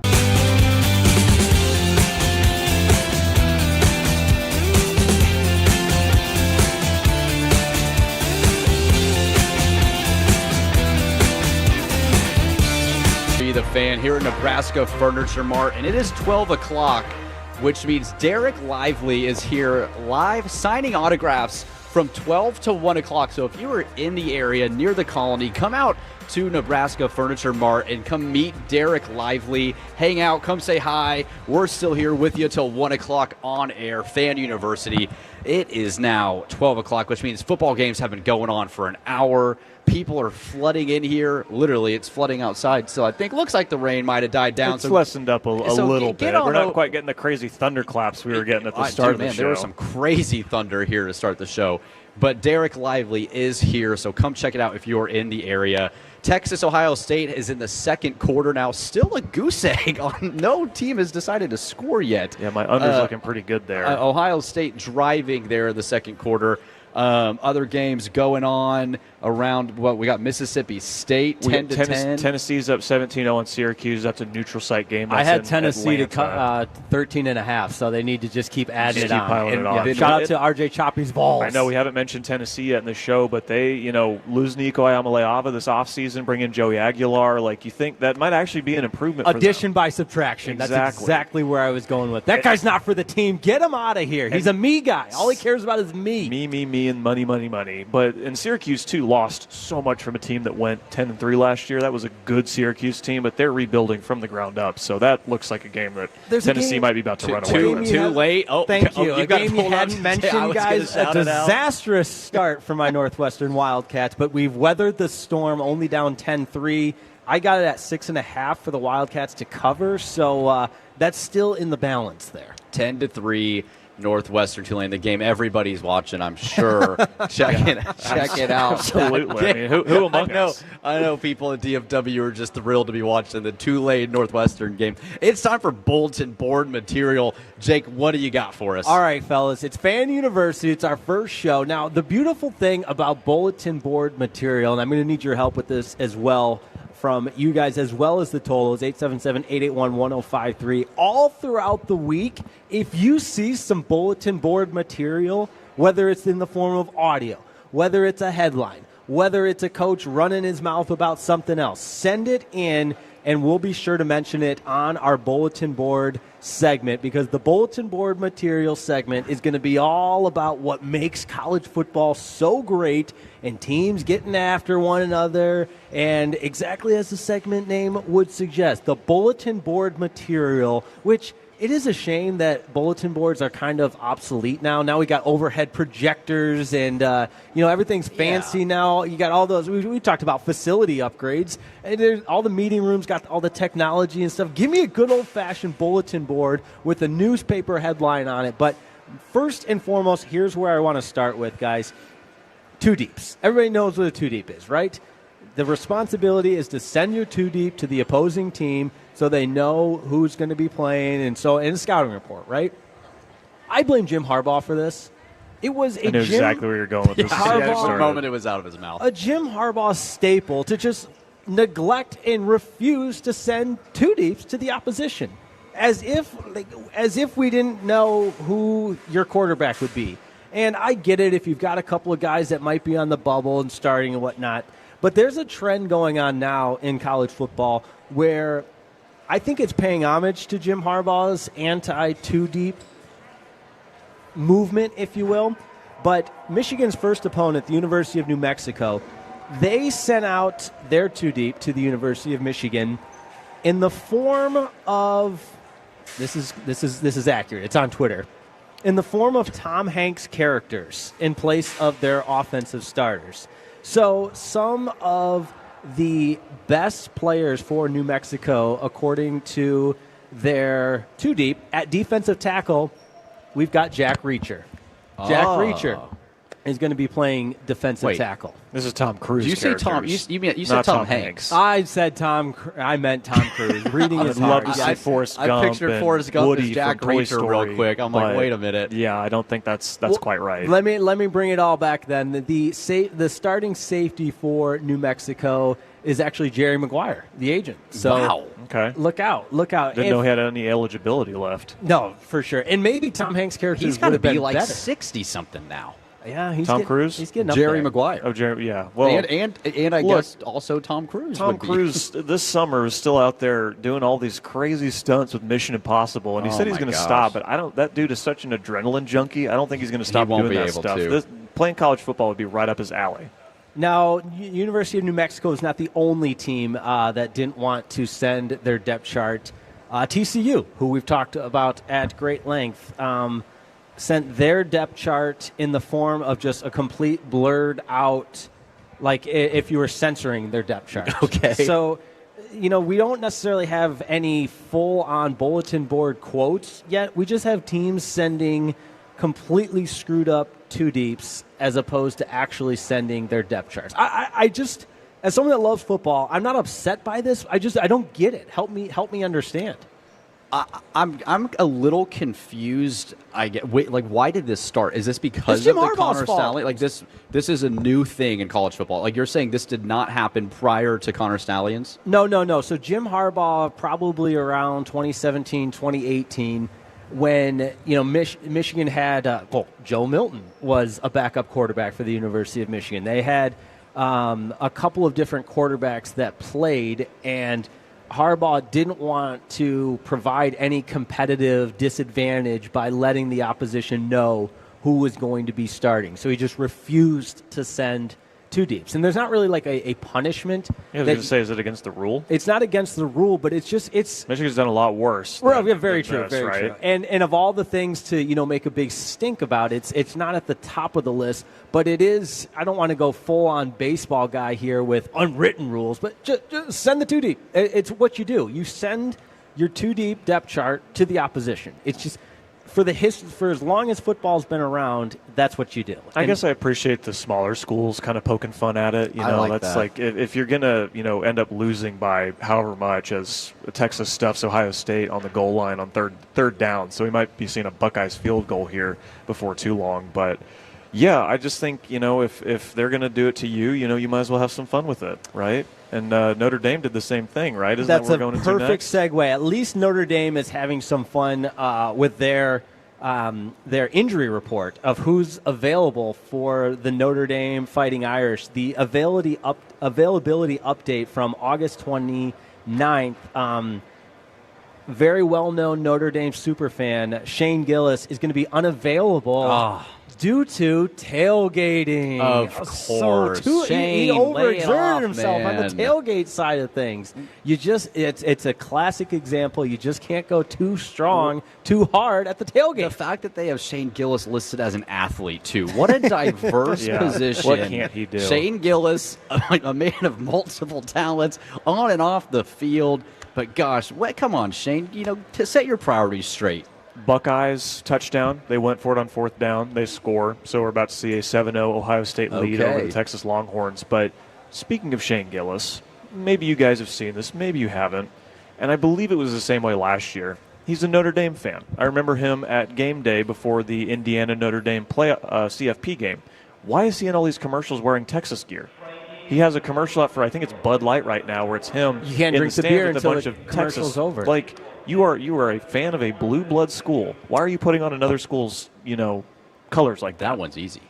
The money. Cash. The money talks. Money talks, Jerry Carter. Maguire. I guess so, man. But I'm a Brian. Show Broaddus, me the money, baby. Brian Broaddus of the G-Bag Nation is a big proponent of if you went to your school, you shouldn't wear any other school's colors, or there's we're talking about unwritten rules and stuff like that. Like you would, and I know Texas is different because I'm an OU guy, but I'm not going to go out there and put Notre Dame stuff on. I'm not going to put Florida State stuff on. Yeah, you're right. No amount of money could have me put another school's shirt on my body. but I'm not Shane Gillis. And that's why we're here. That's why Shane Gillis is on TV. Exactly. I suppose that's why we're different. Not that anyone's offering me money to wear a different color, a different team. So can you draw a line in the conference side of things? Like, hey, I'm going to adopt this team for this conference and this team for that conference, and that's I can like teams in certain conferences, but I'm at the end of the day, like I'm a Sooner born, Sooner bred. When I die, I'll be Sooner dead. So I'm not going to go throwing on other schools, colors like that. That sounded like you practiced that. I might have gone there, Brennan. Might have said that many a time at Gaylord Family Memorial Stadium. We love that. It's the Bulletin Board segment here on Fan University. Jake Riepma alongside Brennan Baxter and Carter Freeman on Fan University, your college football pregame show. We're live from Nebraska Furniture Mart, and Derek Lively is here signing some autographs, so don't let the weather deter you from coming out. And, guys, this isn't necessarily bulletin board material, but where you find a lot of today's present-day bulletin board material is going to be on Twitter. And some of the best tweets will happen during college football. We've got a photo of Ryan Day that has surfaced where there are some serious questions to be had about actually, you know what? Our great friend Peyton Russell would be proud of this photo of Ryan Day because he's in the polo, and let's just say it might be cold at the shoe in Columbus because those babies are cutting glass. There is nothing like a good polo with the glass. 70 degrees in Columbus right now. 70 you tell me August. You tell me what we've got going on with Ryan Day here. Then you're from up north, but I'm guessing that 70 degrees is not cold up there. No. If I had to take a wild guess, his nipples can cut glass here. I haven't come out and finally have to spell it out for you here with what he's got going on in the polo there, but. Lots of good bulletin board material. We're going to continue to keep that going all throughout the season with the best audio, the best headlines, the best takeaway. And, hey, we're just getting started on Fan University. Texas and Ohio State. Texas needs to respond. Does it feel like a lot of the other networks kind of avoided having games on at 11 a.m. Central? I mean, that's when games kick off here in Texas. But just looking at the scoreboard, there are, 6 or 7 games on. It seemed maybe 10 games on. But I think a lot of these other networks decided we're going to have kickoff later in the day as to not try and compete with everybody's eyeballs on this one game. But then at 3:30 we get Alabama and Florida State. I know not a ranked matchup, but still 2 power programs who have been very good in recent years. And then at night you have LSU Clemson. Like I just feel like the noon slate right now is a little light. I feel like we have a couple more games going. That's a great point because you usually do have 3 or 4. Maybe not top 25, but marquee matchups at the 11 o'clock window. But, yeah, you're not competing with Texas and Ohio State on week 1. All the games going on, no other really ranked opponents, ranked matchups or top 10 teams going right now. Arch Manning, did I see that he has 13 passing yards? Is that what we're looking at so far? He's looked a little skittish to start this game, I think is how you might want to put it. Not that it's early, but the moment has been – it's a big one. So, he's working his way to meet it right now. But, yeah, 3 of 5 for 13 passing yards midway through the second quarter. C.J. Baxter's both your leading rusher and receiver for the Longhorns right now. But – the interesting thing on the Ohio State side is they lead 7-0. Jeremiah Smith is dropping balls left and right. He's had a lot of targets, which is fair. He's Jeremiah Smith, but he has not caught a lot of passes. He's at 22 receiving yards on 2 receptions right now. So they're definitely trying to target him, but so far, so good for Texas as far as, holding him in check. And are we surprised by this, Jake and Carter, right now? Texas, Ohio State, midway through the second quarter, 1 touchdown, 0 points for Texas. I feel like with all the hype around the game and the excitement, it's only natural there's going to be a ton of jitters from these kids, not maybe playing completely free, working their way into the game. I'm not totally surprised we're here and it's only 7-0 halfway through the second quarter. Yeah, and that's what we've talked about quite a bit with it being week 1. The defense typically will be ahead of the offense. That's why I liked a lot of the different unders this week, including the Clemson LSU game, which we haven't talked a ton about, but we will. In fact, we're going to have Morgan Thomas from Locked On Clemson on with us in just a little bit to preview that game. But the under seems to be like a popular pick because offenses are slower getting out of the gate because defenses have a little bit more of that extra hand and so on and so forth. But one game we haven't talked a ton about, Tennessee, Syracuse, a matchup of a couple of Power 5 teams, and Syracuse had a good year last year. People forget Syracuse, and obviously the Kyle McCord factor, a huge part of that, but Syracuse really spoiled Miami's college football playoff hopes with a big win, and Syracuse went on. Carter, you got to help me with this, and I hate to put you on the spot. Syracuse went to the Citrus Bowl, maybe? Holiday Bowl. Holiday Bowl. Washington State. That's right. The one out west. Yes. That point being, they had a good year. However, the Vols all over them 24/7, so RJ Choppy's happy. Winners get washed, and it does not look like Syracuse is going to get washed after this game. That's a quote Fran Brown had last year after they lost. He said something about how we're not going to shower because we didn't win, and then they go beat Cal the next week, and there's a great post-game interaction between Fran Brown and one of the reporters from the network. But, yeah, early going, it's not going great for Syracuse yet. But last thing I'll say before we go to break, why is this game in Atlanta?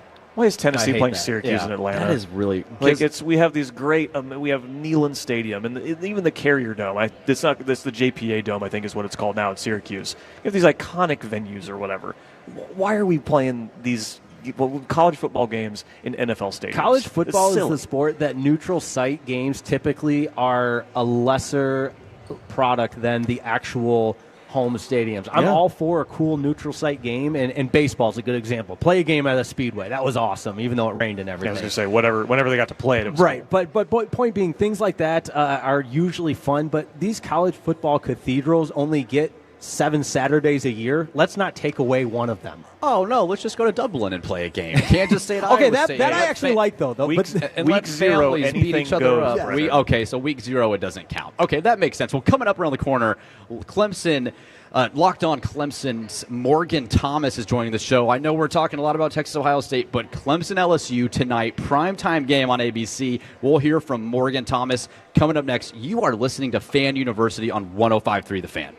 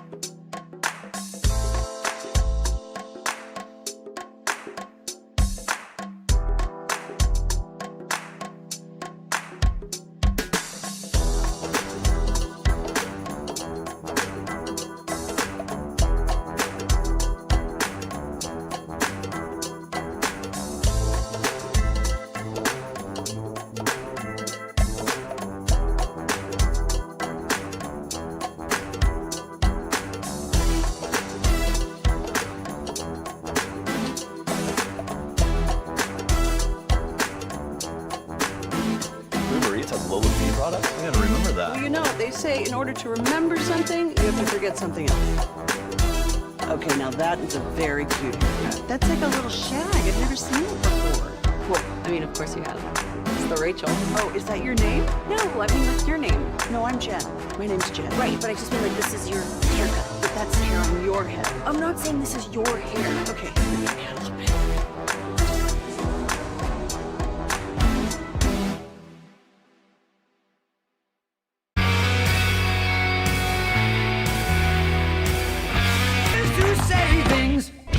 Back to 105 through the Fan. This upcoming segment is brought to you by the Frankels. If you've been injured in a car or truck wreck, call Frankel first, 214 or 817-333-3333. With Frankel and Frankel, there's never an out-of-pocket cost. They only get paid when you win.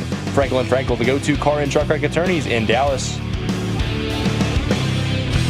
It's Fan University right here on 105.3 The Fan. We're live at Nebraska Furniture Mart, Texas and Ohio State, well underway.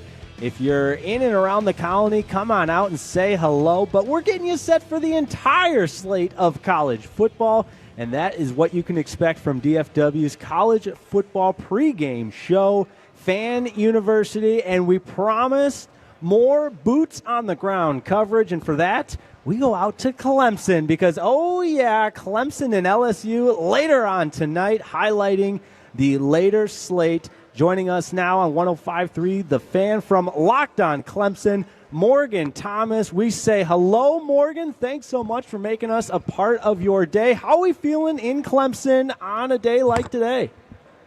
Man, it is rocking. The fan base is out in all orange, ready for this matchup. I think everybody's waited about, 8-9 months now, and it is, the excitement is out here, and you can definitely tell that this crowd is ready for a big-time matchup, nighttime game, and figure out who really has the Death Valley, the true Death Valley in college football. I love it. I love it. We've been talking about it quite a bit this morning and throughout the day on Fan University, so we appreciate you joining us. And one thing I love about the Locked On model, and for those just joining us, Morgan Thomas from Locked On Clemson, you are so immersed in Clemson University football. You talk it every single day. You know, at Fan University, we're touching on every single game, but Locked On Clemson, quite literally, you are locked on. So giving us the perspective of the Clemson Tigers, at the surface level, we know this is a team that's coming off a college football playoff appearance. Dabo Swinney's been a face of college football for a long time, and so on and so forth. And Cade Klubnik, a guy that has Heisman Trophy aspirations. But other than the big headlines and storylines, what are some things that we should know about the Clemson Tigers and things in your estimation that give them the upper hand tonight in the true battle for Death Valley? Well, I think one of the biggest strengths that we on our side and Clemson fan base believe in is the continuity of the team. In the world of transfer portal and NIL and leaving for more money, Dabo Swinney has really been focused on paying for retention. This is also the first year that he's added a few starter-level transfer portal players, but really only, 3 guys that he added in wide receiver Tristan Smith, defensive end Will Helt, and linebacker Jeremiah Alexander. But the rest are guys that have returned. They've got 85% return production this season, really only losing a safety in R.J. Mickens and a running back in Phil Maffa. And so the rest of the team is pretty much intact from last season. And so there's a lot of confidence with the fact that they know each other. There's not having to have a lot of getting to know each other and figure out how each other plays together and communication problems that could arise, from not being able to play together as much as you used to in the day before the transfer portal. LSU on the other side is that number one transfer portal team, according to On3. They've got 18 new guys in their starting first and second string. So the question is, who will win? Will it be the team that brought in a bunch of transfers to implement or to amplify their team, or will it be Dabo Swinney to just sprinkle in a few extra guys to build on what he already had? So pretty exciting to see who will win this matchup, because I do think it's going to be a close one. Both teams extremely, extremely talented. As far as weakness, though, I'll say, can they take the next step? You mentioned Cade Klubnik. He struggled to win the biggest games. Lost Georgia, lost Louisville, lost South Carolina, and lost Texas. All 4 of those games were ranked as the top 4 most difficult games of the season last season. So he needs to prove to the fan base and to the nation that he can win the biggest games on his schedule. Yeah, Morgan, that's a great point. You're listening to Morgan Thomas from Locked On Clemson here on 105.3 The Fan, Fan University. Cade Klubnik, he is my pick to win the Heisman this year. I'm very high on Clemson here in 2025. In terms of, and Clemson's had a lot of great quarterbacks, Deshaun Watson, Trevor Lawrence, you could go back to Tajh Boyd. How confident is the fan base in Cade Klubnik taking that step in 2025 and taking Clemson into a potential national championship and back to where Dabo and y'all's fans expect them to be?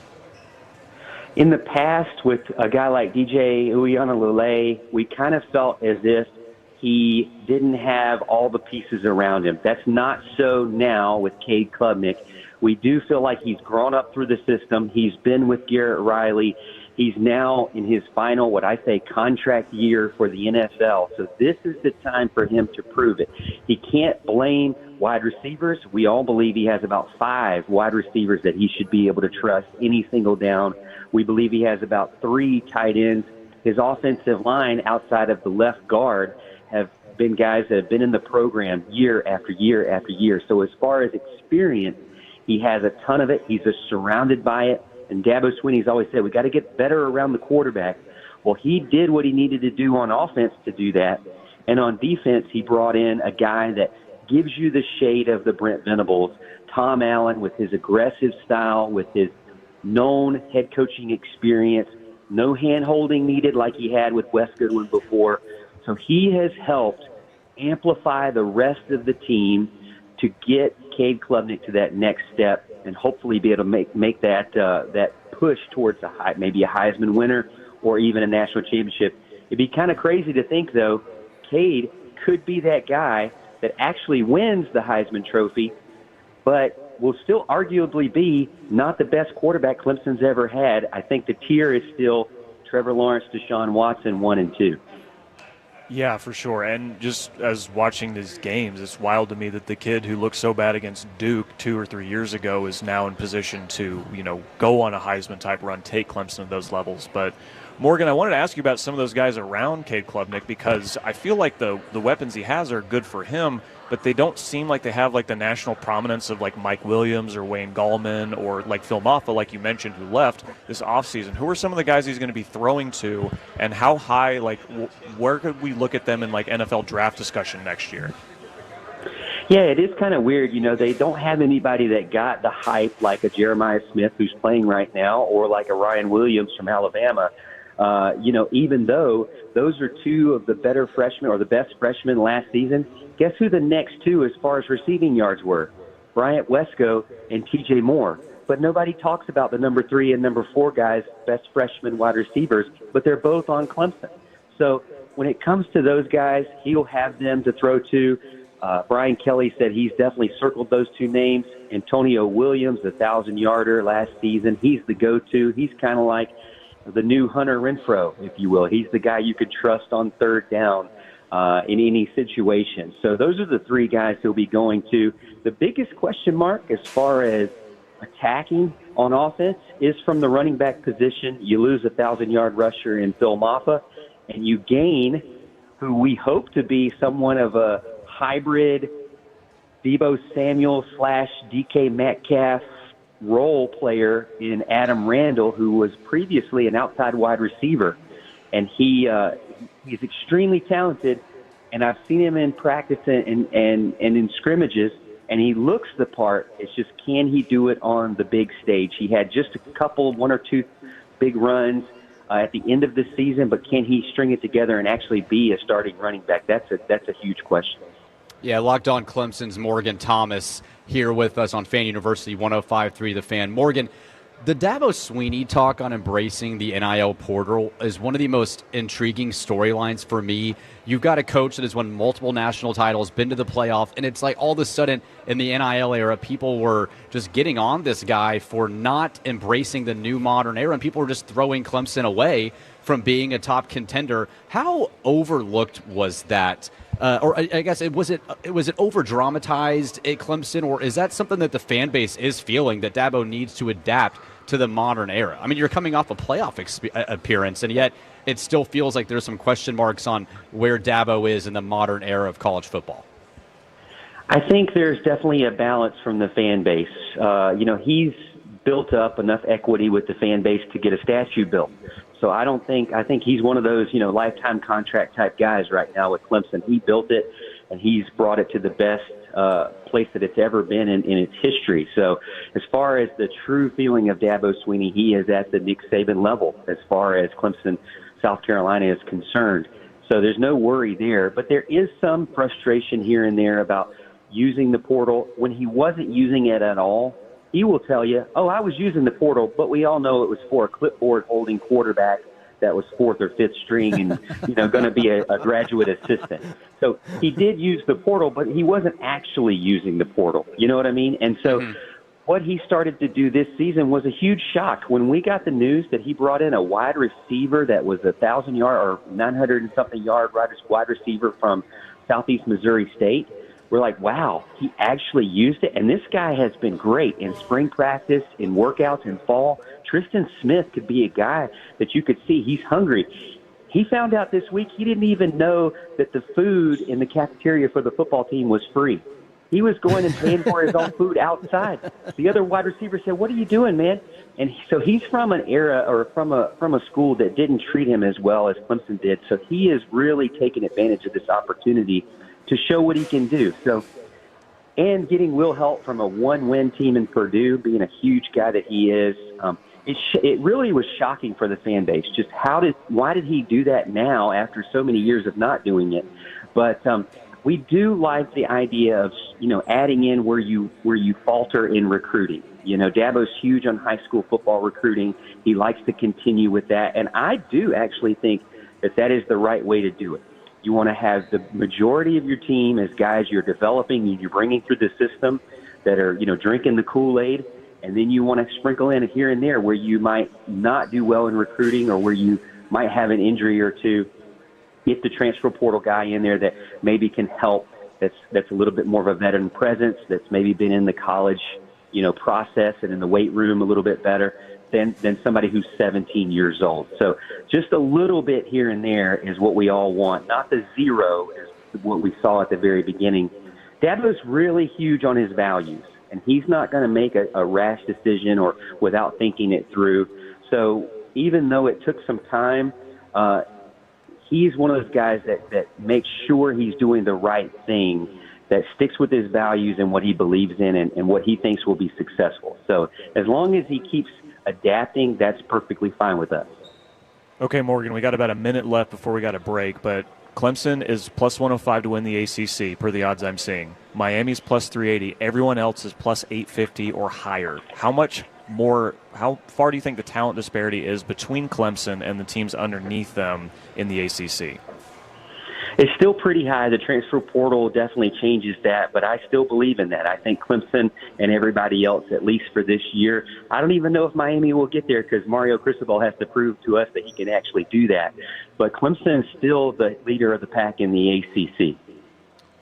I love it. Morgan Thomas, Locked on Clemson, the Morgan Thomas Show on the Roar 105.5 over there in Clemson, South Carolina. So gracious with your time, especially on a game day. We appreciate it, sir. We'll do it again sometime. Last thing before, how hard is it to wait around for a night game all day? Like that's got to be tough, right?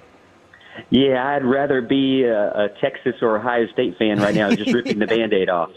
Yeah, for sure, for sure. Thanks so much, Morgan Thomas. We appreciate it. Locked on Clemson and 105.5 The Roar out there in Clemson, South Carolina. That's what you can expect from Fan University. Boots on the ground all season long on DFW's pregame show. Coming up, we'll cross-talk with the fellas Fred and Blake and get you set for the rest of the afternoon and tie a bow on the first ever Fan University live from Nebraska Furniture Mart here on 105.3 The Fan.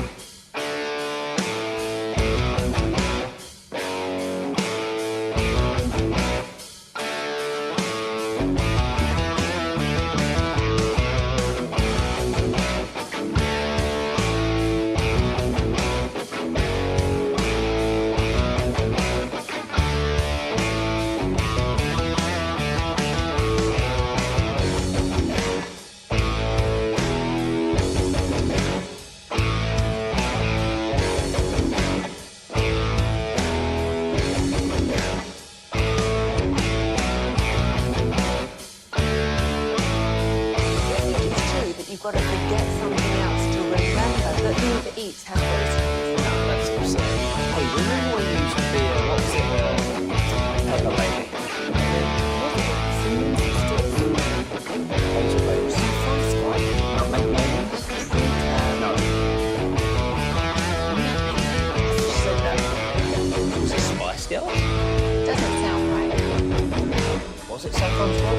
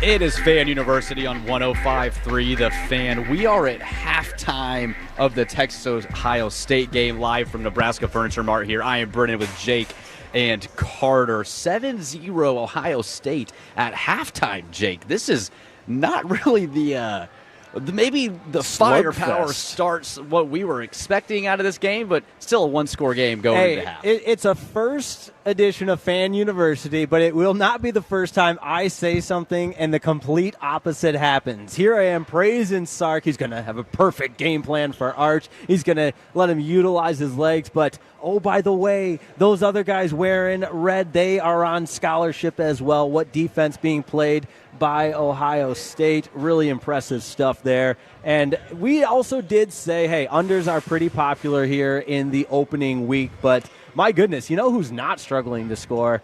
RJ Choppy's Tennessee Volunteers. They look good. And I know it's Syracuse, so I'll relax a little bit. But, hey, guys, this is Fan University. This is DFW's college football pregame show. It's been an absolute blast being here at Nebraska Furniture Mart. And you know what? It's only going to keep getting better and better because we're talking ball. We're talking college football. We got guys joining us we got boots on the ground. Shout out to Morgan Thomas joining us from Clemson, South Carolina, previewing that Clemson LSU game. We had Darby Brown from CBS Austin, but boots on the ground in Columbus, Ohio, joining us from the field at the Shoe. It's been an absolute blast so far this morning. And she has only 26 less passing yards on the day than Arch Manning has. It's been a struggle for Arch in this first half. 5 of 10, 26 yards. Yeah. I could have predicted a slow start for Arch. I don't know if I would have predicted 50% completion with 26 passing yards, not even any sort of play over 20-plus yards in the passing game for the Texas Longhorns. That's a little bit surprising to me. I mean, I think we're all a little surprised. I think we came in talking about the Arch Manning hype, expecting Texas and Sarkisian to have a really good offensive game plan. So to see 26 passing yards from Arch, 26 rushing yards from C.J. Baxter. He's also leading and receiving at, 16 yards 16 yards on 3 receptions. It's been a pretty ugly day on offense. It has been an ugly start for the University of Texas. But, again, it's only 7-0. It's not like they're down 21-0. It's not like Ohio State's offense is just kicking but either. Julian Sayin 6 of 11. So it's not necessarily there's no offense in this game. I don't know why. Defensive struggle, and I wouldn't be shocked if that trend continues. And I know LSU, Clemson both have some big, very recognizable names at the quarterback position, but Clemson's defense is I said it, 11 animals, 11 monsters on that side of the ball. And for the midday slate, you got Alabama, Florida State. We'll see what kind of defense is played in that one. And how about Sunday? That's the great thing about Labor Day weekend for a lot of different reasons, but college football truly owns this weekend. We love NFL football as much as anybody, but they're up next. This is a total dedication to college football. So Miami, Notre Dame Sunday, cap it off with North Carolina, TCU on Monday. Yeah, and the Miami Notre Dame game is Catholics versus convicts. So there's definitely a history there, and it's the first time I believe that they've. Actually, I don't want to say that. I can't say that with any confidence. Last time I remember the two of these teams playing, 2017, when Notre Dame goes to Miami and Miami houses them. So, this is another, it's exciting to get this matchup again. I'm sure that wasn't Brian Kelly's fault, though, Notre Dame losing like that. Probably right? not. It's definitely not his fault. My family. But you guys have mentioned that I know all these fun stats and stuff. Here's another one. Because you do. Every year in the AP poll, there's a team that starts out in the top 10 that ends the season unranked. So one of these teams, like last year, was Florida State. Sure, we could go back the year before. It might have been Clemson the year before, actually. Who's it going to be? I think it's going to be Miami. Because Miami's 10th, and I just do not understand all of the hype. Because I think they reached their peak last year with what Cam Ward did. Yeah. And Cam Ward had an awesome offensive line, which he still has several of those players at Miami for new quarterback Carson Beck, but your best receiver, Xavier Restrepo's gone, your tight ends are gone, your Damian Martinez is gone, the running back they're bringing back is good still. You got Ruben Bain Jr. on defense, who's going to be a really, really good rusher, but I just think this team is worse than they were last year, and substantially worse to the point where Miami at best last year was maybe around the 10th best team in the country. And we're starting them out at number 10? Right. You're downgrading from quarterback, for sure. I mean, I know Carson Beck had success at Georgia coming off the surgery, but Cam Ward was the first overall pick, so you're naturally going to have a downgrade. And Mario Cristobal coming in from Oregon to Miami, they had a clear path to the playoff last year, blew it in Syracuse up in Western New York. So, yeah, I'm not high on this team either. I don't know if it's a Carson Beck thing, if it's a Miami thing. I don't love the feel around Miami in 2025. Notre Dame, though, I really like what they're building. I know they lost Riley Leonard, but I always kind of trust the Irish, at least in the regular season. And then they actually did something, getting to the championship again.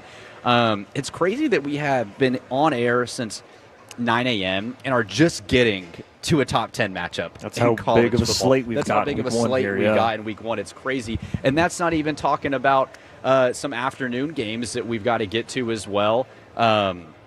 With Alabama, Florida State kicking off at 2:30 here in a few hours. No one knows what Florida State's going to be this year.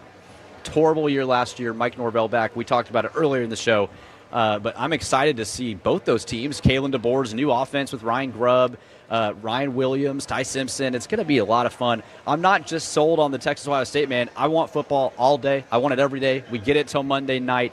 Opening weekend college football, it has been fantastic so far. Something about that number 10, because that's what Florida State was ranked in the preseason last year before their snowball fall down the hill and into absolute nothingness. And can they bounce back from that? Michigan as well last year was ranked pretty high, and they ended the season. Oh, I'm so glad you brought. I haven't talked very much Michigan stuff, but I've covered them 2018 to 2023 or whatever on their pre-post, so on and so forth. But I remember getting laughed at. I was laughed out of the room on a radio show when I said Michigan coming off a national championship. I said they're a 6 to 7 win team. I got laughed at. They were that team. And it's going to be fun this year. And I will say the same thing about Michigan as I said about Nebraska. It's good for college football when a big brand like that is good. They've got the number one recruit in America in Bryce Underwood, and one of those guys that truly can step in and looks like he's ready to lead a big-time offense.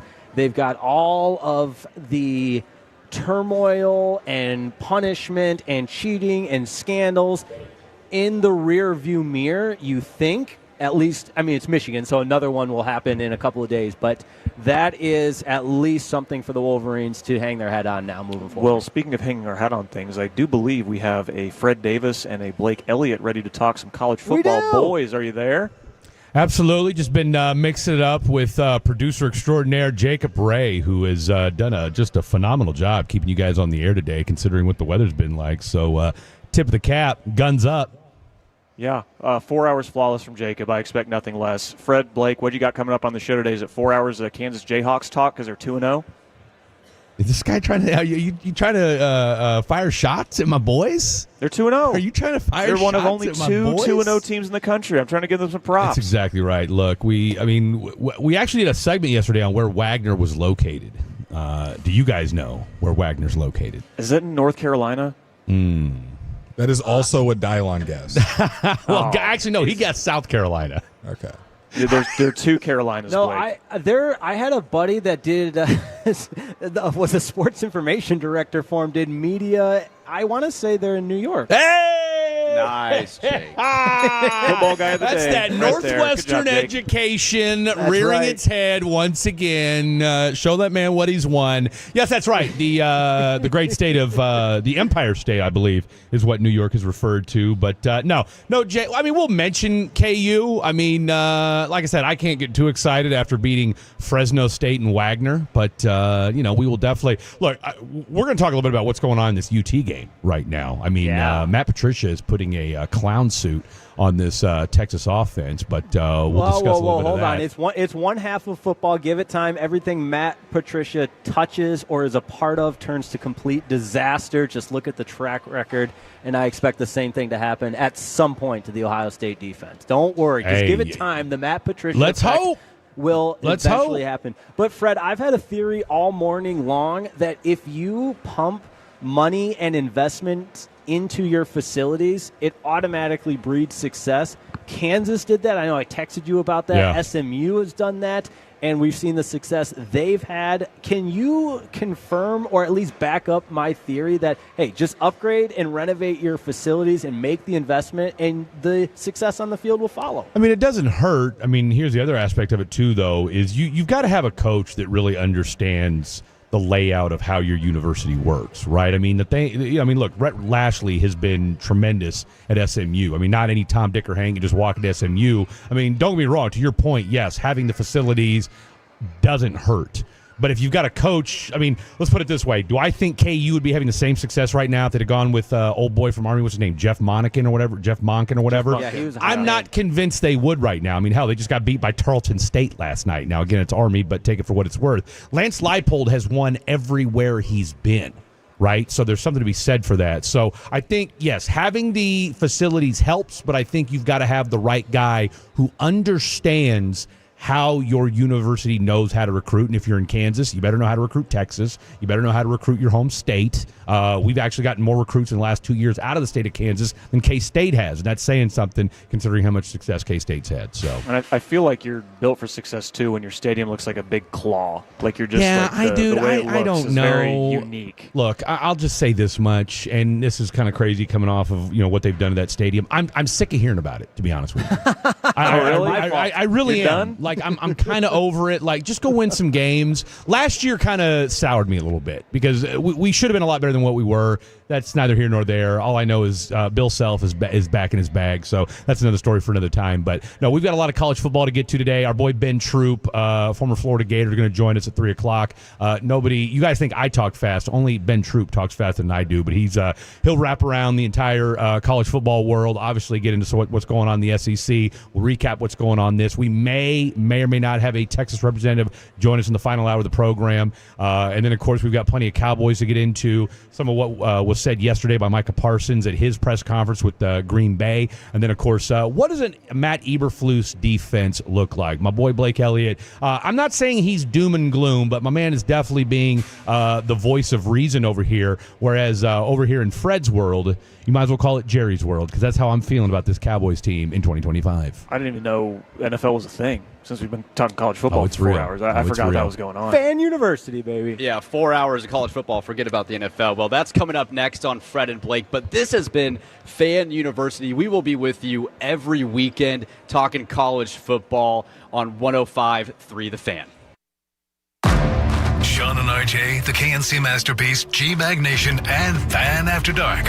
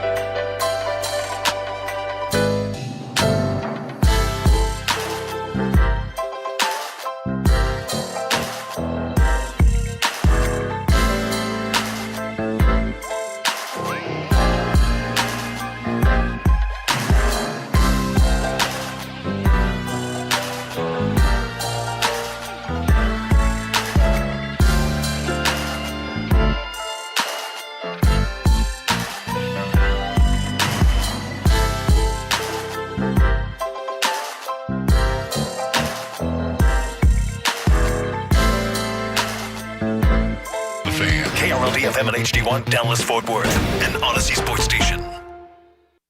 Driven by our D&M Leasing Studios. Thanks for turning it on, leaving it on. 105.3 The Fan. Welcome in, DFW. It's Fred and Blake. Right here on 105.3 The Fan. That's Fred. I'm Blake. Glad to have you guys on board on a wet, nasty, soaked, moist, damp, gloomy, overcast, soppy, wet, sleazy. We got a mastermind here in the building as well. Locked up for 7.5 years, came out with nothing to his name, and now he can help you make your dreams come true. We might make your dreams come true here on Fred and Blake. I'm Fred, he's Blake. Glad to have you guys on board. Look, there's nothing better to do today on this Saturday afternoon than to listen to Fred and Blake. A little khaki Kevin sprinkled in. He's wearing his Arch Manning. Is that an Arch Manning jersey that you got on? You damn right it is. He's got his Arch Manning jersey on. I mean, my man is. We might have to take a picture of him before the day's over. Here we go. The Texas hat, the shoes, the jersey, draped up, dripped out in all burnt orange today. This is the third AP #1 team, being the Longhorns, to be shut out in the first half since 2014. Tell you what, Ohio State is in them guts. Matt today. Patricia and the Ohio State Buckeyes came prepared. Yeah, they did. Taking away the middle of the field, taking away the deep shots, and making Arch earn everything. And he's done a decent job at finding the checkdowns, but as far as moving the ball down the field, there hasn't been much. Nada. But you need the run game. Sorry, I'm excited to start talking about this. You need the run game to be a threat for them to, loosen up the defense. Right now, they're just bottled up all day long. They're just like, hey, we'll keep everything in front of us. Yeah, they will. Arch Manning hasn't been able to find the passes across the middle of the field. And let's not pretend the Texas defense hadn't been equally stellar. Yeah, they had 2 huge penalties on that touchdown scoring drive late in the first half. Both to Jeremiah. I didn't see it because I was driving, and because of the weather, ladies and gentlemen, I was not looking at my cell phone while driving, because I'm going to tell you right now, and there's a saying in AA, that's God doing for you what you couldn't do for yourself, and I'm sure other organizations and/or, maybe your grandmother, grandfather, or somebody has used that saying around you. I've seen 3 different videos in the last week of people being on their phones and then crashing. And so it said to me, Fred, get off your damn phone. Just listen. So I turned I plugged my phone in. I'm listening to, and I'll tell you what, can we put some respect on Joel Klatt's name? Oh, yeah. Is Joel Klatt one of the best in college football? On a day when Lee Corso did his final, by the way, what did he, Arch with the run. Look at Arch. First down. Look at Arch looking like Michael Vick out there, just weaving through traffic. He's been your whole offense on the ground so far. But no, what headgear did Lee use? Did he use? Did he put Bevo on? Did he put the head? Oh, he went with the Buckeye. That's who he started with. Oh, okay. You knew it was going to be Ohio State. Interesting. Okay, last one. How was he? By the way, did you guys catch it? No, I didn't. No? I caught a little bit of it. Did not. No, you did not. What'd you think? As far as Lee Corso, just the whole. I mean, obviously people were sad, and crying. It was a good send off. That's it. Okay, good. How was he lucid? Did he seem like he was there?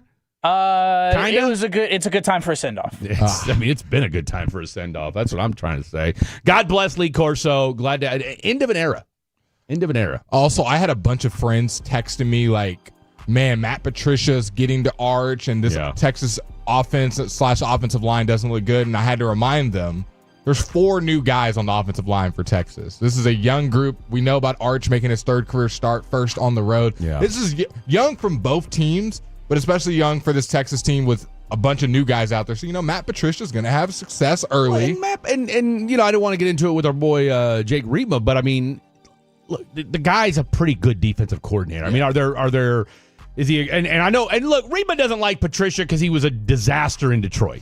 Okay, and we all know that. But let's be real.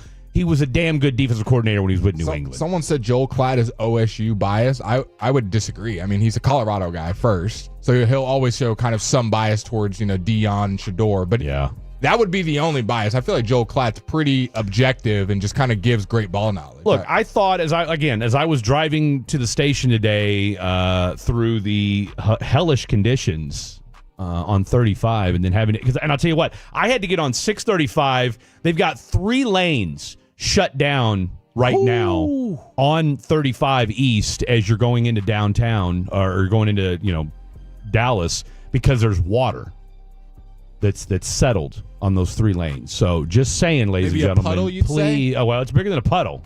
It's bigger than a puddle. You might call it a lake, a pond, a pond. I really like these linebackers from OSU. Pooling. It's pooling is what I would call it. Styles. He's been making plays all game for the Buckeyes. All right, so there you go. 3rd and 2, big first down conversion. Your Texas Longhorns driving. By far the best drive they've put together so far 100%. In the game. But, and look, we talked about this yesterday on the show.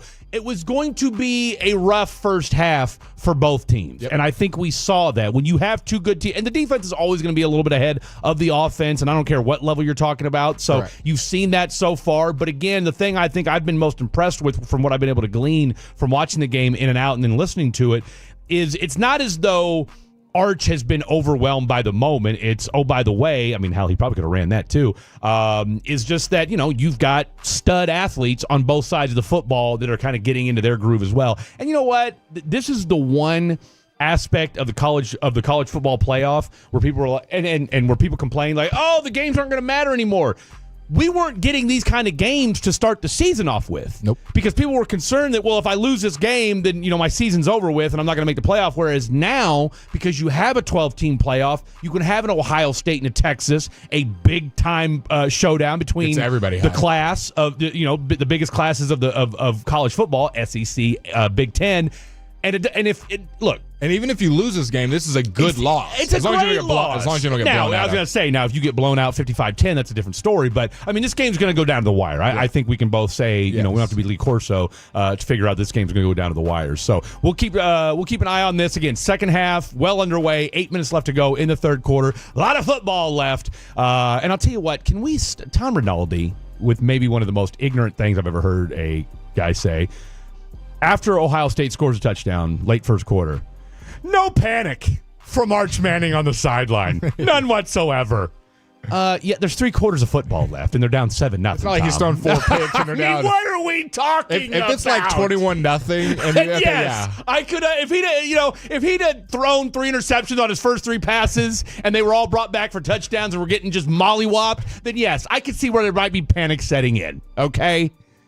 The guy panic because you're down 7-0 in the middle of the first half. They're just running the ball with Arch. 2 design runs as they inside the 10. He's already outrushed both of his uncles. Already for their career. He has outrushed. He has over 100 yards rushing for his career. Both Eli and Peyton with negative career rushing yards in college football. So Arch already better on the ground than both of his. Well, he's got one Hall of Fame uncle. Have we decided whether Eli is a Hall of Famer or not? It's another story for another time. We got a lot of football to get into today. It is college football across the board. What a good time to be alive, man. We've made it. I'll tell you what. Big games in college, big games in NFL coming up in less than a week. Less than a week away. We're here, man. We've made it. We got through the tough roads of the offseason. What do I like to call football. it? What do I call it? The doldrums. The doldrums. The doldrums are over. What is the other one you say? Not a what do you say when you say some kind of sports day? Not a type of sports day. I forget what it is. I don't know. I'm sure it'll come to you, Fred and Blake. I'm sure it'll come Someone to said, you. I love you, Fred. LOL. No panic. No panic. No panic. No panic. No panic. Who's panicking? I'm not panicking. Are you panicking? What did you think about the Longhorns going for it on their 2 first fourth downs? I didn't mind it. Now, I didn't like that 4th and 2 run. I would have maybe. I mean, because that was kind of like an RPO-ish type play, wasn't it? You saw the tight end leaking out. Yeah. I think I would have maybe run a little option just for bleeps and grins. I love that play in college football. If it's open, not. If not, that's it. Drop it Take it and go with it. You know what I'm saying? But hey, that's all right. Hey, look, Sark. One thing you can say about Sark. Now that you've got a guy like an Arch Manning, all right, your whole playbook's open. Yeah. 4th and 3, we like it. We like our chances. Because think about it, the beauty of a guy like an Arch Manning is and here's the beauty of it. We haven't even really seen him throw yet. No. As far as like down the field, he had that one pass that wasn't he's dinked and dunked, and he threw that deep ball into double coverage or whatever it was late in the second quarter. But outside of that, I mean, we haven't seen him just sit back and operate yet. All right, but he hadn't been able to. They're playing coverage. Okay, Ohio State's like, hey, look, we're keeping everything underneath. We dare you to try and beat us. So we'll keep our eye on that. So far, so good as far as the rest of college football. Tell you what. Any blowouts happening yet? Anybody up like 50-0? I'm going to check my phone. Biggest score right now, Tennessee up 31-14 on Syracuse. All right, shout out to all you Syracuse grads out there. As far as like top 25 how you guys feeling games. about that, huh? How you feeling about that? Shout out to my girl Laura. I'm going to have to give her a hard time as they're getting molly-whopped. Oh, Purdue up 28-0 on Ball State. Shout out to Ball State. By the way, did anybody catch the Colorado game last night? Oh, shout out to Dion not calling a timeout. Either of the timeouts. Yeah. But also, I mean, what were they doing? Terrible play by their quarterback. Isn't his name Julian too? Sattler. No, Julian's not the starter. Yeah, he's not. No, he's not. You're thinking of Julian Lewis. Yes. What was the quarterback doing where it was like third or second or something, whatever? He had the first down and starts running sideways for 8 seconds to get like one more yard and get out of bounds. Like, you have a timeout. You don't need to worry about getting out of bounds. And when you get the first down, the clock stops. But he runs sideways for 8 yards. Yeah, no. Like, I somewhat understand, like, there really wasn't that many opportunities. I think when it was 3rd and 2 or something, 3rd and 3, and Dion doesn't call a timeout, and he runs from like 60 seconds to like 35. Well, what's Pat Shurmur doing? You know, the offensive coordinator. Like, what are you doing? Was that Caleb Downs that was hurt? Huge situation right now in this Texas-Ohio State game. It is 4th and goal. Caleb Downs at about the foot line. So here we go. Arch Manning. We're going to do a little tush-push action? No, he didn't get it. He didn't get it. He did not get it. Huge stop. Huge. We could look back on that and be like, that was the decider. That was huge. And that was just an ugly get up from the get up. So 7-0 Ohio State with an absolutely enormous stop there on 4th and goal at the 1 foot line. How loud do you think that place is right now? At home, 4th and 1, you just stopped Arch on a I mean, it was just he's nowhere close. No, not even close to it. Didn't get a good push. It looked rough from the get go. I might have faked that one. I might have held it for a second. A little pitch it out, something like that. I mean, everybody and their mom knew that he was supposed to get the ball on that play. So not a huge surprise there. 7-0 Ohio State. They're now going to have the ball at their own foot line coming when we come back. So we'll keep you posted on that. But, yeah, rough night last night for Colorado football. Big night for Haynes King and the Georgia Tech Yellow Jackets as they get the dub. And more importantly, and I was listening to a little bit of the nightcap with Ocho Cinco and Shannon Sharp. 320 yards they gave up on the ground. Colorado defense. What's new? That's rough. I heard some people, and I think it's just a bunch of just BS. Gibberish. Malarkey. They said that Dion's trying to get fired. That he doesn't want to be at Colorado, and the timeout mishap last night. He's trying to get fired. And I don't think he's trying to get fired, but what are we doing? We've seen this before, though. I mean, Dion's not great in 2-minute situations. Yeah, I don't think he's trying to get fired. No, I don't think he is either. I just don't think. Again, sometimes you try to think too hard.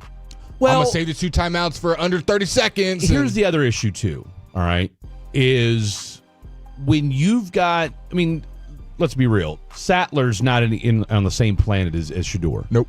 All right. So you can be bad at time management, which clearly Dion is. Dude, Shador bailed you out. Shador bailed you out. Like every other week. All right. Whether they won or lost, he was bailing out. He was bailing you out because he's going to make a play. We forget the knock on Andy Reid was he was terrible at time management. Have you heard that same knock on him since Pat Mahomes has been here? Nope. Pat Mahomes knows how to call timeouts, knows how to get to the sidelines. And he's going to get first downs for you, right? I mean, it's funny how that narrative shifts when you have a quarterback that knows what the hell he's doing. Caleb Williams last year with our boy Eberflus. Like, I'm not saying Eberflus is great at it. I'm just saying it's a hand in hand. It's quarterback and coach. Now, it'll be interesting to see what this year looks like with Caleb and Ben. Yeah, because now you got a first-year head coach. I think Ben's locked in though. Ben, I don't see Ben. That's just my read on it. Doesn't give me the I'm not going to call a timeout because remember that game was against the Lions. That game was against the Lions. Well, we were at AT&T watching that game, and when that whole thing fell apart the way it did. No, I'm telling you what, Ben learned his lesson from watching. He said, "Hi, Caleb. I won't let that happen. Ben Johnson, I mean, I don't know. Is there a more anticipated debut than the Chicago Bears? Dude, that whole division is fun. That division is loaded. You've got a storyline with every team. Every team. New quarterback with JJ. Obviously, Micah and the Packers. You got Ben Johnson and Caleb. And then, what's our other storyline? What team am I missing? The Lions. Oh, yeah, no Ben Johnson. I mean, and no DC. And Dan Campbell, right? I mean, how good of a coach is Dan Campbell? Aiden Hutchinson coming back. I mean, you've got pieces. Oh, by the way, half your offensive line retired. Yep. or left, right? Or so got hurt. that's going to be an interesting that NFC North is loaded from top to bottom. I'm with you on that, though. And plus, when you look at Ben Johnson and Caleb Williams, I mean, is there a more enticing duo that what we think? Because all we heard about was Caleb. Caleb. My fantasy bench. Look, I've got Caleb Williams on my team. All right, shout out to our boy Jake Ray, Chicago Bears fan. Just in case. I got Caleb Williams. He is going to be the proverbial boom or bust. Yeah. He might be starting week 4 for the rest of the season, or he might stay on the bench. Or you may cut him and be like, you know what, I never want to see this guy ever again. So it'll be because you got weapons. There's no shortage of weapons on that football team. There's no question about that. Let's lay this program out, shall we? We've got a hell of a program for you. A special extra credit on a Saturday today. Why? Normally we do those on Thursdays, but guys, you know what was going on this past Thursday as it was wall-to-wall Micah Parsons coverage, and so we've got a special extra credit for you today going down at 3:40. Top 5, we'll get to that later on the program. A little special Khakis Kicks edition. That's going to go down at 3:20. We will go around the NFL in the 2 o'clock hour. Ben Troop, friend of the program, he's going to join us at 3 o'clock talking all things college football. He's a proud Florida Gator, as well as we'll get an idea about what he's hearing about Cam Ward as well. So lots to get to there. And then, of course, you know how we do a little fair or foul. And a lot of you guys were fired up the other day, so much so that we didn't even get to everybody. We're going to do a special Tolos on the telephone. Now that everybody has had 48 hours to decompress, to marinate, to sit in what has been one of the biggest trades in Dallas Cowboy history, what are your thoughts now on this Dallas Cowboy team for 2025? We want to hear your prediction for the 2025 Cowboys season as we get ready for it. That's going to go down at 1:40. But when we come back, what's this defense going to look like now that Mike is no longer a part of it? And can we get excited about it? We'll discuss that and more next. Don't go anywhere. Khaki Kev, he's Blake, I'm Fred. Tolo means turn it on and leave. But I forget something else to remember that Uber Eats has those. No, that's absurd. Hey, remember when you used to be what was it, pepper lady? Hazel Race. Nutmeg Maidens? No. Nutmeg Maidens. You said that. Was it Spice Girl? Doesn't sound right.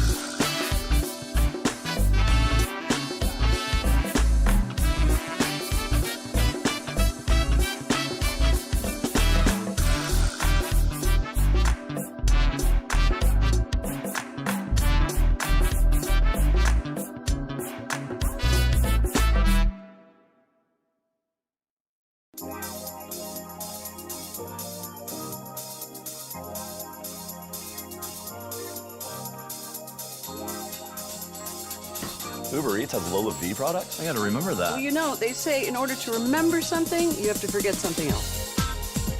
Okay, now that is a very cute haircut. That's like a little shag. I've never seen it before. Well, I mean, of course you have. So Rachel. Oh, is that your name? No, I mean like your name. No, I'm Jen. My name's Jen. Right, but I just mean like this is your haircut. But that's hair on your head. I'm not saying this is your hair. Okay, freak me out a little bit.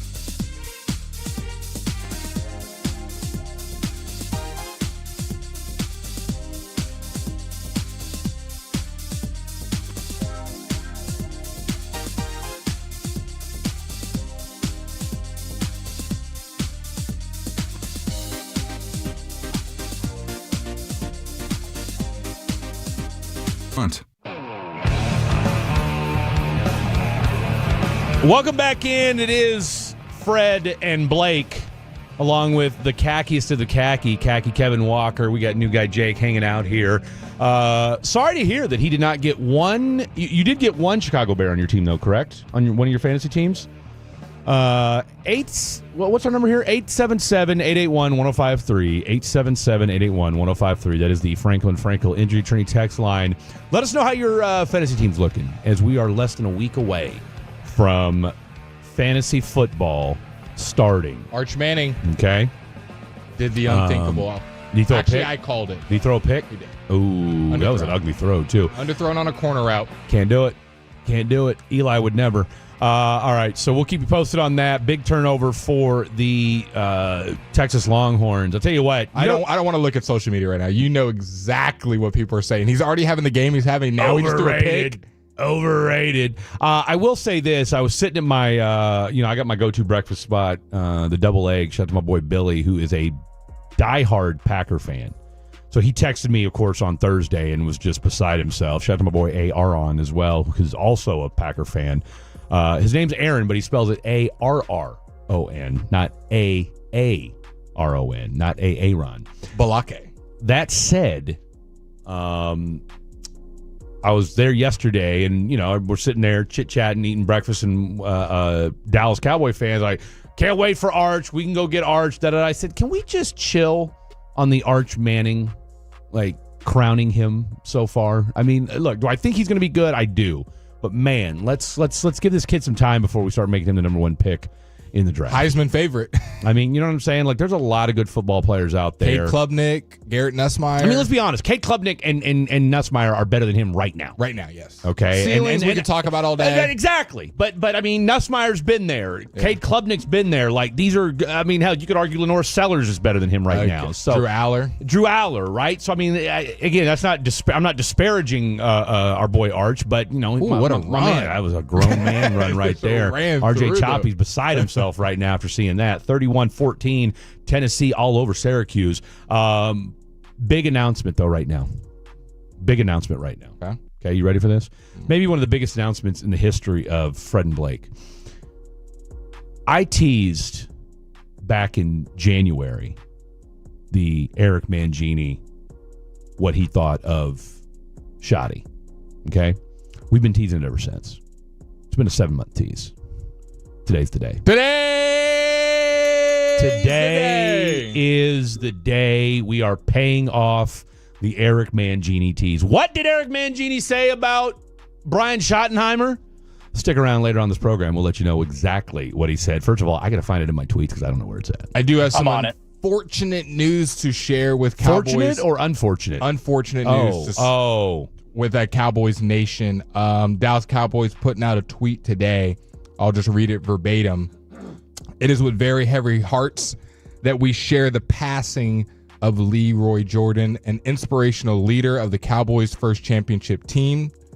Jordan was at the core of the Dallas Cowboys' doomsday defense, anchoring the middle linebacker spot for 14 years.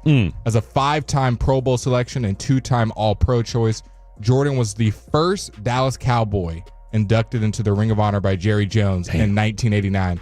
With fearless instincts, leadership, and relentless work ethic, Jordan was the embodiment of the Cowboy spirit. Off the field, his commitment to his community was the centerpiece of his life after retiring in 1976. His legacy lives on as a model of dedication, integrity, and toughness. Leroy Jordan's impact on the game and those who knew him will live on forever. Our hearts go out to Leroy's family, friends, and loved ones. So rest in peace to Leroy Jordan, who passed away this morning of your Dallas Cowboys. R.I.P. and 877-881-1053. If you want to extend your condolences to the Jordan family, please do so. You'd never like to see when one of your all-time legends goes down, but unfortunately, R.I.P. to Mr. Leroy Jordan. All right. Guess what? You found it? I found it. You found it. Outstanding. Do you see the Micah clips I sent in your tweets? Okay, so we got a lot going on right now. Our boy Kevin showing why he's a PT peer at the producer spot. All right, because we've been busting his chops a little bit today. You say PT peer? PT peer, primetime performer. Oh, I like that. You like that? I might have to start using that. Please do. That's probably one of your. That's not a original one. No, I didn't say it was original, but I just like it. Yeah, I usually roast all of your acronyms. You do. And that one I'm giving it its flowers. That's a Dickie V, aka Dick Vitale. Jeremiah Smith, reference. 8 targets, the rest of the team 6, and we saw 6 of them on that one drive. 2 drops, 2 catches, 2 drawn penalties. So it's been the Jeremiah Smith game or just running the ball with Donaldson. Ohio State right now in control of this game in the shoe against the Texas Longhorns after we just let you know Arch Manning threw a pick. Defense got to step up on this 3rd and 4. No, and look, the defense has. I mean, the fact that they've targeted him 8 times because they have force-fed him the rock today. And there's of another course, target. There's another one. Is able to get him underneath. Changed his gloves. Yep. Which I've got my own. I mean, if you're that guy, really, the gloves. That my makes all thing. the difference. Jeremiah Smith is that guy, but the other part is, did he not do pregame warmups in them? That's kind of what I was thinking. Like, well, what do you mean you don't? Your gloves didn't work. So either way, big catch there and moving the chains. Who does he remind you of? To me, I mean, it's kind of hard just because he is a really explosive receiver, and he's a stocky guy. Like, he's not a skinny guy at all. I was texting my friends. I said a little bit of Rashee Rice, a little bit of Neighbors, that explosiveness, but he's bigger than both of those guys. So it's hard to right now put. On him. It's funny you say that, and I tell you what, he's kind of in a way. He's almost like a bigger version, kind of a slenderish version of Tyreek Hill. I knew you were going to say Tyreek. Because that's kind of, man, I'm telling you what, the way he attacks the ball. He does. But see, the thing to me is Tyreek is a body catcher. Well, no, he's a better. I'm just talking about from a physicality standpoint. Yes, is he a hands? Now, Tyreek did get better that's for a while. That's my biggest knock on Tyreek. Is he? No. Tyreek is he'll jump into the ball, and he's faster than everybody. So there's 7 yards between the next closest defender. Yes, he's not worried about it. But when you see those like intermediate routes, he's running a dig route. You can't do that on. No, he's not going to go out and just snatch the ball out of the air. That's one thing about Tyreek. I'm gonna stick with Rashee until Rashee with Malik Neighbors mixed in right there. Better driver. Rashee Rice. I was thinking golf as soon as you said that. I was thinking golf. I was like, his golf game. You're thinking Donald Driver. That could be in there too. What do you got? You gonna say something? No, holding up before us. 4th quarter. Oh, well, this game's moving on quick. This game is moving pretty fast. What is it? 7-0. 7-0. Another touchdown by Tennessee. Apparently, that first one there was a penalty that called that touchdown back. So Tennessee scores 37-14 all over Syracuse. That warms my heart because Syracuse gets on my nerves. Give me a final score prediction for this Texas game. I did not see it being this low scoring. I thought it'd be low scoring, but this is one touchdown. I think it's gonna be 14-0. 14-0. Okay. Yeah, I think Ohio State scores again, and Texas isn't scoring on these guys. I'm gonna go. If I'm going with my heart, I'm gonna say 17-14 Texas wins. They're not scoring 17 points. Look, your heart should tell you 10-7. If I'm going with my brain, it's probably gonna be 10-7 Ohio State. Yeah, no, they're not scoring.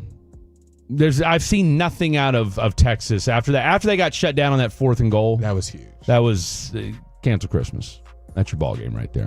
And Ohio State's not letting anything slip up behind. No, and that's what Arch is looking for. He's looking for somebody to slip, miss coverage, and someone's wide open. You know what? It's time to put a little respect on Ryan Day's name. Ryan Day said, "You know what? Y'all want to mess. You guys keep saying I can't win the big game. Let me go get some difference makers as coordinators, because that's the thing about college football that stands out so much is."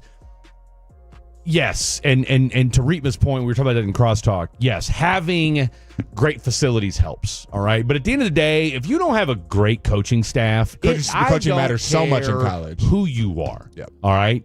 When you look at the teams that have won, look, Saban's on TV right now. I think that's one of the problems with Deion, all right? I'm not convinced that Deion has a great coaching staff. Yeah. All right? Deion needs to be a CEO type. And that's one of the things that why I'm encouraged by Brian Schottenheimer. We're going to find this out on Thursday. Got experience around him. He's got, and this has been talked about time and time again, is that he didn't go out and get his buddies. He didn't go out and get guys that had to have Dallas Cowboy affiliations. Guys. He went out and got college guys, right? I mean, the one thing, and you and I have talked about this on the air, is I was impressed, and I get it, it's preseason, so take it with a grain of salt, but at the same time, if the reverse was true, we'd be like, oh my God. I thought the offensive line looked pretty good throughout the course of the preseason, all right? It's not like, yes, did Joe Milton get clobbered in the end zone? Yes, he did, but that was a blitz, and that was, pick it up. Hey, he didn't pick it up and didn't throw the ball away. And had no idea the guy was coming.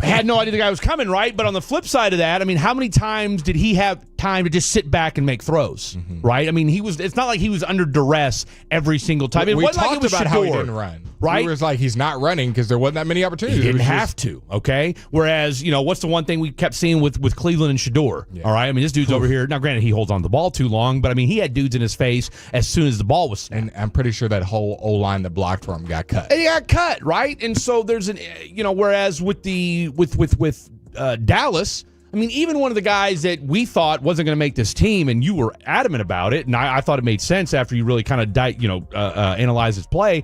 I mean, you flipped Awesome Richards, who had a disaster of a preseason, for a 6th-round pick. Yep. Shout out. You know what I'm saying? Like that speaks to the job that they were able to do. Now, granted, it was Kellen Moore. He knows Awesome Richards, so there's something to be said for that. What about Awesome completely falling out of favor?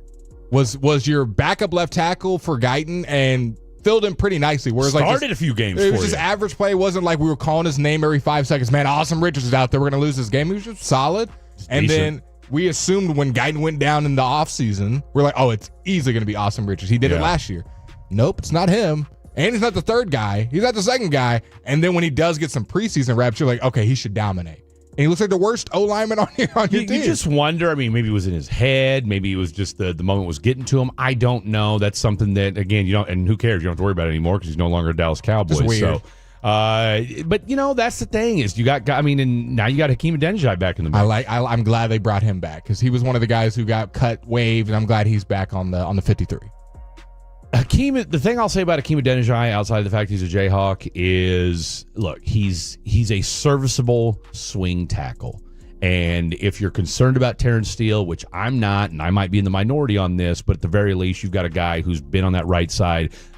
Probably not beloved in Cincinnati, all right? Was a turnstile there for a while, but at the very least, you could do a lot worse than a guy who does have at least, 15, 20 NFL starts under his belt and can give you some, again, serviceable backup time if necessary. All right, I promise you we're going to get some Eberflus stuff. We will later on in the program. But as my boy Jake Ray busted my chops before the segment, will I get to the tease? I don't know. TBD. But Leroy passed away.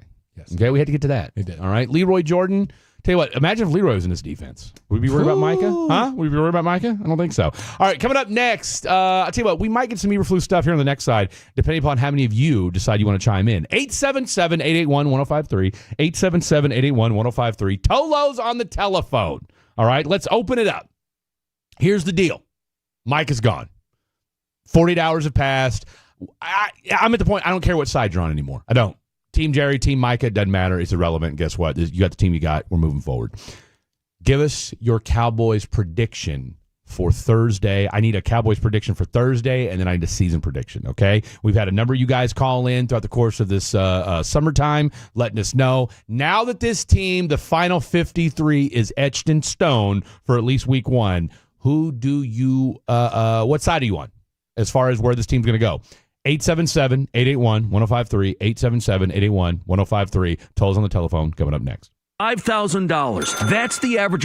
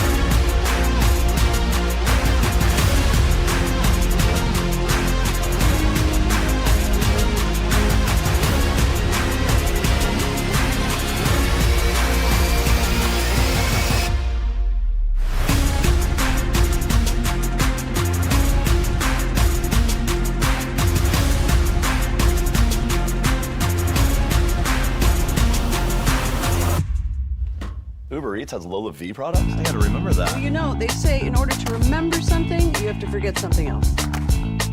Okay, now that is a very cute haircut. That's like a little shag. I've never seen it before. Well, I mean, of course you got it. It's the Rachel. Oh, is that your name? No, I mean like your name. No, I'm Jen. My name's Jen. Right, but I just mean like this is your haircut. But that's hair on your head. I'm not saying this is your hair. Okay.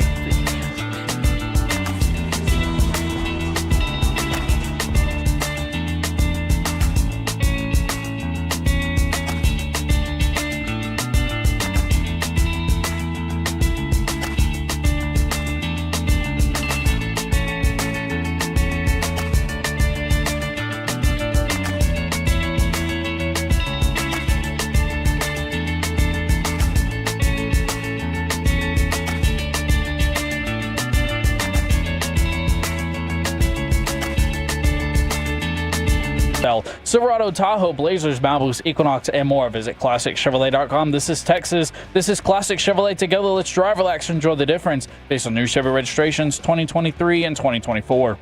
Appreciate that, Khaki Kev, Fred Davis, Blake Elliott, Kevin Walker holding it down for you on a soggy Saturday, but it does look like things are starting to clear up just a smidge.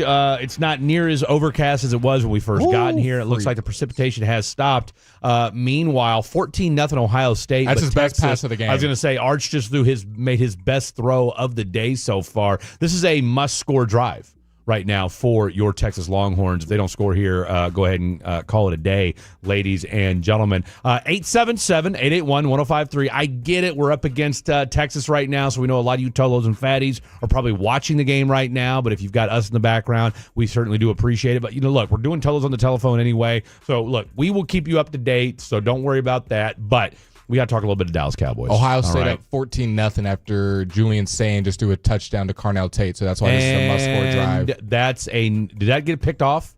Did that get picked off? No, it didn't. Okay. Styles, though, again, in the mix. No, that's a pick. Oh, wow. That's a pick. So go ahead and call it a day. All right, so go ahead and call in. 877-881-1053. It's only got to watch the rest of this game. This game is over. Is that Furious's kid, by the way? Styles? I Yeah. don't know. Shout out. What a pick. Tipped up. Big Ooh, that is going to get reviewed. That may have hit the ground, ladies and gentlemen. Did it?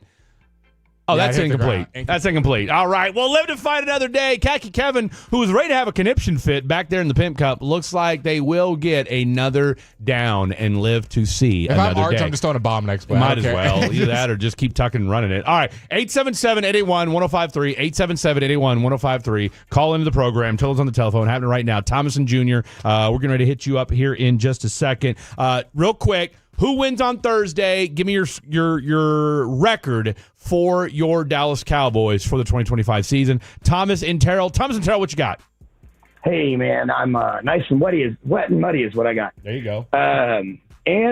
Mud is what you're going to see on Thursday. I hate to say it. It's going to be the worst loss of the season for us, but we're going to start coming back after that. I'm predicting it's going to be 45-21 Eagles. We're going to end the season with 10 wins, though. We're gonna end the season with 10 wins. I think we're going to end up there. I see there's a good chance that we get there. Unfortunately, I don't think 10 wins is going to be enough for us. To get into the playoffs? I don't think so. Thomas, I just want to say... I think Washington's going to be there. Washington and Philly. I agree with you, Thomas. I think there's a great chance that week 1 is the worst loss for the Cowboys season. Which is okay. Yeah, it's okay. I'm not, and I think we've all spoken on that. Thomas, great call from you, my man. What a way to kick this thing off. That is a absolutely, and because I'll tell you what, I appreciate the detail in which he broke that down. I don't think anybody, and I think that's the key, is let's not panic if this team doesn't look great on Thursday. All right, we need to find a way to bet on the line because is it still 6.5? There's no way it's still 6.5. No, I guarantee it's probably shot up to 8 or 9 by now. I'm still taking the especially over. With. Would you take the over? Micah. Or are you taking the under? I'm still taking the over. Are we talking about wins or are we talking about the spread? Week 1 game.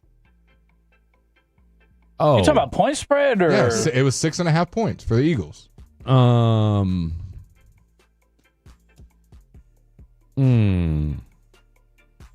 Fred, I'll take the over. I'm so torn. How? I'm so torn. You think it's going to be a close game week 1? I could see. I think this team could come out inspired. I really do. I really, really do. I think completely the opposite. I think they get smoked. It's because of because of that right there. And I'm not discouraging you. Board. That's Play exactly Blake's audio. right. Play Think about Blake's it, audio. man. I'm telling you right now. You got to hold. If I'm Matt Eberflus, and Shoddy, I'm going into the everybody. Nobody thinks crap of you guys. Yeah. Apparently, why are we even showing up without Apparently, we were a one-person team. Yeah. That's what that's what I'm saying. I have a. What do you think is a better chance, that the Cowboys let up 40 or hold the Eagles under 21? I think they give up 40. Let's go out to Junior in Cleburne. Is that what that is? Junior in Cleburne. What you got, my man? What up, fellas? So I am also not super hopeful against the Eagles, but I do have a somewhat obscured hopefulness for the season as a total. I think Shoddy might be able to get the guys into a rhythm, I guess, in a sense. Honestly, after Jerry's whole press conference was word vomit, and none of it made any sense. He was contradicting himself the whole time. I am glad that he made the move. It gives me hope that they're not going to do the same BS that they've done for the last 20 years. So I'm hopeful that they'll keep kind of making those moves, maybe even use those picks in season this season. I'm not hopeful that they do it, but I think that's definitely an option, and I hope that they change the way they've been doing things. Maybe Jerry, just lays down for a couple of years. I don't know. But my prediction for the Eagles is probably going to be a loss for the Cowboys. Okay. I'm thinking somewhere 37-10, maybe. Oh, wow. Okay. Yeah, we're probably going to get some, 70-yard Aubrey field goals, which sounds like fun, right? Yeah, good time. Got him on my fantasy team. I am hopeful on the season, so I think 10 wins is definitely possible. I love it. By the end of the year. So love it. That's my prediction. Junior in Cleburne, what a call by you, my friend. Let's go out to our boy Angelo in North Richland Hills, home of the one, the only Rasheed Rice. What's up, Angelo? What's going on, man? I was just calling in. I need some good vibes because I'm actually flying out to the game to go watch the game on Thursday night. Okay. Hey, look, man, you're getting nothing but good vibes here with Fred Blake and Khaki Kevin, so get that straight. But 105.3 The Fan as well. Are you going to be in enemy territory? Where are you sitting at? You sitting close? You sitting up top? Well, stadium's enemy territory. Well, yeah, but where are you at? I am sitting, I guess, level 100. Okay. I can't remember because my wife bought the tickets. There you go. And the irony is that it's going to be my birthday that day. Hey! Let's go. How old are you turning? How old are you going to be?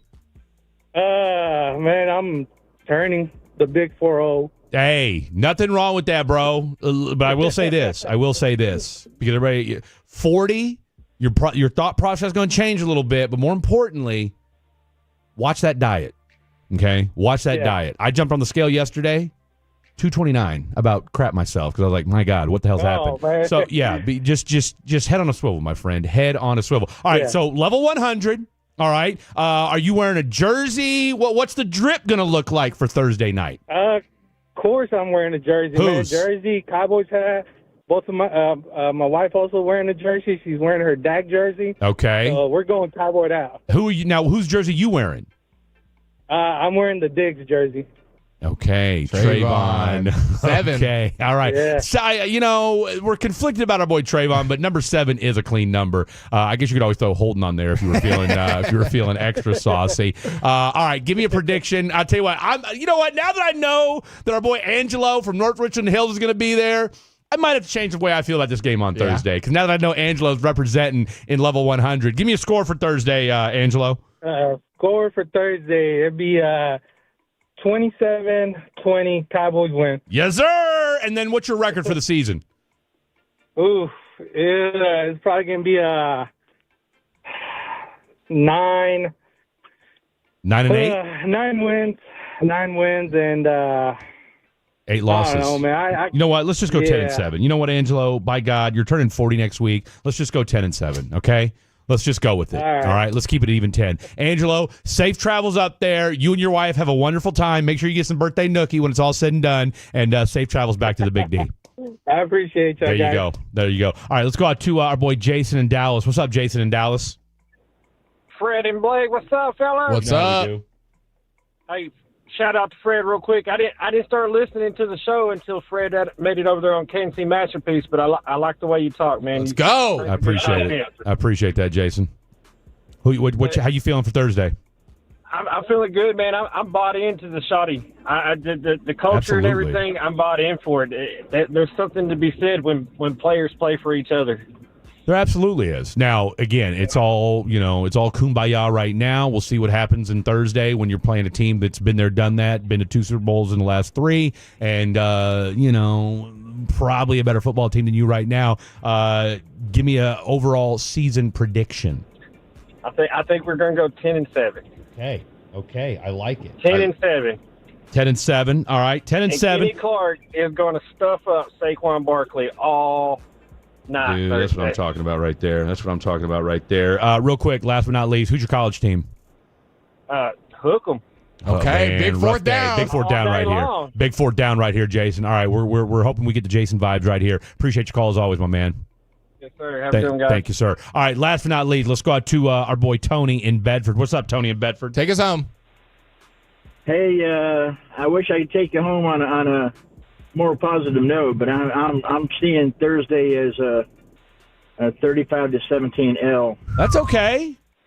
And season wise, I don't know. I'm buying Andy Shoddy. I think he's going to do great, but I think this is going to be a rough year. I'm kind of thinking 7-10 this year. That was a really tough throw that he just made. I apologize for that, Tony. He had a guy wide open over the middle and decided to throw a contested throw over the side. 7-10. You know what, Tony? Let me tell you something. Okay, we're locked back in. 7-10. I don't hate you for that prediction. All right. Everybody else has said 10-7, but I'm with you on that, and I can see where a lot of those. Are we guessing that some of those 10 losses are going to be close down the wire type losses? Yes, sir. Yes, sir. And on a better note today, I can tell you that I went to Texas Tech, but I am saying hook 'em horns because I hate Buckeyes. That's fair. Well, I'll tell you what. Jake Ray has a smile on his face because you guys are playing like the Arkansas School of the Poor tonight at 7 o'clock, I think. Yeah. That's can't take him lightly, but okay, we will. Of course, you will. All right. So look, do you guys cover the spread? Yes or no? Absolutely. I love to hear it. Tony in Bedford. I'll tell you what, my man. Tolo's on the telephone. Way to bring us home. Enjoy the game tonight. Wreck 'em Tech. There you have it. Rough day for all you Longhorns out there. Ooh. 1 hour in the books, boys and girls. I'll tell you what. A solid Tolo's on the telephone. Look, you guys have a lot going on right now, and we just did one of our better Tolo's on the telephone with UT at Ohio State. So that's a testament to you guys out there as well. And a special shout out to my boy Jason in Dallas for loving up the KNC Masterpiece as well. All right, coming up next, second hour of the program. Coming up, let's take a trip around the National Football League. We're 5 days away, boys and girls, from the NFL season kicking off in earnest. What's the latest and greatest? We'll tell you next. Don't go anywhere. It is Fred and Blake. The more time you give, the more our crush.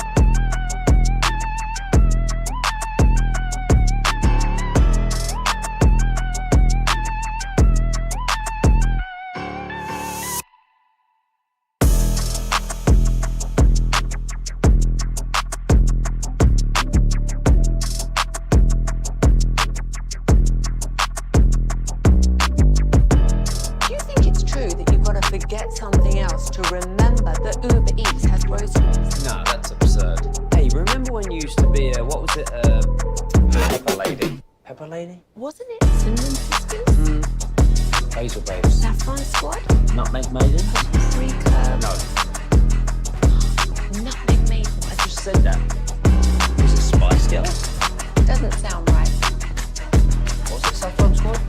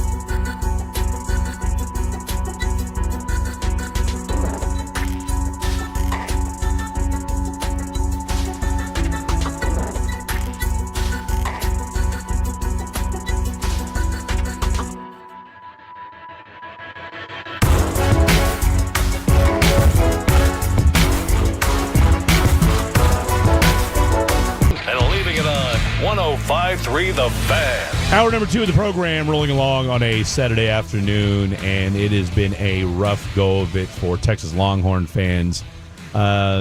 Nick Harris put out a tweet. He said, I wish this game would have been week 3 or 4 so these teams could have ironed out the wrinkles and we could have got a high-level game played. Your thoughts?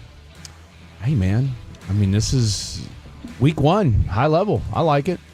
We'll get this game again. Look, Texas has had opportunities. I'm sure we'll get this matchup again in the playoffs. I mean, look, let's be honest. Texas had, 3rd and goal inside the 5.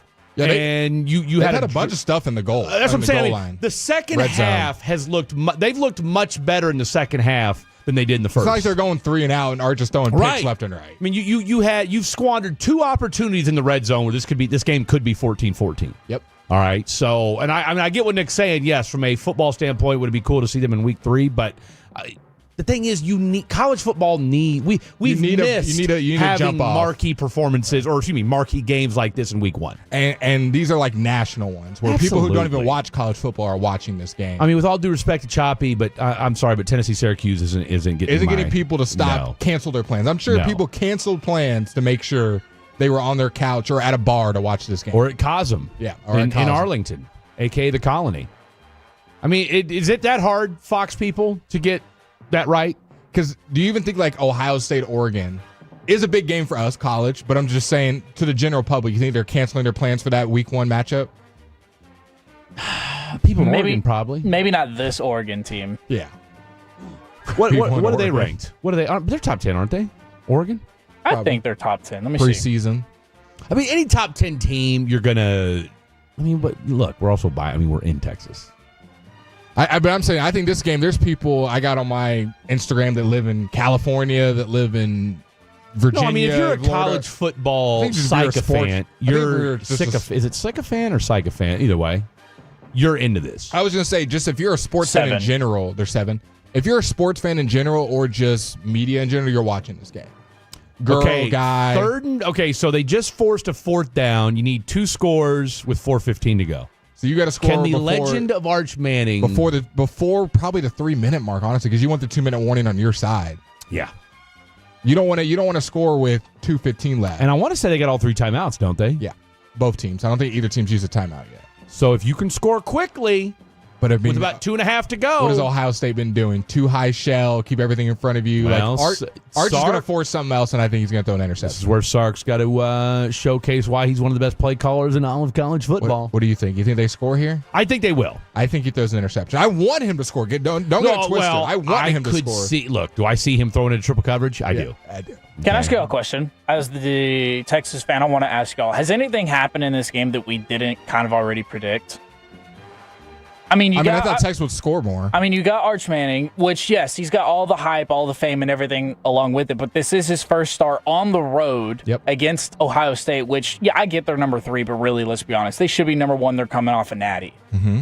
And you throw a pick, you haven't looked great.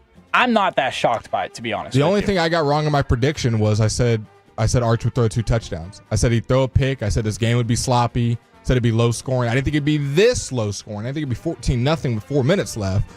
But as far as the struggles on offense, kind of predicted, you predicted, a lot of people, I think, seen this coming. But Arch Manning right now hasn't really had a marquee throw/drive. No, he hasn't. And he totally, now I would argue to your point, though, or back up the point that from Sark's perspective, as far as calling plays, yes, the 4th down call could have been a little more creative. I mean, everybody knew. I mean, if you're going to do a tush push, and I don't know that I've ever seen a tush push in college. Maybe you do go ahead and give it a shot, but it seemed like it was rushed from the jump on that particular 4th down and 1 play, especially when your offense had really been able to get nothing going on. And then again, now the 4th down play where he just missed it, this last one, that was just a bad decision. Yeah, by Arch. So I'll give the first 4th down. I'll put that on the coaching staff. Ohio State called the timeout right before they snapped the ball. So Texas has 2 timeouts remaining. Okay. All right. So ideally, with 4:10 left to go, and they're sitting at what? Their own 40? Something like that. Something like that? Let's see. I'll tell you right now. They are sitting at their own. What the internet here is blazing. Yes, they are at their own 40. Where do you ideally? What's the latest time you want to leave on the clock by the time you score this first? 2:30. 2:30. Yeah. Because if you can go 60 yards the next minute and 40, all right, and have 2:30 left and not use any timeouts. Now I've got 2 timeouts and a 2-minute warning left. How great would it be if Arjun is winning this game? Everyone on the internet's already poo-pooing on him. If he comes back and somehow sends us to overtime. It would be... I mean, in the history of Manning lore, you're saying to yourself, like, are you kidding me right now? Like, we've already talked about what this... I mean, talking about flipping the script from this kid being like, all right, again, I mean, there was a meme that said might be ass, and that was a dime he just threw.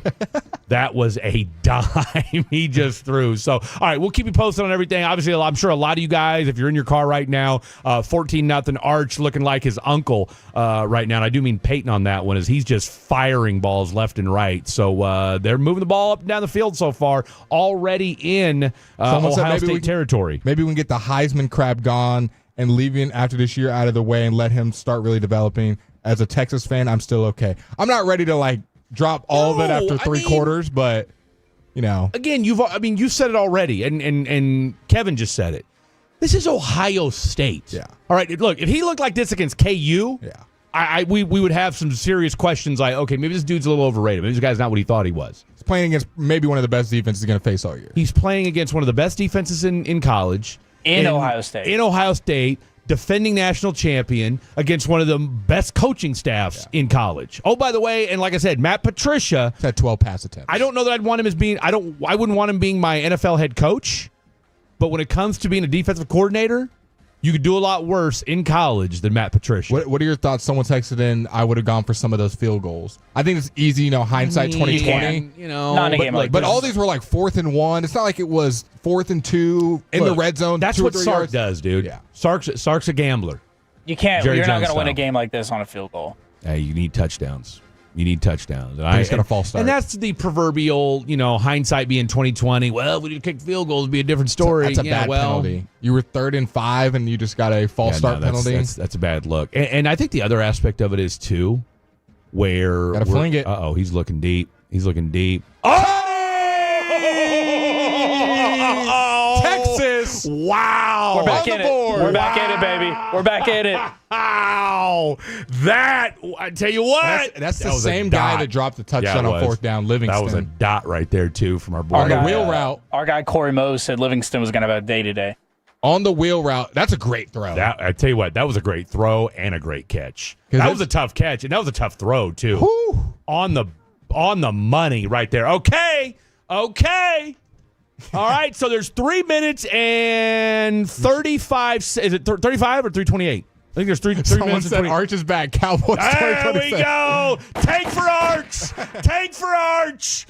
3 minutes, 28 seconds left to go in the fourth quarter. So now that defense, which has been stout, you didn't use, what did we say, 2:30? Yeah. They said, all right, hold my beer, we'll do 3:30. All right, so 3:28 left to go. You got 2 timeouts and the 2-minute warning left, right? So you basically have to hold them from scoring, or excuse me, you have to hold them from getting a first down. Let's go defense here. Let's go defense. All right, now they are reviewing this. Did our boy hold on to it? Yeah, he did. Did our elbow boy? down. No, he did. He elbow, did. what a catch. That's a touchdown. Wow. I'll tell you what, that was a hell of a throw by Arch. That there was a guy a half a foot away from him. Seriously, he put that ball the only place it could go for a touchdown. He did exactly that. So what a turnaround right there. Okay, 14-6, pending the extra point. They're reviewing it right now. We'll keep you posted on all of that. National Football League wise, again, we are 5 days away. I'll tell you what, the Panthers they trade one white guy, bring in another white guy. I don't know if that's part of the DEI program here in the National Football League, but I think the rule that says that if you cut one white guy, you got to bring in another, especially from the wide receiver position. They traded Adam Thielen back to the Vikings. Took a $2 million pay cut, by the way. Dude, what is it with all these players going back to their original teams? Amari Cooper's back on the Raiders. Keenan Allen's back on the Chargers. There's something to be said for familiarity, and you know what you're getting with those guys. Yeah. And let's look at those three guys. They wanted to get money. You go and get money, did, right? And then you come back and all right. Well, that, and it's like what your role's going to be at that. I mean, look, Amari Cooper. The days of Amari Cooper being a 80 reception guy are done. He's probably the second best receiver on his team now, right? Behind Jacoby Myers. Amari Cooper might still have more respect around the league, but I'm just saying. I would say probably the third best because they got that rookie. Thornton? Yeah. And Brock Bowers? Well, Brock, yeah. He'll obviously lead the team in catches, but that rookie they got who is like, I think they said the third. You think he has more catches? Did they overturn that? No, they're going to keep it. They're just still reviewing. I don't know. I'm looking at the reaction of our boy Khaki Kev in the Pimp Cup. This is lasting a little too long for my comfort. I thought it was a pretty clear touchdown. This has been a lengthy review. You just wondered, did that ball touch the ground? I thought his elbow was. I thought it did too, but here we go. If they say overturn, if they overturn it, Longhorn Nation will have a meltdown right now. And we're waiting for the touchdown. Okay, all right. Little drama there. Little drama. What if you get like a strip sack right here? Oh, UT fan. Because Ohio State can't just run the ball. They can't just run it up the middle. You gotta control it. You can't just go 3 and out and get the ball right back to Texas. Well, you need a first down. Yeah. A first down wins you the game. Mm-hmm. So I'm running the ball. Unless this guy misses a kick. Well, even if he misses it, then you still got to. I mean, you can still do an extra 2-point conversion. Yeah. I mean, that's the beauty of college football. Fumbles it. Pulls a Tony Romo. I can't believe he just got it. All right, 14-7. Texas on the board. Texas is going to win this game. Ladies and gentlemen, we have ourselves. I mean, this has been an incredible football game. Would Ohio State, Oregon has been as exciting as this? And I think what adds to it is the Arch Manning aspect. I mean, it didn't look. Arch Manning could have been on any football team, and it was going to make this particular game exciting. Yep. I mean, that's the reality of it. All right. So once again, Hunter Renfrow, he's back. Speaking of former Raiders, he's back with the Carolina Panthers. Had himself a nice little preseason as well, a nice training camp. Then he gets cut. But, that's the thing with these teams nowadays. I mean, how we saw it with the Cowboys, where you're putting certain guys on, you're going to cut them, or certain guys you're going to cut ahead of time because, again, if you're a vested veteran, I can cut you as opposed to waiving you, right? Whereas if I waive you, then clear waivers. You got to clear 31 other teams. Speaking of clearing waivers, Zion Childress cleared waivers in the past 24 hours. He is joining the Cowboys practice squad. This kind of happened right in the middle of all the Micah stuff, so I'm sure a bunch of you missed it. Zion Childress, I think, kind of became a fan favorite, a media favorite through preseason and the offseason. He will be on the Cowboys practice squad. The player that had to be cut so there was room on the practice squad was none other than Kemon Hall or Kemon Hall of the D-back on D-back crime. Gomeen Green, who some people were projecting might start at nickel, then gets moved to the practice squad. Now is not even on the team at all. Now jobless. Went from potential starter to potential LA fitness trainer. So absolute recomp walking around. I swear Recomp has like 5X guys who didn't make rosters for the practice squad this year. Dude, there was up in Louisville in a few weeks. Dude, there was a guy at Absolute Recomp recording with a camera rig that literally looked like he was shooting a short film, like a documentary. Like I'm talking full rig setup, like guy holding it, all kinds of stuff going on, microphones. I was like, is this guy shooting a short film? Yeah. Like, if you want to have one guy recording you with DSLR, it's a little much, but I get it. Like, we're at a nice gym. How big was this guy? I mean, this guy looked like DK Metcalf. Probably not as tall. Yeah. Like probably like 6'1", but built like DK Metcalf. I mean, there's no other way to put it. Like, did you think about maybe jumping into the video? I was right next to him, and I was. I mean, the camera guy's getting different angles, switching around with the swivel. Okay. 2nd and 9. 2nd and 9. Tick, tick, tick, tick, tick. What machine were you on? We were on the free weights. So I was doing, when you made fun of my video, I was doing shoulder press. That's right. I was making fun of that video. I didn't make fun of the video. I just said I could do more. Yeah, I'd hope so. He was just doing bicep curls, and he had a mic on, and he was talking. So like in between sets, I kind of take my headphones off, just get my bearings every once in a while. And I'm just like, this guy's like talking by himself. What was he saying? I don't know. He's probably telling people how to do bicep curls. Yeah, like he was definitely. If he doesn't, then who will? Like he was definitely shooting a video. Did you think about maybe asking him to give you any hot takes on the Cowboys? And this is good. Running around. Oh, and even the clock better. stops. And the clock stopped, dude. I'm telling you right now, if Arch Manning brings these guys back and they win in overtime, this place is going to go. I mean, Austin. Everybody's going to rescind their tweets. Oh, Arch is overrated. Get him off the team. Freezing cold takes. They're going to be busy. Keep an eye on it. Keep an eye on it. But let's not start you know what and just yet, because there's still 2:39 and it's 3rd and 10 right Jeremiah here. Smith's getting this ball, right? You got 100%. Or if you're Texas, you're like, look, anybody but Jeremiah Smith's getting this ball. We're double teaming him. We're double teaming him. We dare you to somebody else make a play. Because if I'm Ohio State, I'm thinking Jeremiah Smith. I might be sending a corner blitz. I'm sending a corner blitz right here. See it coming. All right, so looks like they're bringing the blitz. They are bringing the blitz. Corner blitz. Corner blitz. Oh! What a tackle! What a tackle! What a tackle by number 29. That's the same guy who's been making plays all game. That kid's been all over the field today. What a play by him. I want to say he's a true freshman or true here's the sophomore. crazy part.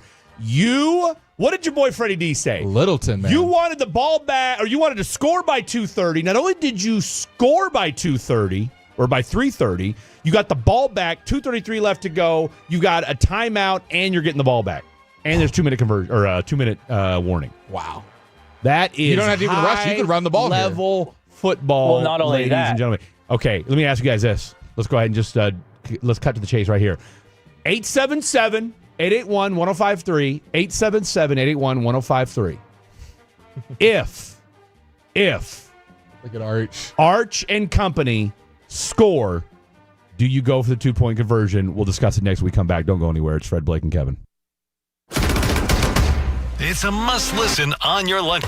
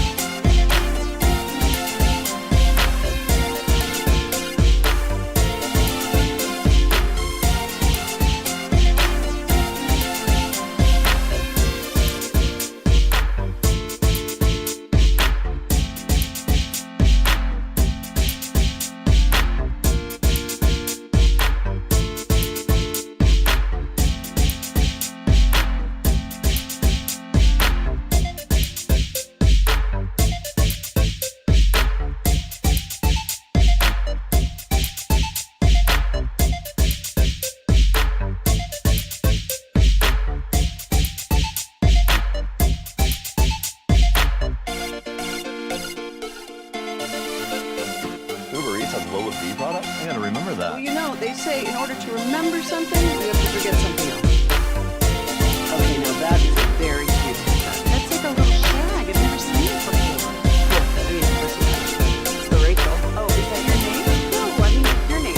No, I'm Jen. Your name's Jen. Right, but I just feel like this is your haircut. But that's hair on your head. I'm not saying this is your hair. Okay.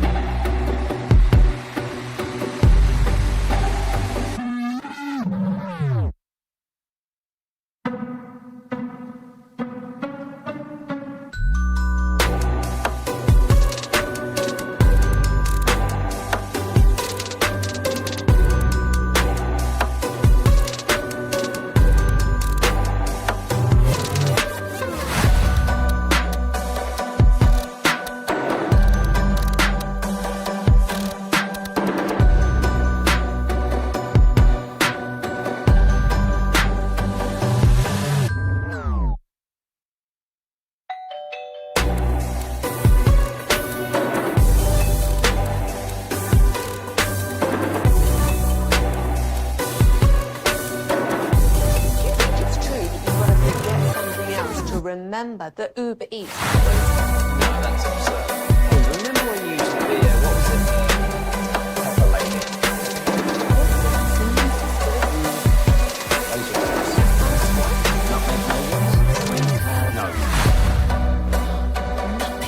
I just said that. Was it Spice Girls? Doesn't sound right. What was it sometimes called?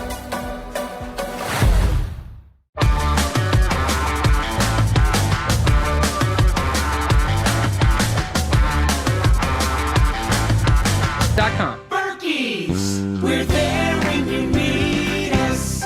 M37968.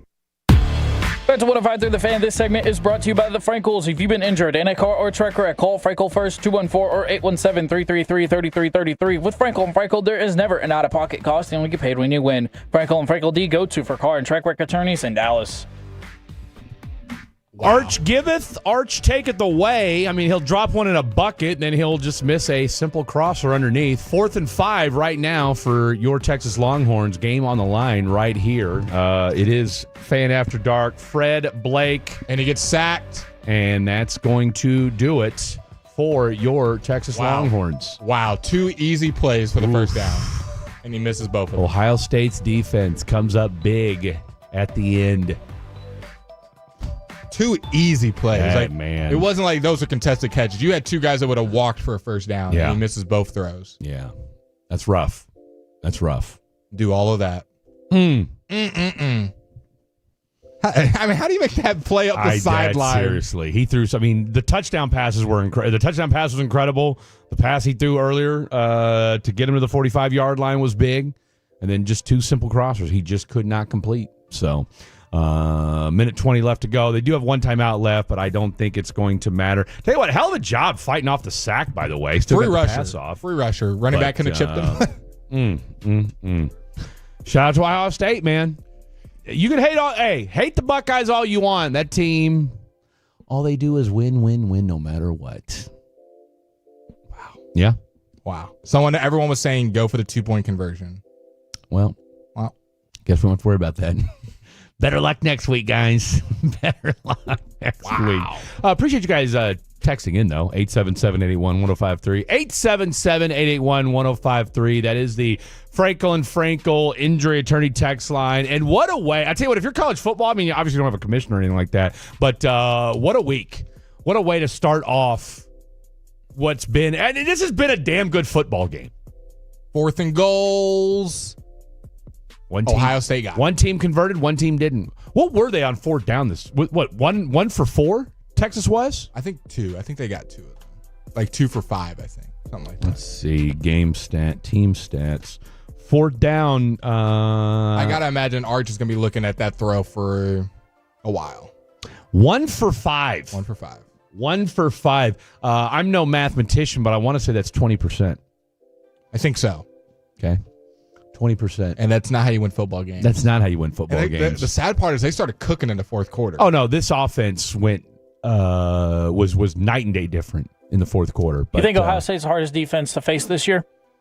It's always hard to project with college guys and a bunch of new guys, but probably the best staff. Okay. You got Caleb Downs. You definitely got guys. And then you have a former NFL head coach. Well, let's look at what the rest of their schedule looks like. You've got San Jose State. Throw the records out when San Jose State comes to play. UTEP in week 3. Okay, that should, they'll probably be up. That's probably a 40-point game. Sam Houston, they may put up 100. Wow. And then things get tricky once you get to the SEC part of the schedule. Then you're at Florida. Yep. All right, and we're going to talk to our boy Ben Troop at 3 o'clock, get his thoughts on that. Red River Shootout, that goes down on October 11th. We all know that's here in the DFW. Will you be taking Shorty to that this year? LOL. Wait, you said Red River Shootout? Yeah. So that'd be Oklahoma. That's exactly what it is. I thought you said Texas Tech. Did I say Texas Tech? I thought you were talking about Ohio State the entire time, so I don't know what you're talking about. I could have swore you said Tech. No. Okay. I thought you were talking about Ohio State's schedule. No. Texas, OU, Red River at the Cotton Bowl. Because you think Ohio State plays in the Red River? No, that's why you threw me off. And then you said Red River. I think you threw some other teams other than Texas, Oklahoma. I don't remember hearing. Yeah, I did. I threw San Jose State, UTEP, and Sam Houston. Like, are context clues not part of y'all's trajectory here? You said Red River rivalry. I did stumble over my Red River rivalry words. But I don't remember you saying Texas. But at the same time, Oklahoma. I also said San Jose State, UTEP, and Sam Houston. I'm not talking about those. Well, I also asked if you thought that Ohio State was the toughest defense in college football. And then you started going down. I said schedule. I don't know. Let's look at their schedule. So, thus, again, context clues, boys. Thus, the reason why I thought you said Ohio State's schedule because I was asking about Ohio State. Again, if I say let's look at their schedule, then let's take a look. Then you've got Florida. Let me just read the names off since apparently comprehension for you two is a little bit. And this is Texas or Ohio State schedule?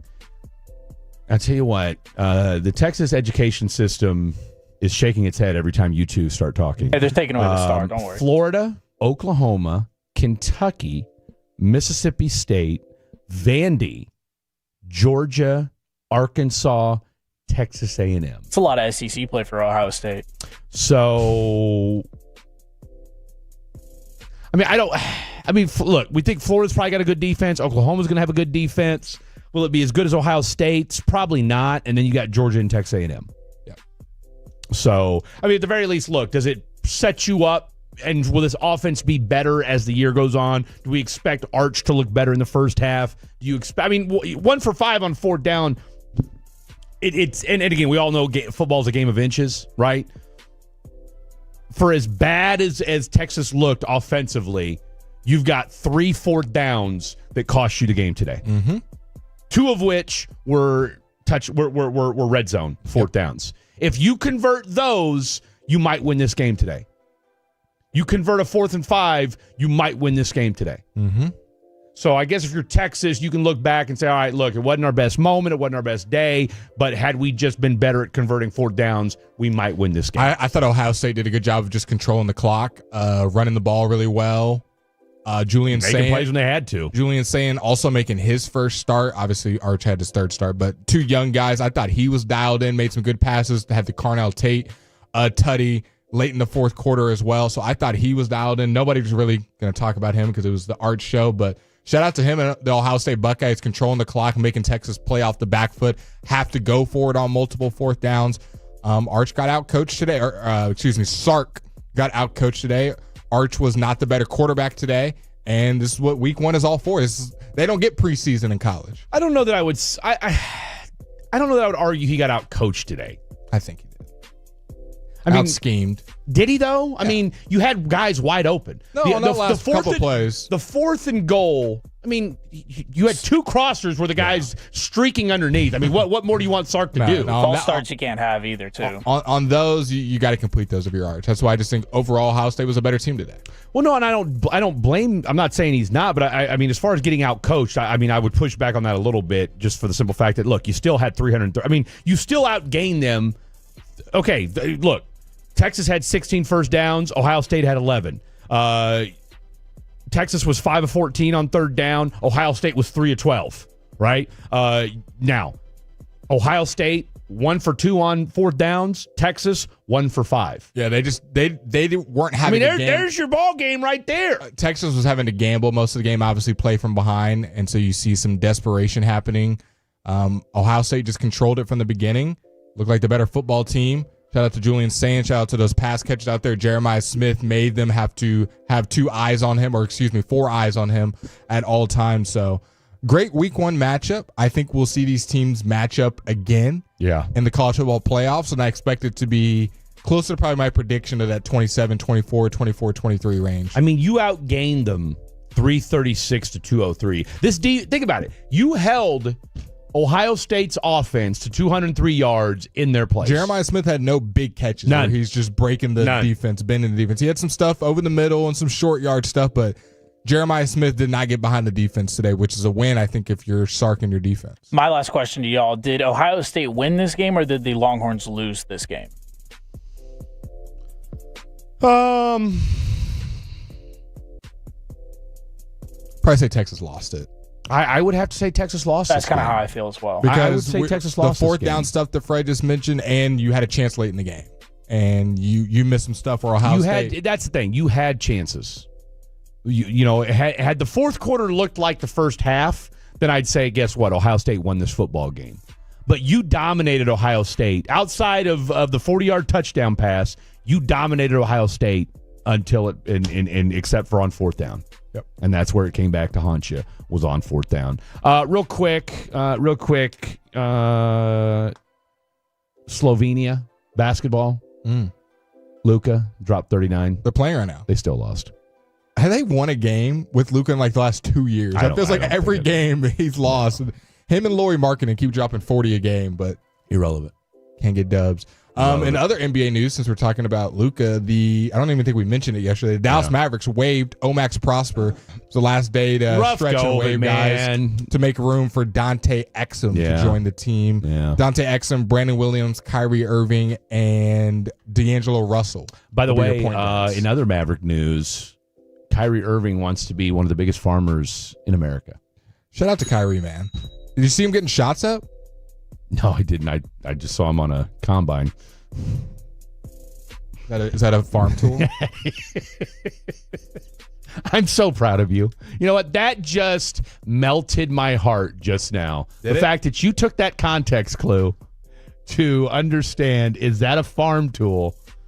I feel like we're getting somewhere. Look at that. He'll be ready by February. Look at the ACL. Look at that. I'll tell you what, he could cross somebody over right now.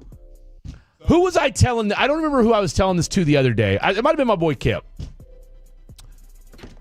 Or maybe it was you. Someone said you're box score watching if you think UT dominated OSU. We actually watched the whole game. What do you mean I'm box score watching? I mean, I'm running stats, but what did you not listen to us over the last hour Pretty of the much show? Play-by-play. I mean, we violated every radio tenet. Don't do play-by-play, but we're sitting here watching the biggest game. I mean, what are you talking about?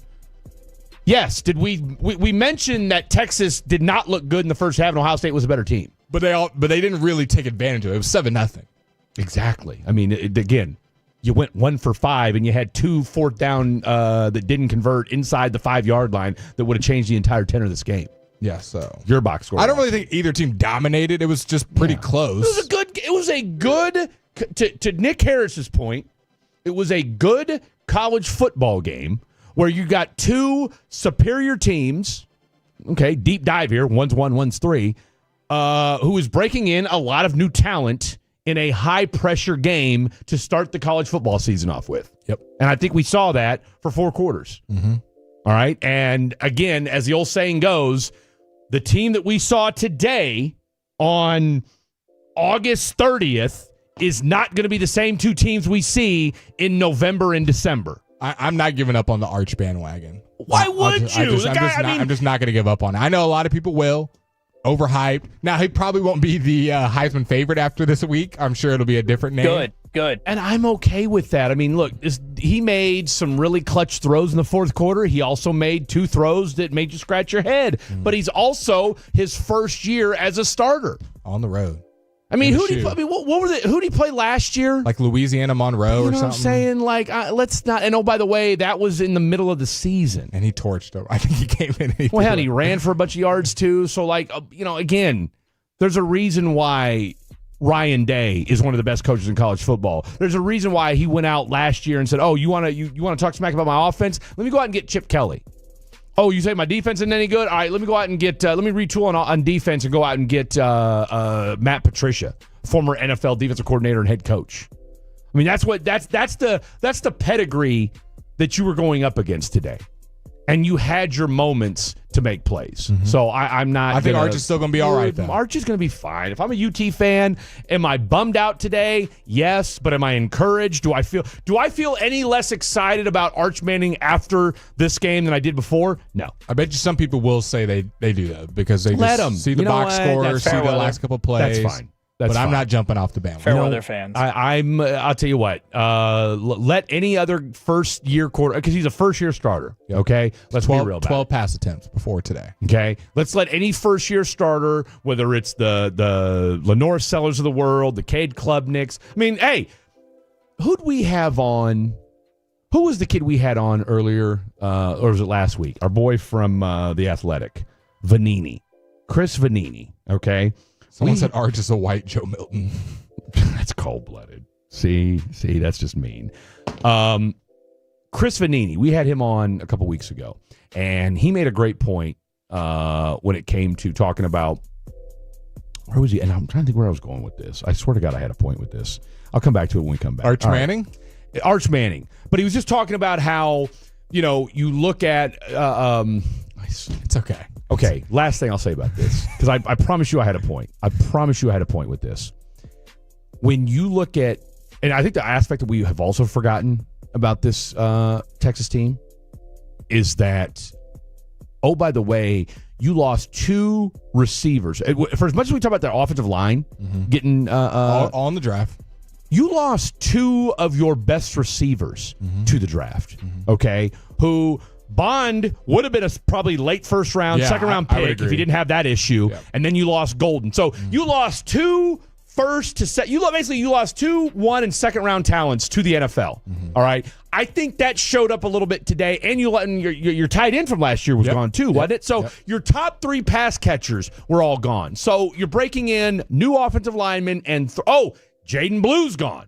All right, so you're bringing in all these skill players on top of everything as well. Yeah, I like their running back group though. With Wisner and Baxter, those are guys that have been in that backfield before. Wingo stepped up a bunch last year. No, I know where I was going with this. Hello, Fred. Hey, I knew it would come back to me. By the way, day 73 of the Oski Woski Summer Detox, in case you were wondering. So the brain's coming back. No, what I was going with that was this. when he talked about Cade Klubnik, who was highly touted, maybe not Arch Manning highly touted, but when he came out, his first 2 years, he struggled, and part of the issue was, too, is he had a lot of injuries as well to his receiving core. But once things started to turn around, boom, now we see Cade Klubnik. Now he's had a couple years to get his sea legs under him. He's had his wide receivers there. Boom. He's very much a Heisman candidate going into this season, right? So my point in all that is this. When you talk about breaking in new receivers, having a little bit of a rough go of it for your first start, playing at Ohio State in your very first, real career start, let's not get too down on our boy Arch Manning because, again, you saw the flashes of what he's capable of. All right, coming up next, Fair or Foul. Don't go anywhere. It is Fred and Blake. Howdy, DFW. Josh Vining here from Greystone Roofing. The Texas...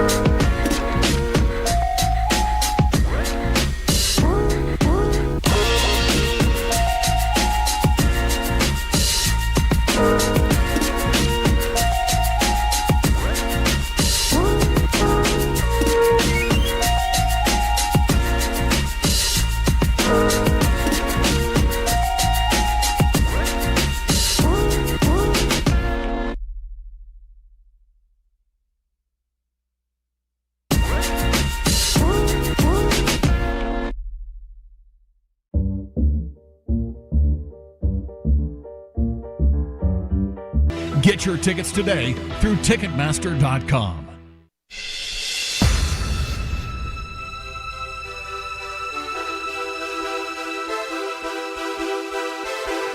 That was a vile hit. Real quick, go ahead and I got to give a quick shout out to my boy John Snyder. Gig'em, Texas A&M Aggie. He's getting his.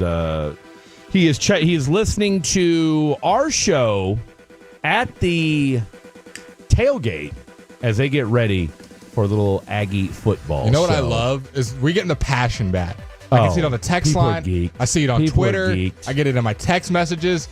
Everybody's coming back alive now. Yeah, when it's sports, sports is about to start heavy hitting. We got college football, people talking smack. Rangers season's almost over. This guy's overrated. This guy's better. Arch is getting cooked right now. But this is a fun time to be a sports fan now. Everyone's alive now on their phones in person. The European mind could not comprehend SEC football as they take a hot dog and stick it in Dabo Sweeney's mouth. And I'll just leave you with that mental picture as well. So anyway, shout out to my boy John Snyder. Gig 'em as they get ready for Texas A&M football. Not playing Ohio State, though. Not playing Ohio State. Real quick, you are looking at the text machine right now, and everyone's just poo-pooing the Tolos and on. Fatties are not complimentary of Arch Manning. A lot of people are saying what flashes. He was inaccurate the whole game. Oh, Ohio State University overall. I couldn't figure out why Texas was ranked number 1.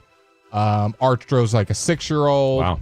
Don't make excuses for overhyped Arch Manning, which is fine. I know the popular thing right now is going to be to poo-poo on Arch. I'm just not hopping on that train. I'm not either. Hey, just remember this when he goes top 5 in the 26th draft. That's all I'm saying. Now, I do want to make one thing clear that Kevin is a dyed-in-the-wool Texas fan. Okay, has a jersey on as we speak. He is wearing an Arch Manning jersey as we speak. So I'm not biased though. No, not even a little bit. Do I think he's going to be as good as everybody says he is? I don't know yet. I don't know. We've seen like 25 passes from him total. And look, I get it. Everybody said, this is what it looks like when he's not playing against Louisiana Monroe. Again, sure, every quarterback wouldn't look as good as Louisiana Monroe versus Ohio State. Let's be real. You lost 4 offensive, and this is what and I'm telling you, and I bet Broadus, if he was sitting here right now, and I'd love to pick his brain about this. If you lose 4 offensive linemen in the NFL, 2 of your top wide receivers, your running back, you lost 7 playmakers to the National Football League. I don't care if you're Texas, Ohio State, Kansas, North Texas. That's a lot to replace. And other than Michael Taft and Anthony Hill, pretty much lost your whole defense. Thank you. Remember how good their defense was? It was a top 3 defense all year. Was pretty sick again tonight.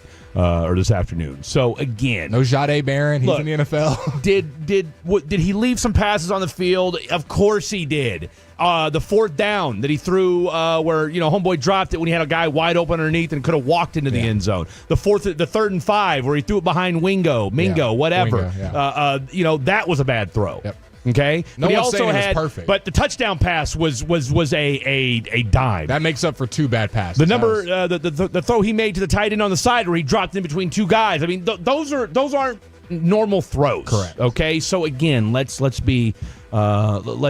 just calm down. To me, the biggest thing for me in that first half, for you, what is it? The thing for me, and Blake, by me. was, and I was texting my friends, he needs to speed up his clock. He was in the pocket as if Ohio State wasn't coming after him, and he had 5 all-pro linemen. Maybe that's his gig, though. Maybe he's cool under pressure. He was stepping up in the pocket as if he doesn't have 4 really good defensive linemen coming at him and 4 brand new offensive linemen. I kind of don't mind that, though. I kind of like a kid that's just kind of the pressure doesn't get to him. Well, that was the thing. He was stepping up in the pocket late, and he got sacked 2 or 3 times. That was the issue on that 3rd and 5 to Wingo as well. It's like you're playing against a really good defense. I'm not saying rush and throw inaccurate passes, but once that window's open, you need to go to the next receiver or take off. And he was just like, hey, I got all the time in the world back here. It's like, and in the second half, you saw him speed up that clock. Interception happens, touchdown happens. More volatile stuff starts happening. But overall, I'm not that moved by the first Arch game. Stay on the bandwagon. I think he's still going to be a great quarterback. Agreed. But he's young, and we saw his young tendencies come out in this game. Speaking of all the time in the world, That's Blake's dating life right now. So, fair or foul. Look, we had an epic fair or foul, maybe the most legendary fair or foul in the history of the segment. And I've been doing the segment for a long time, but I got to give the crown to Blake Elliott and his buddy Bob, who had one of the best fair fouls of all time, and it was foul all the way around. That said, let's dip back into the Blake Elliott personal life for this most recent fair or foul. Now, this one's not quite as epic. Okay, and we won't be questioning as much about you or your friends after we hear this one. I don't even know if I can, because the text line is... What are they saying? His arm angles looked horrible. I'm not going to sit here and talk about his arm angles because I'm not a quarterback scout, and I'm watching on TV. He throws sidearms. So what? We've seen quarterbacks throw sidearm before. Now we got the 972. What do you say? That's the arm angles. That's apparently an NFL scout. Unless you're Jason Garrett or Troy Aikman, call into the show. His arm angles look terrible. I'm not even going to say that because I don't know what they're teaching him. What's your dynasty look like on College Football 25? That's the real question. Are we not going to talk about the horrible play calling? We actually already did talk about that. Running the ball. Arch is absolutely trash.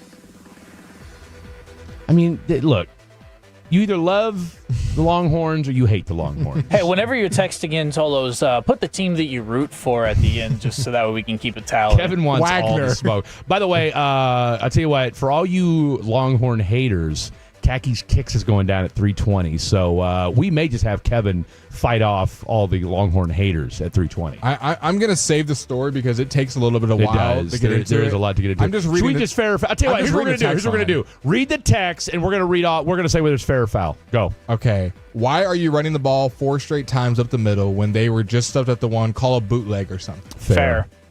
Okay.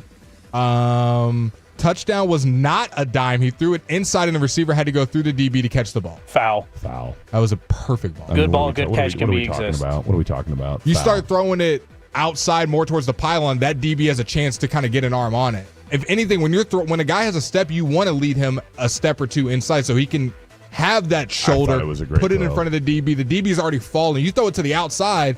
Now, you're working against a sideline. The DB can maybe get a hand on it. He's falling out of bounds. The guy's already got a step. You throw inside. That's by the way, touchdown South Dakota. On Iowa State. Side note, the Coyotes with the score 7-6, betting an extra point.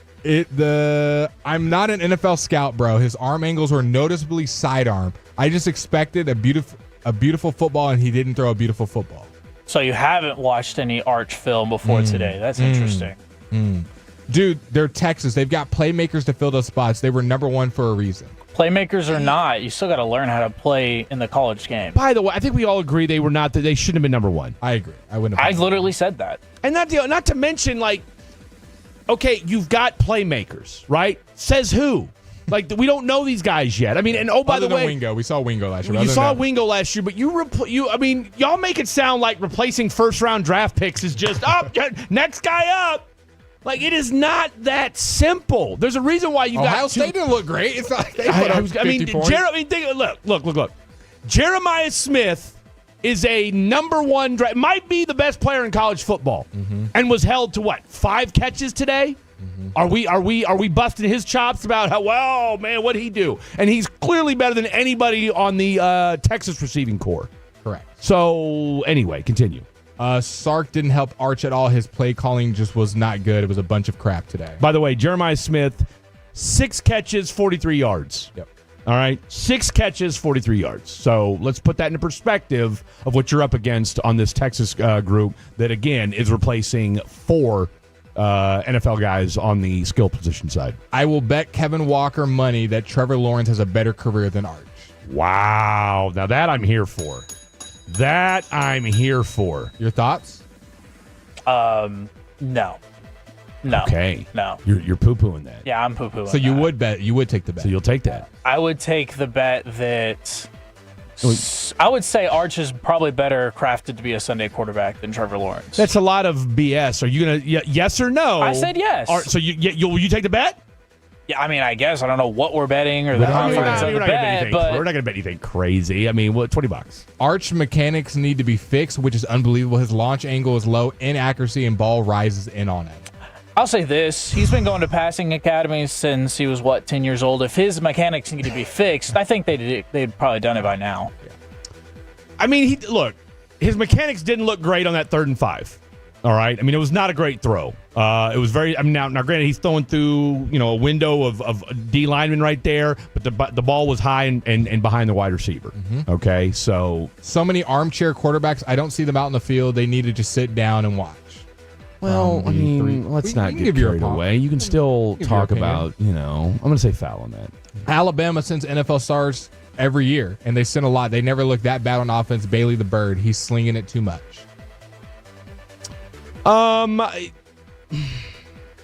We've had some questions about Alabama offenses to start the season. Oh, yeah. All right. Since Saban's left, it's not like they're a 5-star factory necessarily. They haven't had. I mean, look, you had Sark, you had Lane Kiffin, and then you've had some question marks offensively since then, where it's been up and down. So I'm not going to pretend like they haven't had their issues as well. Arch is trash, and I'm a Gophers fan, Kevin. So I know. Okay. All right. You know what? I respect that. I respect that. Told us how he felt and let us know where he's representing. All right, coming up next. What, last one? Last one.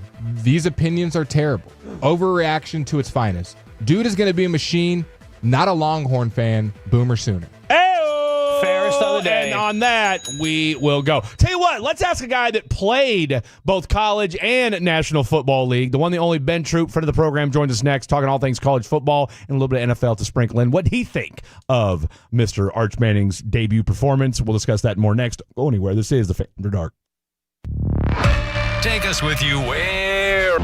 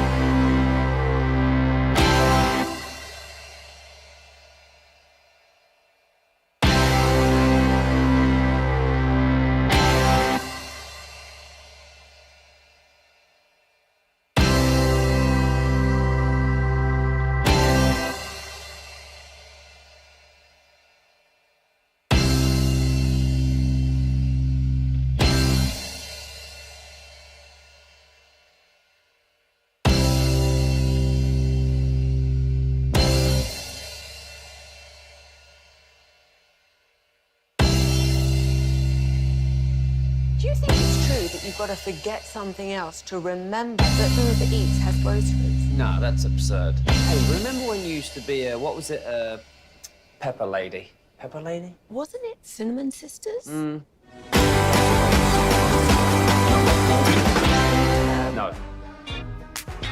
Nutmeg Maiden. I just said that. Was it Spice Girls? Doesn't sound right. Was it Saffron Squad?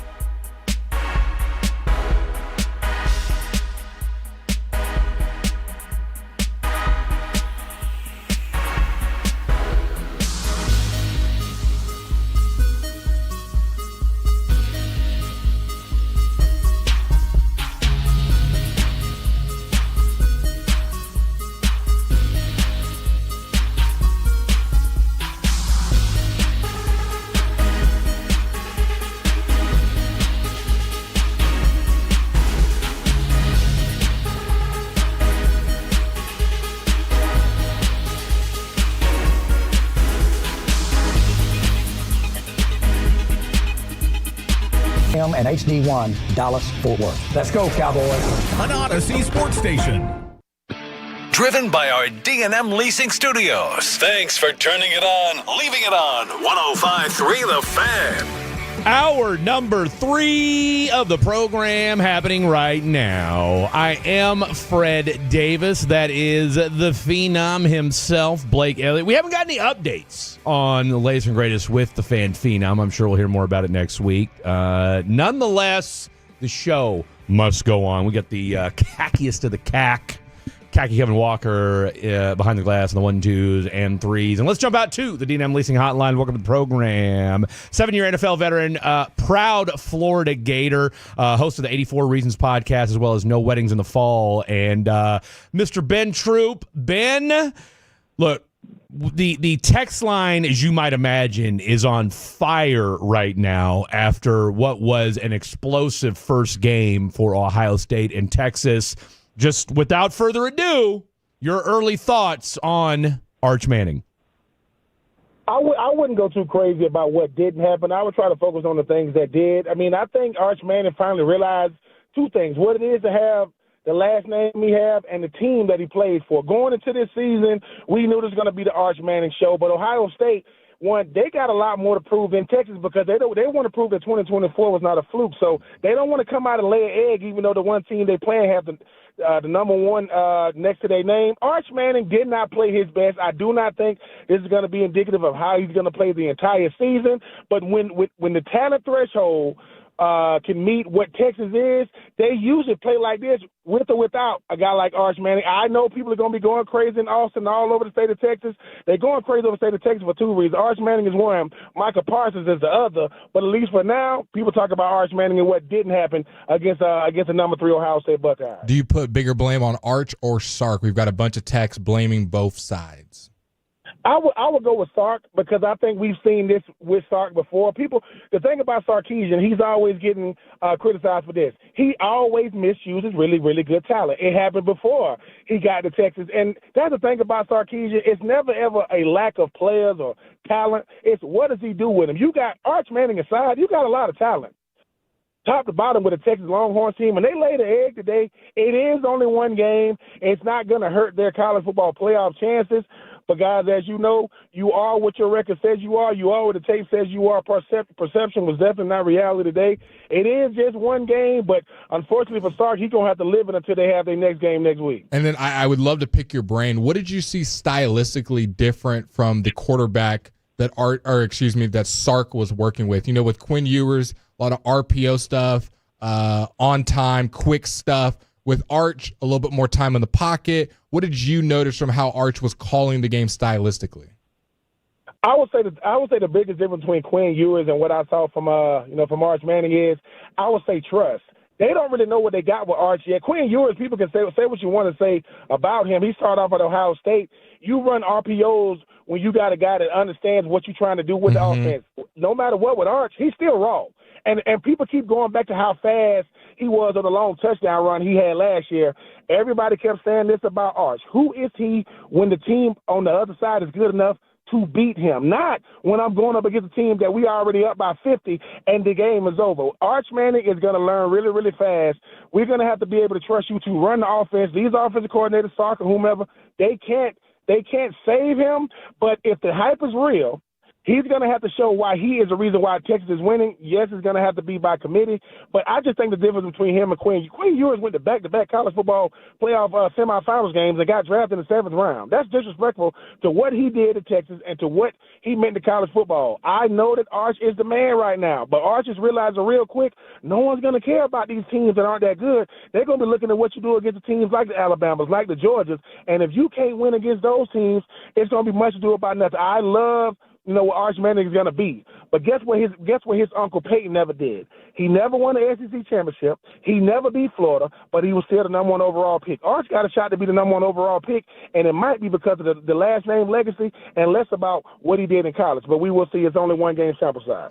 It's only one game sample size. Ben Troop joining us, talking all things college football. And look, I'm not trying to make any excuses for the kid, but at the same time, too, you're replacing a lot of talent, and I get it. You're replacing it with good talent, but look, you had two receivers go to the NFL in the first and second round, all right? And our boy Bond probably goes to is in the second round if he doesn't have his little off-the-field issue, all right? But no sooner than that was gone, guess what? He gets a guaranteed contract with the Cleveland Browns. You lose 4 offensive linemen to the National Football League. You lose Jaden Blue to the NFL. So you had pieces that you had to replace as well. I think that there's a lot of things in place there for this Texas football team, and you go 1 of 5 on 4th down. Oh, by the way, you had 2 4th down conversions inside the 5 that you couldn't convert either.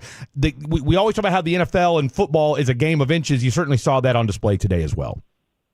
You did. Certain things in football will always decide what the winner's going to be. Time of possession is one. 3rd down and 4th down efficiency is another. Yes, 4th down efficiency is something new. It is, right? 2025. Most teams do not go for it on 4th down. But if you're going to go for it, and you get it, you got to convert that to the first downs to touchdowns. Red zone, this walking away in the red zone without points, that's going to hurt not just the team, right, but the overall motivation and morale of the team. It is just one game. And let me say this about Arch Manning. I am a fan of Arch Manning. I want him to do well because I haven't seen a player with this much hype because of family legacy ever. I don't know if anybody got this much pressure on him because of what his last name is and what he's projected to do. It is only one game, but it takes a game like this for Arch Manning and the Texas Longhorns to realize people ain't going to just lay down because of who y'all are and what y'all have as a team. Every team you play is going to give you this type of effort. Now, every team is not going to be Ohio State, but Texas got to go to Georgia. Texas got to go to Florida. And these type of places, it's going to be that type of hype. We don't know what no team is after week 1, whether it's college or pro, but for one afternoon, Ohio State really showed why they probably should be the number 1 team in the country, and I think Texas, why they should remain in the top 10, probably shouldn't have been the number 1 team in the country. And then last one for me regarding Texas, what did you see kind of in the weeds? People were talking about his arm angles. Obviously, he was behind on some throws. Did you attribute that just to nervousness, or in his style of play and in his mechanics, did you see some problems? I definitely attribute it to nervousness. Here's why. You know that atmosphere was going to be crazy. And no one knows what it's like to be a starting quarterback at Texas but the guys that actually understand it. Yep. He is still very, very young, and he is still very, very green. He hasn't played a lot of football. All we know is what he was going to be, what he's going to be. Paul Feinbaum, he's the greatest thing I've seen since Tim Tebow. He had nothing to do with that stuff, but unfortunately, if I don't know who he is, I'm going to believe the people who say that's what he is. And it's only one game. He's going to learn from it, but I will say this.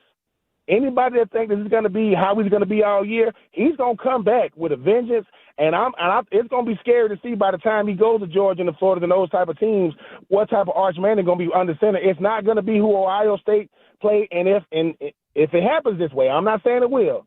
If Ohio State does indeed meet Texas again in the college football playoff, it's going to be. I'm not saying it's going to be a different outcome. It's going to be a different Arch.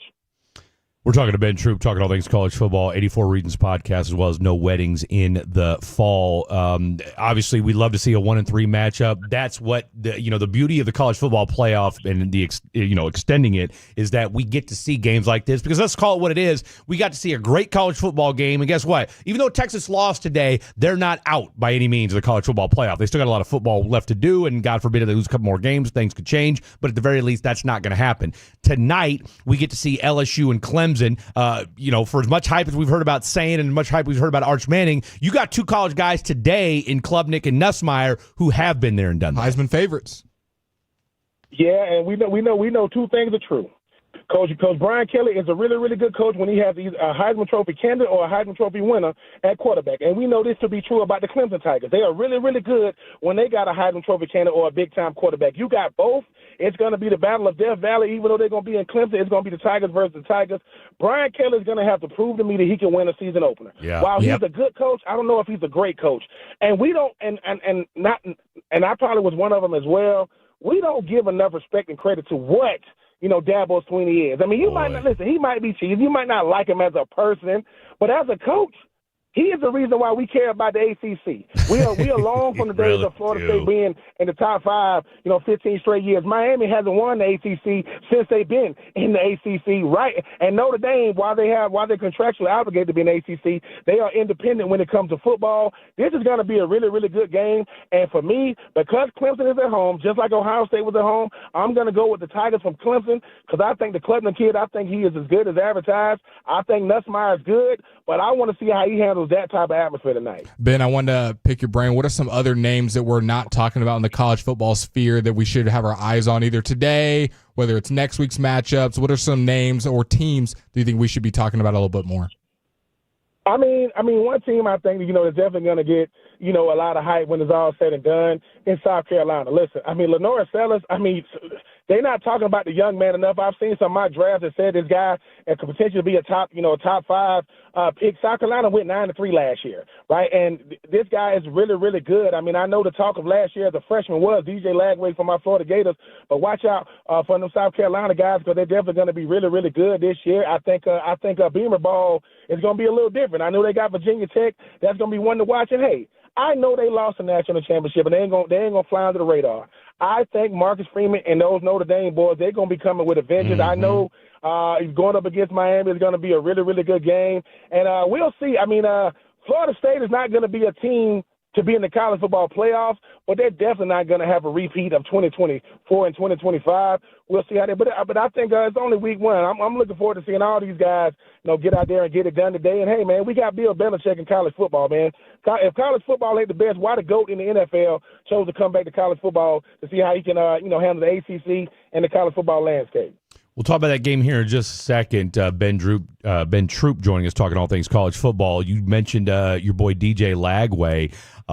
Look, it seems like you guys got Long Island University later on today. That should be, you already know the deal there. What now that your boy Billy Napier, and you know this better than I do, but it seems like the buzz as far as, him being on the hot seat has calmed down considerably, right? Like y'all finished the year strong last year, and you said it on these very same airwaves about how brutal that schedule is going to be, and that if that team could win 7 or 8 games, that was going to be a major achievement. They did exactly that. Kind of where are we at right now with this Florida Gator team? I'm not saying that this is your Urban Meyer's Florida Gators, but where are we at right now in Gainesville?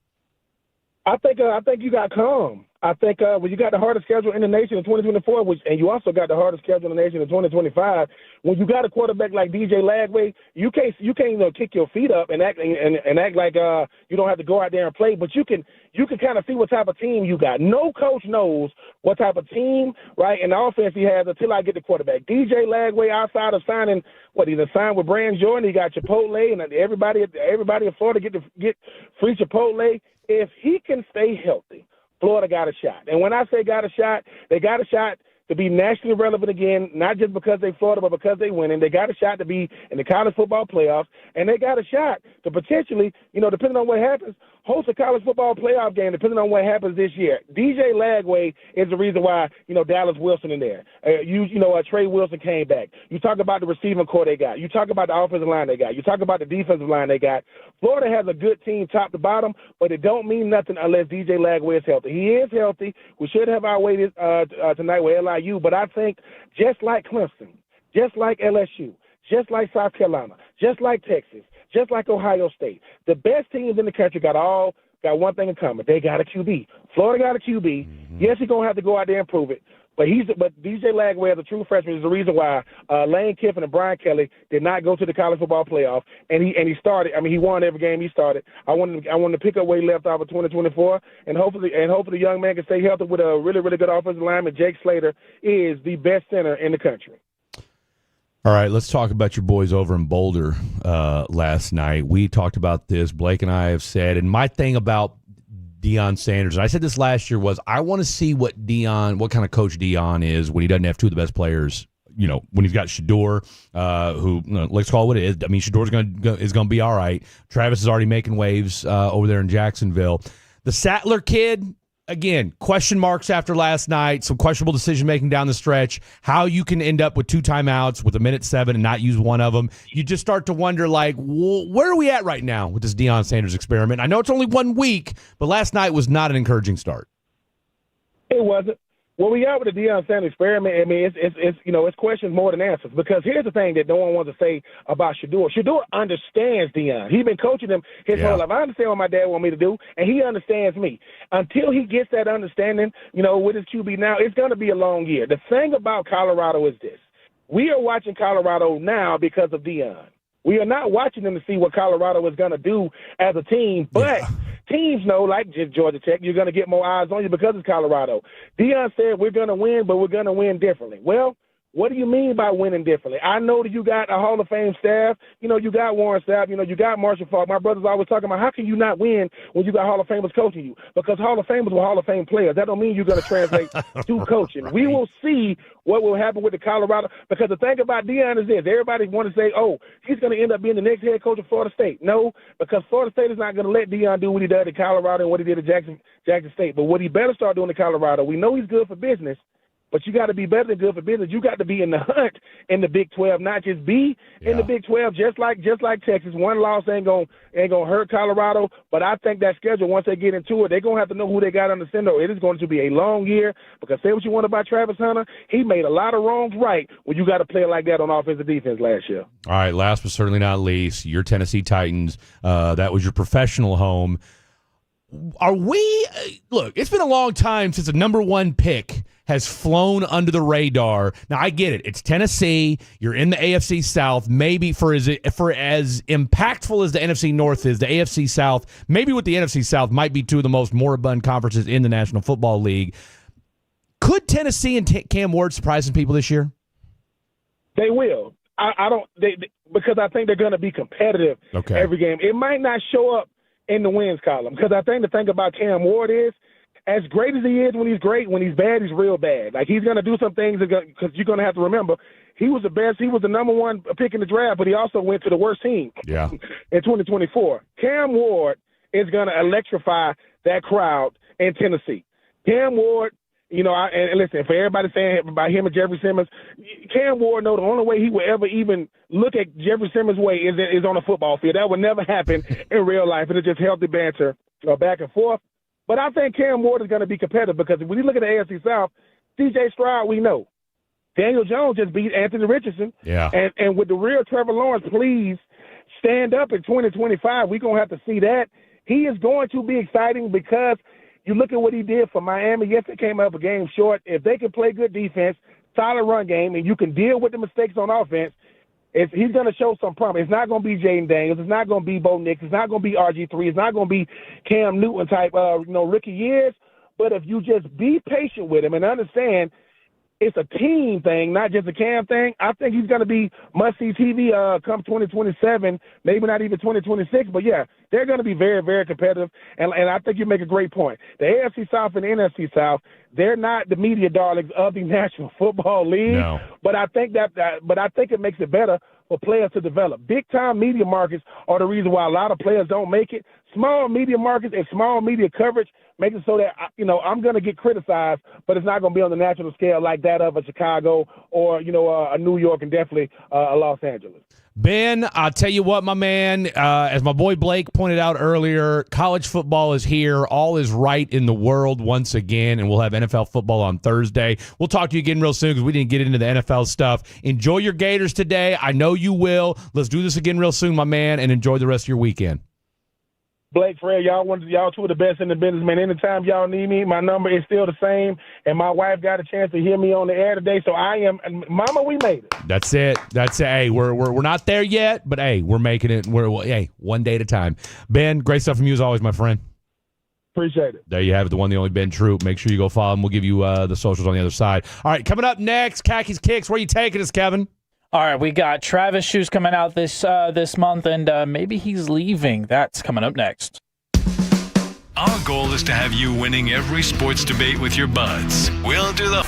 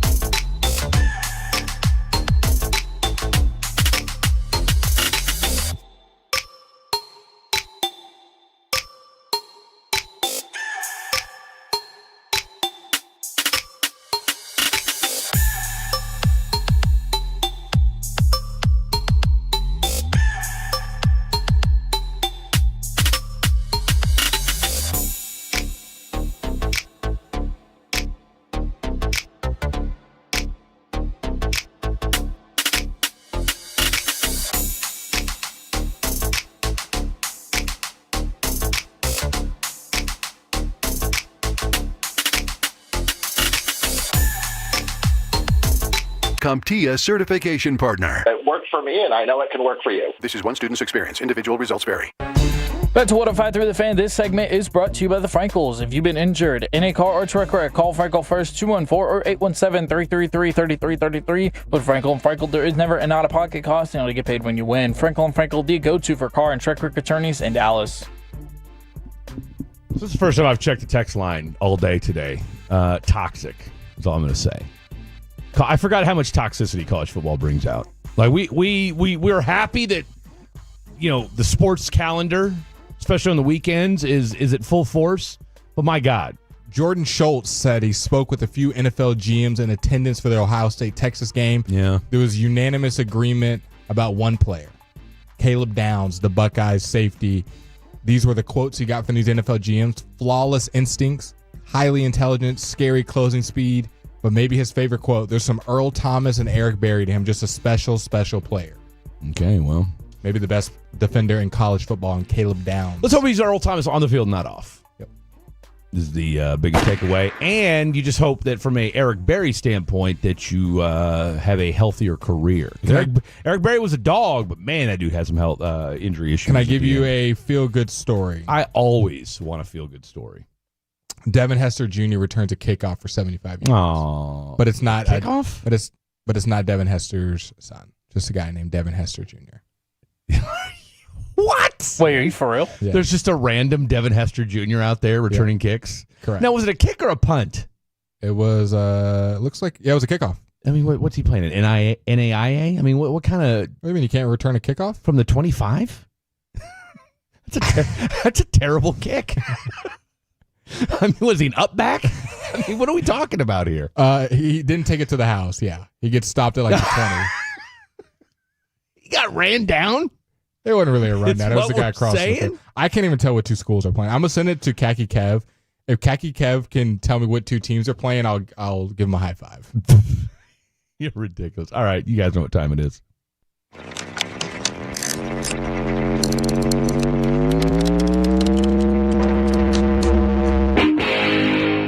The khackiest of the khaki, the one, the only, Mr. Khaki Kevin Walker. Boys, it felt like we haven't done this in a while. It feels like we have not done this in a while. I don't have access to the text line, so Fred, Blake, I'm counting on y'all. 877-881-1053, the Frankel & Frankel text line. If you don't know the drill, what are you wearing? We'll go around the room, but the Tolos need to text in. I don't imagine that anyone's wearing flip-flops, but maybe if it's sunny with bright blue skies where you are, it's a little gloomy still over here in Dallas. Sandals, Jordans, sneakers, golf shoes, work boots, whatever you got on feet today, text it in 877-881-1053. We'll go around the room. Started with you, Blake Elliott, what you got on feet. Okay, so I got on something different. Do not have on the clogs today because it was raining. Didn't feel like it was smart. So we got on, I'm going to go to Khaki Kev. What shoes are these? Are New Balances, but I don't know the model or anything else is going on with them. But I got on my tan New Balances. I bought these. You wore those for Greece, didn't you? I brought these before Europe. They treated me so well, so comfy. Yeah. Lots of cushion, great color on it. I'm a big fan of neutral colors. This used to be like light gray, Heather. It's gotten darker because I've worn them a bunch. I want to say those are every day now. Those are New Balance 2002s. I can't remember if those are the R or the A's, though. I can't remember. Sure, let's go 2002 R/A. Says New Balance running on the front. I love these. Get yourself some New Balance kicks. If you have a great everyday shoe. Yeah, New Balances are great. Shout out to the comeback that they made, because when I was in high school, every New Balance was a dad shoe, and you were corny for wearing it. Like, it was not the cool thing to do when you were in high school. Well, they still are the dad shoe, but the dad shoe is in style now, or the bulky shoe is really what it is. It's in style, man. Speaking of bulky shoes, I'm assuming that's what you got on, Fred. You guys know what I'm wearing. What did you wear in high school? Well, my shoe game in high school was I'm not saying it wasn't. I'm saying, what were the trending shoes in high school? I don't know, Nike, Adidas Oswegos. I think I've heard of those. Yeah, the Oswegos were legit. I had a lot of just white leather shoes because that's what you did in the 90s. You might rock a pair of all white K-Swisses. I know K-Swiss. Back in the day. I had some Air Maxes back in the day. Okay, so it wasn't that much different. Air Max it wasn't and different at all. I K-Swiss. mean, it's all it was. Trying to think. When I was in high school, the most popular shoe easily, now I got to also say where I went to school. I went to Arlington Martin my freshman year, so. I got to see if they won last Take night. that with a grain of salt. The Sperry's. That was the shoe. Ooh, Sperry's, the boat shoes was the yeah. shoe. Yeah. Probably in the 2 spot was probably the Adidas NMDs. Very popular. A lot of LeBron soldiers when I was in high school. Look, I wore the I had the LeBron. Oh my gosh, it was the bright green low tops. Oh my god, I wore the Easters. LeBron Easters. I wore the heck out of those with some cargo pants every day. And then obviously Jordans were still popular when I was in high school, but you had to have money. So I think I got one pair of Jordans, but it was Sperry's, Adidas NMDs. And because I think Roshi runs where they'd already, that was more when I was in like 7th grade. Yeah, that was definitely like the middle school era. Yeah. I am still wearing it proudly. I've got my Texas Nike Freeze. I'm actually wearing Nike Freeze as well today, Fred. There you go. But mine are Texas edition. We're still wearing them proud. Okay. I appreciate it. I mean, a lot of ball game left this year. A lot of ball games left. I mean, I wouldn't expect you to bail after one game. Well, some people are if you look at the Someone text said line, he was rocking British Knights. Is that at you, Fred? No, that's exactly who it's geared towards. I did not wear British Knights, but my Uncle Mark, shout out, was a big British Knights guy.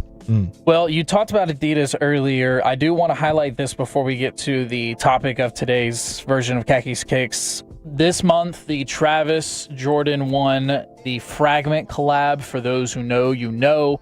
Those are coming out later this year, September 20th. They're going to go for probably around $180 retail. Some are suspecting that this could be one of the shoes of the year, so probably upwards of $800 to $900 resale. So if you want, go ahead and try to get them for retail. They're saying there's about 40,000 in stock, so you have to be on it quick. It's going to be tough to grab. But that is the topic of today's conversation because I'm a Travis fan. Music, sneakers, everything that he does, I'm a big fan of. Would you get him tattooed on you? What do you mean by that? Like his face? Wow.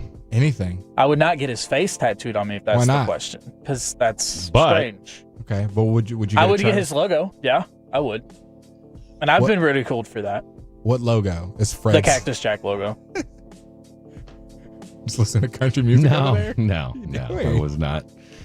Pulling a Blake right there. I was. I did. Random audio. I did. Why is it that the audio never plays when you want it to, but then when you open it up during a segment, blaring for everyone to hear? What song was that? It was a Nickelback song. But it was on my Instagram that popped up. So anyway, continue. So I talk about that because Travis and his contract with Jordan is set to expire soon. And I won't lie, I didn't know about that until the rumors came out that he apparently met with Adidas recently. Okay. So what would be the thoughts if one of the... I would just say anytime he collabs on a shoe with Nike, people are going for it. Even if they don't love it, it still does crazy resale numbers, sometimes even twice the retail value. So what would be the thought process? And the Tolos, I want y'all's opinion on this as well. I know that there's some of y'all out there that are big fan of the Travises, whether it be a collab pair or if it's just a normal Travis 1 or whatever have you. What would be the thoughts if one of the bigger collaborators of the sneaker world goes to Adidas versus Nike? What would y'all's thoughts be on that? Blake, I know you've probably got This is Travis Scott? Yeah, this is Travis Scott. Are you saying, like, what are my thoughts on him going there? I mean, Kanye did it. And that's a lot of people are looking at that. And some people may be like, yeah, but who's going to leave Jordan, right? But you got to think about it this. Pharrell is now the head over there at Adidas. Pharrell's got a lot of pull. I could totally see them making a launch or a big campaign to get Travis. It would be a big change. Yeah, I could see it. I mean, were his Nike? What Nike shoes did he have, or Jordan shoes did he have? I'll be honest with you, I don't recall those. I mean, pretty much any Jordan that he has made has done pretty crazy numbers. I want to say the cheapest. But what's pair, he do to it? Like, what does he do? Just throw like a different color on it, or what's all kinds of different colors? The backward swoosh is his thing. That's the thing that separates his from the rest. Is the backward swoosh? Obviously, his Cactus Jack logo on it. The leathers tend to be more premium than those of normal Jordans, but also just the name alone. You know, if anytime you get a Travis collab, it's just going to do more numbers. Interesting. That's more your generation, not gonna lie. Of course. I mean, Travis Scott, I just think he's not an average rapper. I don't think he's a rapper though. So what is he then? He's definitely more R&B psychedelic rap. is how I describe it. What does that even mean? If you listen to it, then I think it makes sense. Rap. But I'm not here to talk about Travis as an artist. This is not Kevin talks about Travis. I mean, look, if I will defer to you two when it comes to the Travis Scott conversation. I just want to see. You know what I just want? Can I just get a pair of just black Jordan shorts again? Okay. Shorts? I mean, I that's all I want. I'm so tired of going to Nike stores and everything is 2 inches from the crotch. Like, I just want some knee length black Jordan shorts that I can wear to the gym. I got you. I'll take you to the That's it. I'll take you to the outlet. I've been to the outlet. What, you don't think I know how to look for Jordan shorts? Think I'm new to this? Take it to the real outlet. I got the What? You got some sort of underground place that no one knows about? I got the Nike plug. I got people. Okay. Blake, can you get us out of here with what the Tolos were saying? Yes, I can. Khakis, Cliff Kev.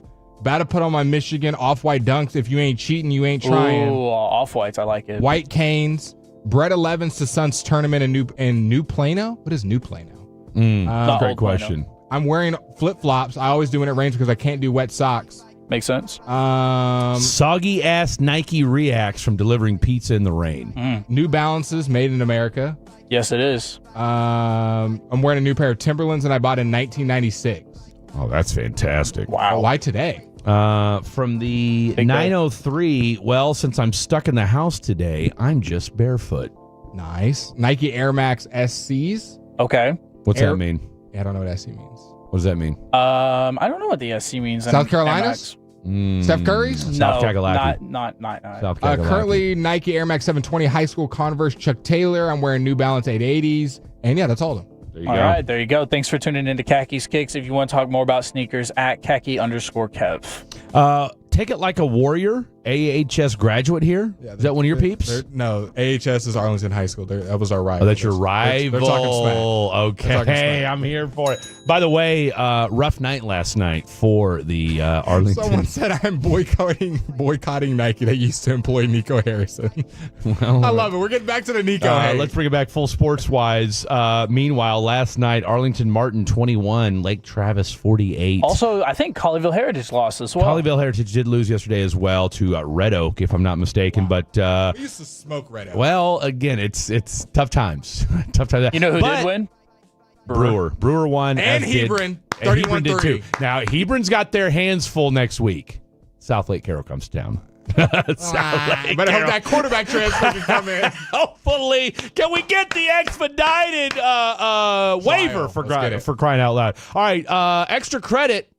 Where are you taking us, Blake? It's a college football Saturday, so let's see who knows more college football. Fred, Kevin, or the Tolos next on The Fan. Yardbird's Southern Table and Bar. Dive into succulent, mouth-watering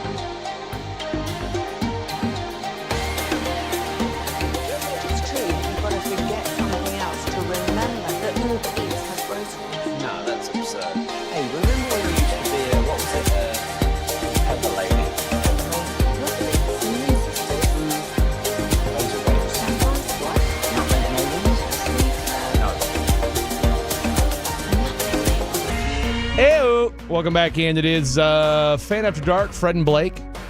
Little Khaki Kev sprinkled in for good measure here on 105.3 The Fan on a soggy Saturday. It looks like it's dried out, though. 877-881-1053. Have you guys all calmed down yet from the Texas game? My God. Well, hopefully you haven't calmed down too much, because at 4 o'clock we will be getting none other than the best beat reporter when it comes to all things Texas football, and Arch Manning, Corey Mose, will be joining us at 4 o'clock to let us know what the locker room was like, what the press conference was like, what the overall tone of that Longhorn fan base and nation is right now out there in Austin. He was down at the game in the shoe, so we'll get coverage of that at 4 o'clock. But before we do that, let's have a little bit of fun. We're going to stay in the college football thought process, but we're going to have a little fun, do a little extra credit. We weren't able to do it on Thursday because of the Micah Parsons news, so now it's time to kick back and do a little extra credit. Ring the bell. Fred and Blake. It's a merry-go-round, you dumbass. Do you need the dumb in front of the dumbass? I mean, I did his homework. Not like he bullied me. It's kind of redundant. Okay. I've never even heard that word in my life. But as my own personal form of punishment, I figured out how you're going to earn that extra credit. All right, let's go. Here we go. Here we go. College football edition of Extra Credit, where we'll be seeing, do the Tolos no more? Does Fred no more? Or does Khaki Cav, the Longhorn himself, no more than old head Fred when it comes to college football? What's so funny? Because of what I said on accident. What, old head Fred? I said old hole Fred. Whatever. Are we going to the party after this, Fred? Sean Sharif's throwing a party. We were invited, but we're working. Apparently it's packed. Should we go and just show up and Fan After Dark is here? Tolos texting 877-881-1053. I want to know what the food's like first before I go over there. First question. Good. We've got good reports on food. First question. We're going to Khaki Kev right off the bat. I feel good about Khaki Kev today. I feel like this is a Longhorn day for you, Kev. It was. Question number 1. Still is. Which school, and remember, you get 2 points if you don't need the multiple choice, 1 point if you do, and you can steal. Which school produced both NFL stars, Jerry Rice and Deacon Jones? A, Alabama. B, Grambling State. Can I answer this? It's Kevin's turn. A, Alabama. B, Grambling State. C, Mississippi Valley State. D, Jackson State. So honestly, if you just know where Jerry Rice went to school, it answers the question. Why do I not know this? I want to say, I know it's not Alabama. I'll give you a hint. What are you giving hints for? What are you giving hints for? I don't need a hint. Well, I mean, what are we doing here? I was going to give him a hint. No, we don't need hints. I know the answer. Okay. Hints. It's not your turn. You better hurry up and guess this, bro. We ain't got all day because I'm stealing it. I know it's one of two. Oh, wow. Jiminy Christmas. Grambling? Nope. Incorrect. Mississippi Valley State. Give me that point. Next. Let's go to Fred. In the 2023 season, which Pac-12 quarterback broke the single-season conference record for passing yards? You want the answers? Yeah, give me the answers. Michael Penix. Michael Penix. Okay. That's correct. 2-0. You're good. You're good, Kevin. Don't waver. Okay. I don't win these, so I don't waver anyway. Which current NFL superstar wide receiver is famously from a non-Power 5 school? You want Tyreek Hill, Jamar Chase, Justin Jefferson, CeeDee Lamb. Tyreek Hill. Okay, there we go. I was like, that's a layup. What a layup. Okay, let's go back to Fred. Which tiny FCS program from Cheney, Washington is known for its bright red football field nicknamed the Inferno? A, Montana State. B, Eastern Michigan. C, Portland State. D, Idaho State. So read the question again. Which tiny FCS program from Cheney, Washington is known for its bright red football field nicknamed the Inferno? Montana State, Eastern Washington, Portland State, Idaho State. And you said it's got to be Eastern Washington, right? 3-1. Context quiz. Well, that was like a trick question. I'm like, are these guys trying to set me up? I'm pretty sure Portland's in Oregon. Pretty sure Montana's in Montana. Pretty sure Montana's not in Washington. Wow. Kevin. This is what's wrong with AI right here. Hey. Before winning multiple Super Bowls with the Chiefs, where did Patrick Mahomes play college football? Oh, my. Oh. What do we do? Where did you? I mean, what is this? I didn't come up with the question. Is this Grok or ChatGPT or Claude? Which one are you using? Texas Tech. 3-2. Fred, which school's mascot is a blue chicken named Big Red? Blue chicken named Big Red? Correct. You want me to read the answer? Yeah, please read the answer. Arkansas State, Western Kentucky, Ball State, or Miami? I'd lean Miami here if I were you, Fred. Ooh. Yeah, I'm going to go with Miami. Incorrect. Miami of Ohio. Correct. That is correct? Incorrect. Kevin?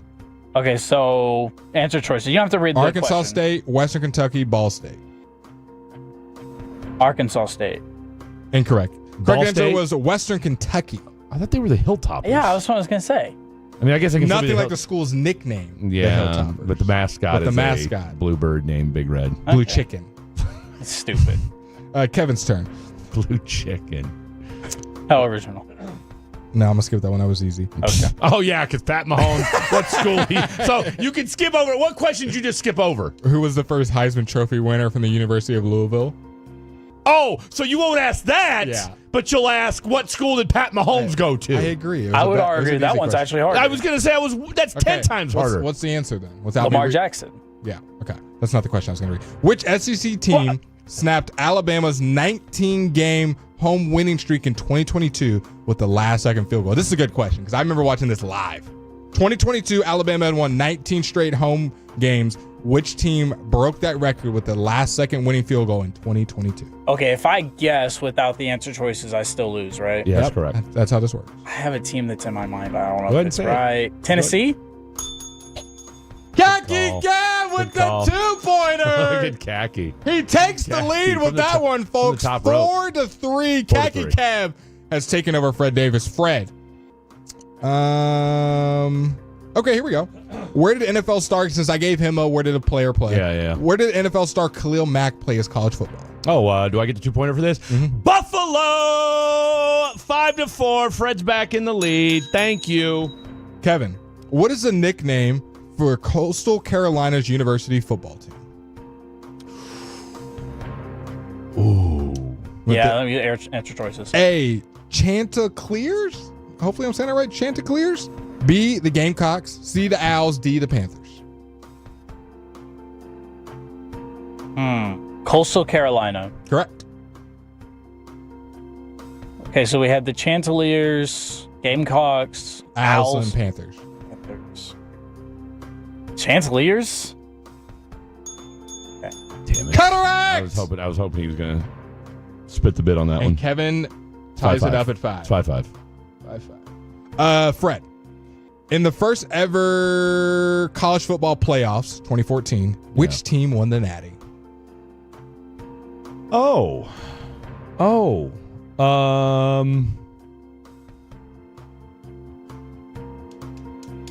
Ohio State. And I didn't even read the answer choices, so that's 2. 7-5. Kevin, you're good. That's Kevin, good. you're good. You're good, Kevin. Right here. Which small school produced NFL Hall of Fame wide receiver Randy Moss? Marshall? Woo! Pulled that one. 7-7. 7-7. Fred, We got a showdown here, what boys. is the nickname of UC Santa Cruz's sports teams? The Banana Slugs! I do this, people! We're on a heater. 9-7. 9-7. This is one of our higher scoring extra it credits. is. Kevin, which current NFL quarterback started his college career as a walk-on at Oklahoma State, before transferring to Washington State, where he set multiple passing records? He's going to need the answers on this one. Yeah. Gardner Minshew, Baker Mayfield, Sam Darnold, Jalen Hurts. Sam Darnold. Not the answer I'm And looking for. let's go with, to help put this one away, boys and girls, can I get a Gardner Minshew? You know what? I'm good taking an L on that one. No, That's fine. a tough one. You're fine. Kevin, he's going to get this one wrong. You're going to bounce back right here. Fred, What is the official nickname of the University of California, Santa Barbara? Santa Barbara. Probably want to go with multiple choices. Santa Barbara. Is it the Gauchos? Get out of my face! Get out of my face! Get out of my face! Get out of my face! I'm done! This game's over! It's over! It's 13-7. Kevin, we'll ask you this one just so you can maybe have a more respectable score. Okay. Which college football program has the most wins of all time as of 2025? You want to throw out a guess? You want the answer choices? Last one. I'll take the answer choices. Michigan, Alabama, Ohio State, Notre Dame. Michigan? Nice job, Kevin. Nice job, Kevin. They surpassed 1,000 wins in 2023. They have the most in college football. Love to hear it. Of a final score of 13-9. One of our closer games. Yeah. Or high-scoring games. High scoring. Great job by Fred. A lot of answers without needing to answer choices. That's what did it. That's what did it today. Where did DeMarcus Ware go to school? That was the next question. He went to an FCS or all-black college, did he not? I don't know. Norfolk State? I think Incorrect. And correct answer was Troy. Troy University. Which school mascot is a tree? Stanford. And in 2007, which unranked team pulled off one of the greatest Appalachian upsets State. Where are we going next? Corey Miles! Let's talk all things UT, Arch Manning, and college football. When your friends say, Doesn't sound right. What's the cell phone score?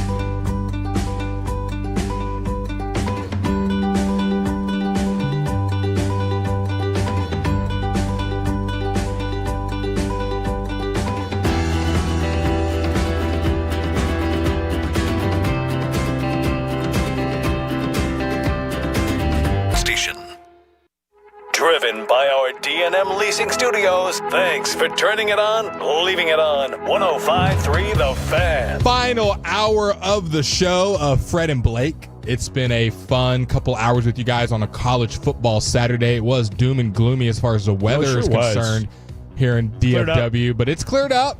It's looking nice. It looks like we'll have smooth trails to get to Sean Sharif's party. Shouldn't have any problem at all. But where's he live? I don't know. We'll look at the address. Don't look now, though, if you're an Alabama fan. They are down 17-7 against Florida State, the Seminoles, right now. But let's go out to the Dean and Leeson hotline and talk to the one, the only, the man who doesn't sleep for KVUE and the Longhorns. All things Arch Manning, all things Texas. Let's go out to Corey Mose. Corey, how did you take in today's game, and what are your initial thoughts? Oh, man. First off, y'all say you're having bad weather. Y'all had bad weather in DFW? Yeah. Columbus could never, bro. It's beautiful out here. My goodness. I'm walking the field right now in a little 80-degree weather. But, yeah, for the game, man, a lot of thoughts for sure. I think what the biggest thing to me was you saw experience against a bunch of young dudes that are trying to make their first true road start. So when I say that, I mean Ohio State's defensive secondary experience kind of outplayed the young receivers for Texas. And I think on the flip side, you see the receivers for Ohio State. I know Jeremiah Smith is young, but Carnell Tate will be a first or second round pick. He made a huge play over a young DB in Gilbo who made his first start as an outside corner this season. And so I think they just made more plays. You know, the Carnell Tate play was big. I think the goal line stand on 4th and 1 where Texas didn't get the stop. On the flip side, Ohio State does get the stop on that sneak from Arch, and Coach Sarkisian talked about that post-game, specifically about why they chose that play call. But, yeah, I just think that Ohio State just made more plays with their star players, and their experience showed true today. Most of us haven't had a chance to hear Sark talk post-game. What did you gather from all of the post-game comments from the players and coaches? Man, a lot of stuff, to be honest. A lot of stuff. I guess I just mentioned the 4th and 1. To give you all context, on that quarterback sneak, Sark said basically that they did a hurry up because they felt like the personnel that Ohio State had, they didn't have their big guys in there, so they were hoping that if they did do the hurry up, they weren't able to substitute those big guys in, hoping that the quarterback sneak would work. He said they worked on that all the time in practice, and that was the reasoning behind that. I think the other thing was in the first half, Arch just seemed off, right? He just seemed like he wasn't able to find his targets very well, wasn't reading the defense well. Well, Sark talked about that post-game in a sense of Matt Patricia and that secondary, like I mentioned, they just did a really good job of disguising what type of coverage they were in, and it didn't last until halftime when Sark had a chance to sit down with Arch, sit down with the offensive coordinator and Kyle Flood, and they could go play by play and basically look at the coverage and how they were kind of shading things so Arch could better understand. That's when things started to switch up for Arch. As you saw in the second half, they were able to move the ball better. That was one of the reasons why, because at halftime they were able to actually sit down and look at tape so they could see, okay, how they're disguising these things. I think those were the biggest things. Of course, the one big question was asked at the end to Sark, which I thought was pretty interesting. It was Heather from ESPN. She mentioned, a lot of big expectations for Arch from the outside, right? He's the savior of Texas, whatever. But Sark's personal expectations, did Arch meet them today? And Sark had a great response to that. He basically said, of course, he wants Arch to play better. He wants Arch to play better every game. But this is just one chapter of the book. Just wait until the book is done being written, and then we'll talk about Arch. And so I think Sark knows Arch didn't play a great game, or some would say not even a good game, but you saw some flashes. Sark also mentioned that he felt some of the blame about getting Arch settled down. He felt like he should have ran Arch more at it. I think we all saw when Arch started to use his legs, he got comfortable. And Sark admitted he was kind of reluctant to let Arch run early in the game just because he just didn't feel comfortable letting him do that. So once Arch took a couple of hits, he got comfortable, and you saw how the offense moved better. So those are the couple topics that stood out to me. Corey Mose, KVUE, friend of the program, joining us here talking all things Texas after their hard-fought loss today, 14-7 to Ohio State. Did you talk much about the going 1 for 5 on the 4th downs? Because the one thing we discussed was, look, for as erratic and as uneven as this offensive performance was, if you score twice or at least convert on those 4th downs inside the 5-yard line, this conversation might be a little bit different.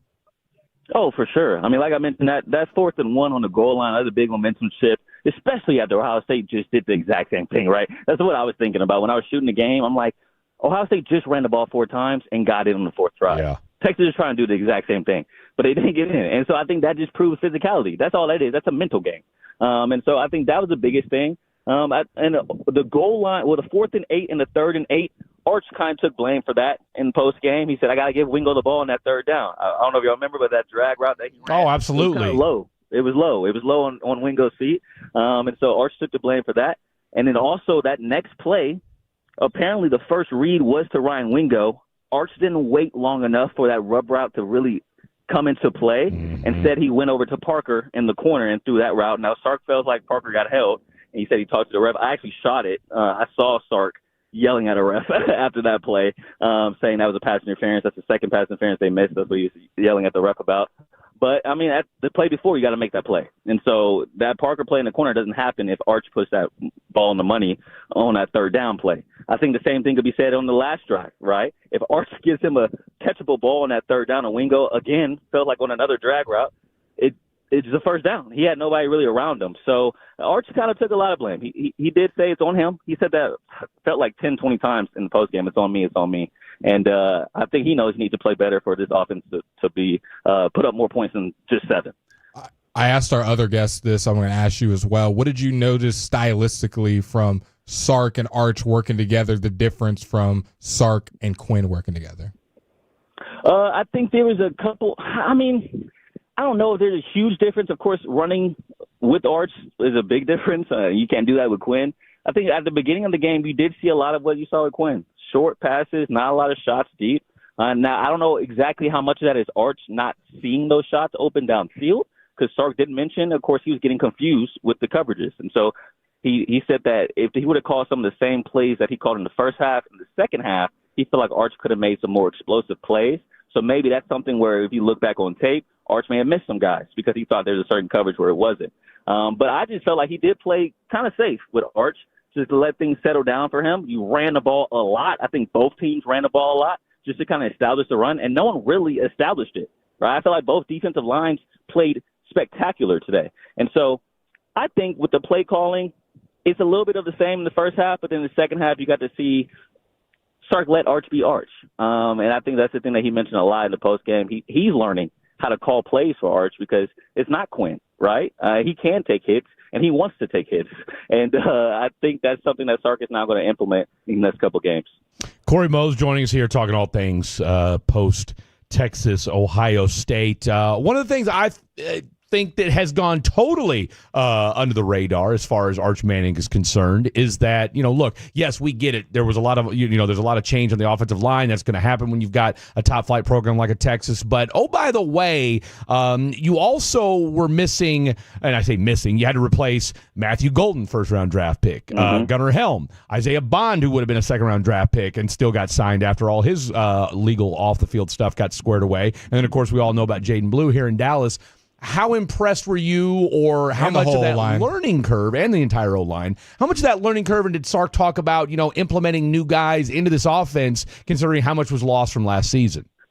Yeah, the biggest thing for Sark was he felt like all the young guys, all the new guys that are starting for the first time, handled it pretty well, handled this atmosphere, this road hostile environment. It was loud in here. I'm not going to lie to you. I was on the field shooting the game, and it did get loud. Now, I don't think it was as loud as like Kyle Field last year, but it was rocking. It definitely was. And you saw a couple of mishaps with Brandon Baker, first time starting at right tackle, couple of false starts. Sark mentioned that.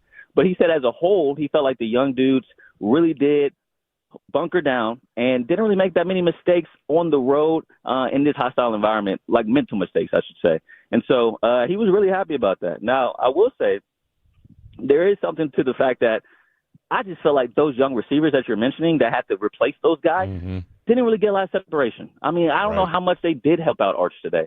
Now, there's a couple plays I would argue for Ryan Wingo. If you're going to be that dude, you know what I'm saying? If you want to be that dude, I need you to make some of those throws some of those catches that may have been bad throws. Yes, it's behind you, but hit your hands. We all know the rules. If you hit your hands, you got to catch it. And so if you want to be in that conversation with Jeremiah Smith, like you've been saying all year, if you want to be in that conversation with Cam Coleman, like you've been saying all year, you got to make some spectacular plays when the quarterback doesn't make the right throw or a decent throw. So I don't know how much help Arch got today. Parker Livingstone showed up. You know what I'm saying? Sark also mentioned DeAndre Moore. It was tough for him to get comfortable. I felt like second quarter, midway through the second quarter, I'm thinking, where's Demo? And so those were the type of things that did come up. Now, the offensive line, I will say this. There is one thing I do want to point out. Last play, you saw that free runner come through. Sark kind of explained what happened in that situation. He said that they were in a hurry-up situation. They're trying to communicate on that offensive line. The play clock's running down, and the communication got all the way down the line to slide to the right except to the right tackle. So everybody got the notion of what's going on except for the right tackle, and that's why you saw that edge come off as a free rusher and get Arch on that last play. And so if you look at the play at the replay, I saw it on Twitter already, Brandon Baker doesn't even look towards that way because he didn't get the information that we're sliding towards the right. So, yeah, I think that's just, tough that the one mistake by the offensive line happens at the last play. So everyone's going to remember that. But I felt like the offensive line played pretty well and gave Arch a really good pocket. It's just they weren't on the same page when it came to quarterback and receiver. Not named Arch Manning, what are some standouts from either side of the ball, or either side of both teams, if you will, from this game? I thought you mentioned a good one in Livingston. I think there's a young guy out there. I'd like Styles out there from Georgia. Both of those are Georgia. From Ohio State, both of those guys were making plays. Who were some guys that stood out to you not named Arch Manning in this game? I found out who this kid Matthews is from Ohio State today. He's a beast. I don't know. I've never heard his name before today, and that's on me. But that DB from Ohio State, he was ridiculous. He got that pick, and then Styles dropped the tip pick, but Matthews was the one that made the play for it to even get up in the air. So I respected Matthews. And, again, that just talks about the DB room at Ohio State, right? And then I don't need to mention Caleb Downs. That kid's a freak. It's ridiculous. He's all over the field. He's going to be a top 5 pick for a reason. It was cool just seeing him again in person because last year at the Cotton Bowl, I'm like, okay, yeah, he's good. But is he really that? Yeah, he's really that. And on offense, not on offense, for Texas, this is a kid I've been raving about all offseason, and we just heard about his name throughout the fall camp because he's a true freshman. But Grayson Littleton, he's going to be a star, and I'm going to continue to ride his coattails because he had a great game today. Big-time stop on that third down, knocking the ball away from Jeremiah Smith. Unfortunately, Colin Simmons has that hand to the face penalty on third down, which then allows him to score a touchdown late. That hurts. But the true freshman is the one that made the play on Jeremiah Smith. And then later, he made another play. I can't remember exactly what it was, but I know the last play I'm thinking about is on that last drive for Ohio State, or second last drive. This third down, Texas needs to stop to then give the ball back to the offense for a 2-minute drive. And who makes the tackle on third down? Grayson Littleton. And so Michael Taft talked about him after the game about how, he told Grayson, just make your plays, and once you make your first play, be proud of it and calm down and settle down. And it seemed like the true freshman was up for this atmosphere, and he balled out. So shout out to Grayson Littleton. He's going to be a dog. And to play as a true freshman on this secondary with a bunch of 5-stars and All-Americans, that says a lot, in my opinion. Well, to borrow a line from our esteemed producer and UT guru, Mr. Khaki Kevin Walker, do you think there will be a better defense that this team's going to face? We know the SEC's loaded, but this is as good a defense as they'll face all year, correct? Yeah, it's definitely up there. You have dudes at every single level that could be All-American, just like Texas does, right? And I think Sonny Styles, he did show a lot to me today. He showed up in the run game, in the run defense, I should say. He's a dog at the linebacker position. And then, like we mentioned, Caleb Downs, and then Matthews, and then I don't want to mess with his name. It starts with an I, but the other DB, the corner for Ohio State. But, yeah, this secondary is for sure going to be the best secondary that Arch is going to see all year. Now, I don't know, defense-wise, you got Georgia. Of course, you never want to discredit Kirby Smart and what they got over there. But secondary, yeah, man, these guys are freaks. These guys are absolute freaks, and we saw it today. Corey, great stuff from you as always, my friend. Look, a lot of football left, and as we alluded to earlier in the show, the beauty of the college football playoff is now just because you lose a week 1 or week 2 doesn't mean the rest of your season's over. Isn't that great? It's funny, when we were driving up here, that was exactly my words. I'm like, bro, I'm so glad this game doesn't mean everything for the season. Absolutely. How bad would that be, where it's just like, man, we got one loss against a top 3 ranked team, and now the season's over. That would suck. And so, yeah, I'm happy too. Now, the guys did say, it still hurts. That question was asked in the sense of, okay, so your goals aren't over. You can still make the national championship, so how is everyone feeling in the locker room? And Ethan Burke responded with, this still hurts, bro. We're still competitors. It still hurts the same, even if the season ended today, compared to just this being the first game of the season. We want to win every single game. And so it was cool to hear that, the fact that they do care about every single game like it's the same. And, we'll see how they respond next week. Well, we've got a month before the schedule start. I mean, look, taking nothing away from San Jose State, UTEP, and San Houston, but needless to say, we should see 3 victories in a row. Great stuff from you as always, my friend. We'll do this again before Florida. Sounds good. Appreciate Thank you for having me on. Always, my man, always. The one, the only Corey Mose from KVUE, talking all things Texas after the hard-fought 14-7 loss today at the Shoe. All right, coming up next, because we kind of, had to do some things on the fly, we're going to go ahead and scrap top 5, and we're going to replace it with Fair or Foul, Blake Elliott edition. Okay? We were going to do it earlier in the show, but we got caught up because everybody was so geared up because it was just right after the Texas-Ohio State game. Everybody was still feeling some type of way about that. Feelings have subsided.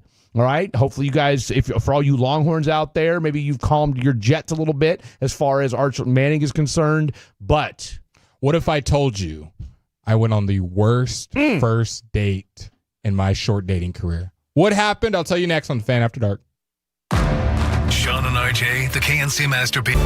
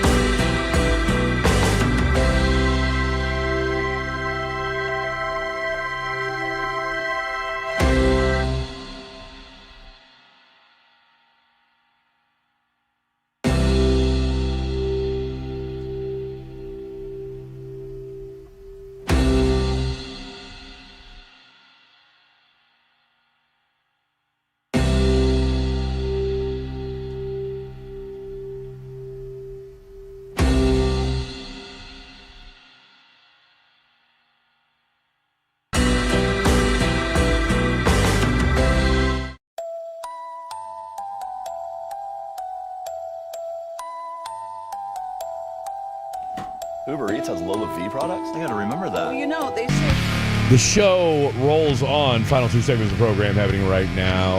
A little Fan After Dark for you on a Saturday afternoon. We are headed to Sunnyvale after this. 26-minute drive. 26, not too bad. Honestly, I thought it was going to be longer. Really? That's what she said. Where does your mind go, Kevin, when I say Sunnyvale? Shout out to our boy Anthony. Shout out to our boy Anthony Council. If you know, you know. If you know, you know. That was an inside joke between me, Kevin, and about 3 people. So. I got it. I'm here for it. That was our first ever Aubrey High School football broadcast. It was a preseason game. Me and Anthony Council on the call. And when he's announcing Sunnyvale, he just did the funniest announcement of their team. And just funny between us young mean Oh, my greeners. God. I guess you had to be there. Did you do college radio? Yeah, I did, actually. And I was fired. Wow. Yeah. Why'd you get fired? Because We're in fair or foul, by the way.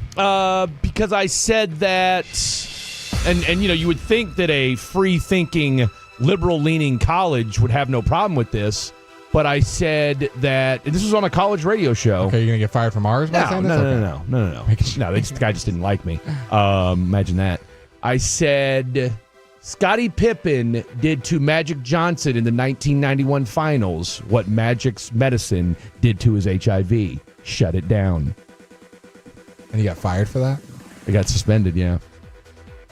Well, I was like, look, if you can't take my radio show and the numbers that Fred was doing, get out of my face. I have been seeing all the people that I worked with. Before I worked with Kevin and Anthony and Cullen with the Aubrey stuff, I did stuff with our little Sports Zone show.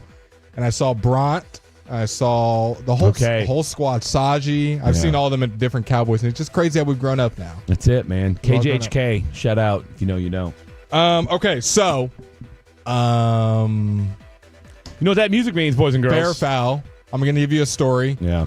Personal. Not quite Bob level, but still pretty good. But listen up, totally. You know what we didn't do? What didn't we do? We didn't play the Mangini audio. No, we didn't. It lives to see another day. That's the beauty of a Fred Davis tease, is just because I teased it doesn't mean we're going to pay it off. Okay. That's the ultimate right there. Also teased the Micah audio. Okay, so I'm going to... You can always get back to that. I'm going to tell this story about a date I went on, but I want it to be interactive. I don't want just me blabbing for 8 minutes. So oh, no, I mean, I'll interact with you. I mean, interrupt me. I've heard the story. But. Interrupt me, ask questions, do whatever you want. I'll keep the... I will represent the Tolos on this one as... I'll have drops ready. Okay, yeah. I just don't want to be talking straight for 8 minutes. So, Blake is on the dating app. Boom. Meets a girl on said dating app. They exchange Instagrams. They have each other on Instagram. What should this girl's alias be? I'll let you pick it this time. Let's call her Julie. Okay. So Julie, which is also my aunt's name on my dad's side. All right. Hey, Aunt Julie. Julie is posted a picture on Instagram looking quite nice. Yeah. So Blake, me, slides up on the story and said something. I didn't know that you met her. I thought you met her on Hinge. I already said that. Oh. I said met her on the dating app, exchange Instagrams. Follow along. Okay. Sorry, I was reading the text. Cannot multitask to save his life. So she posts a picture. Blake slides up. Maybe a barking emoji. I don't remember what I said. Something crazy. Something corny. And she goes, we have conversations back and forth. How are you? Blah, blah, blah, blah. Either way, she goes, I got a question for you. When can we do these accents together? Because we had joked about that in the Hinge. Yeah, I feel like you need to include that part. Like that was kind of an important part. In our Hinge chats, our way to connect was saying that she wanted to do an accent with me because I said I like doing accents. We can role play accents, whatever. Because that's one thing that the Fatties and the Tolos know, that Blake does like to do really terrible accents. Correct. So not just here on the radio, but in his real life. In real life. I love to do accents, whether they're good, bad, whatever. It's just fun for me. Either way, boom, she asked, when can we do this in person? So she's kind of being the flirty, forward person asking us to hang out, which you don't get too often from the girl. It's usually the guy doing it, whatever. I say, hey, I'm free tonight after my fantasy football draft ends. This is Sunday night. She goes, no problem at all. Boom, do my fantasy football drafts, go handle some other business, and then boom, I go and pick her up. It is 10:03 on a Sunday night. We were planning to go to Rodeo Goat. Yeah. But then it was closed at that time. So she goes, where else would you like to go? When she's walking up to the car, Frederick Davis, I already was not happy. Yeah. Main reason because of the outfit. Now, what time of day is important? 10:03 on a Sunday night. And she has on a cheetah print top with a long green skirt with a slit up the side. When you say long green skirt, are we talking like calf length? Are we talking to the toes? Down to the feet. Down to the feet. Wow. And silk, like very like nice dress. And I'm not saying I liked it. I'm just saying like nice quality. This wasn't like a jumped out of bed. But it was green? Lime green. And a yellow and black cheetah more print? More dark black and brown and light brown, like cheetah tiger print. Top. Look, Sounds Fred, sexy, right? Fred's not the most fashionable guy in the world. Is that? I mean, what is that? I don't know. Okay. So I think the right person. Flip-flops? Sandals. Okay. It just was an interesting. Just a lot going on. A lot going on for our first date on a Sunday night. Yeah. Like everything's closed. We were gonna go get a burger. Yoga pants and a t-shirt would have been more than okay. Jeans and a tee, yoga pants and a tee. That's kind of the vibe I was going for. And what were you wearing? I was wearing light jeans and a nice shirt, like a t-shirt, not like a walk around the house t-shirt, like a nice tee. Yeah. We go to said restaurant. Restaurant's somewhat fine. Right. The entire time I'm trying to do accents, she's correcting my accents. Give me an example of one of the accents you did. I'm like, I think I might have been doing a little British. Said, hey, do you want a lemonade? Or would you like water? And instead of her just playing along, she goes, the accent's not that good, Blake. Your dialect, it's a little South African. I'm like, okay. She's nitpicking the accent. Nitpicking the accents while we know each other for 20 minutes. And let me backtrack. On the way to said dinner, I bring up, I've got some NBA friends, some people that I work with, stuff like that. And I'm in that space. Yeah. I'm not trying to flex. Like she's asking about my job. What do you do? And so, I do this. Instead of her being like, that's so cool. Yeah. Her response, Fred in the Tolos, is, I have a lot of experience with NBA players. Whoa!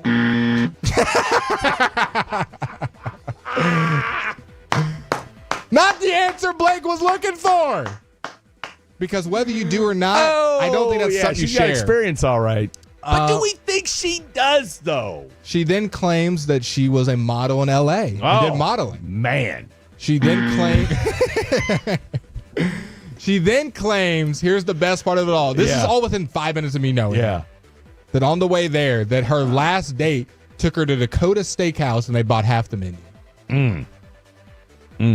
While I'm taking her to, a Burger King. You're like, we're about to get the value menu, broad. What and she then goes to say that she doesn't have a job and does not have a car. Wow. Which makes sense why she asked if I could pick her up now. Wow. Staying at a very nice hotel in Dallas. So many red flags. Very nice downtown hotel in Dallas. Or downtown apartment complex in Dallas. Yeah. No car, no job, crazy outfit, making fun of my accents. Do we know what she did for money? I mean, did that ever come up? I don't know. That might explain the last part of this, which we'll get to in just a second. Okay, so the boom. We have dinner. Dinner itself is not all that bad, other than her. We get the salmon and we get the pasta because she couldn't decide which one. I said, well, I'll get one, you get the other. We'll kind of share. Yeah. Figure it out. No problem. Whatever. Boom. Do our thing. Food comes out. Waitress is very nice. Eat the food. We split it. I'm eating the salmon and pasta. I think both are phenomenal. Yeah. You know where we were. We won't say the place we were, but I get too fast to carry. I thought the food was great. Right. I see her not eating the pasta. I go, well, what's the deal?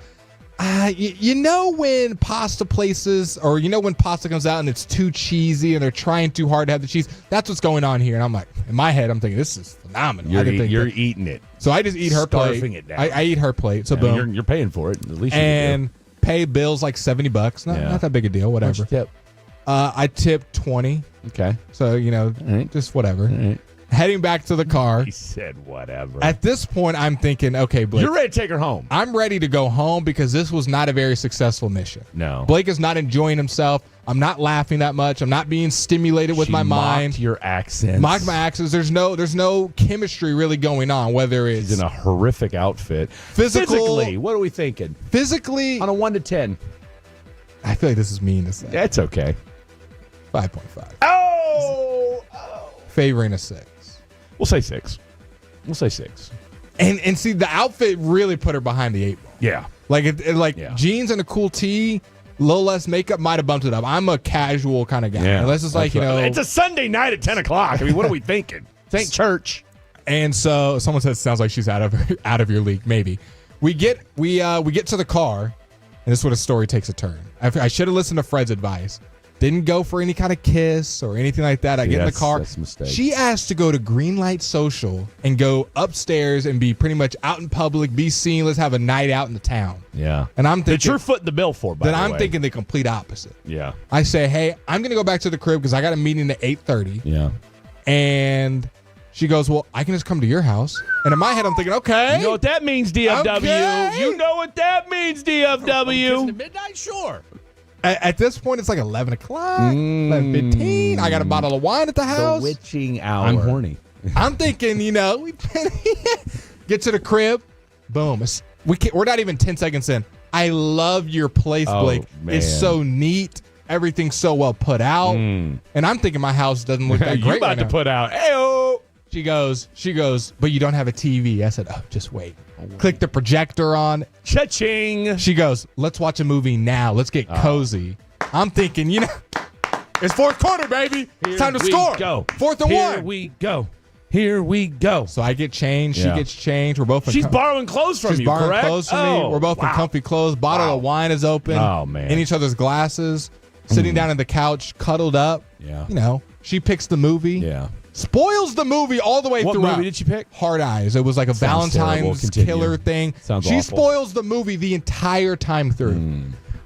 Guess who the serial killer is, Blake? I don't know. Is it the boyfriend? No, I just Is it the watching. boyfriend? No. And when people say that, you don't tell them no or yes. you don't. You just let them keep guessing. You don't say. Or just say wait and see. Yeah. She goes. I mean, that's why you're watching the movie. She goes, no, you're wrong. It's between these two people. How could you not see that? Yeah. So the entire movie's getting spoiled. There's 3 killers. So she basically has mocked you this entire date. And it's just flexing that she has all these You're a masochist, aren't NBA you? people and NFL people and modeling stuff, yet doesn't have a job or car. Yeah, man. Here's the best part of the story, Tolos. Oh, so man. we're about Here we go. 40-ish minutes into the movie. I don't care about the movie anymore. No. It's getting late. Blake is genuinely getting tired. Uh-oh. So Blake goes in for a kiss. Ew. Goes in for a little smooch. This feels huge. This feels significant. Blake is not met with a light kiss or a that was no sweet. reciprocation is what you're trying to tell Blake us. is met with a chin movement away and a I don't kiss until the 3rd date. Wow. I don't kiss until the 3rd date. After everything I just told you, Tolos, fair or foul. What an arbitrary number. So Blake finishes He's kind of sketchy. Blake finishes the entire movie horrible. Let's foul on to the nth degree. Leads the young lady out of the house, drives her back because I had to drive her and pick her up, and never text her ever again. No. She didn't text me either, and then she blocks me, and then she blocked me. and then blocks me on everything. What a story. I mean, foul. This might act. I mean, it's not quite. I mean, in some ways, it might be worse than Bob. Yeah. Okay. At least Bob loved you. You got taken advantage of. Yeah. At least Bob loved you, and you didn't spend any money. Didn't spend any money. Okay. This woman. Someone said she was using you for dinner. Absolutely, For she sure. was. No, she 100% used you for dinner. 100%.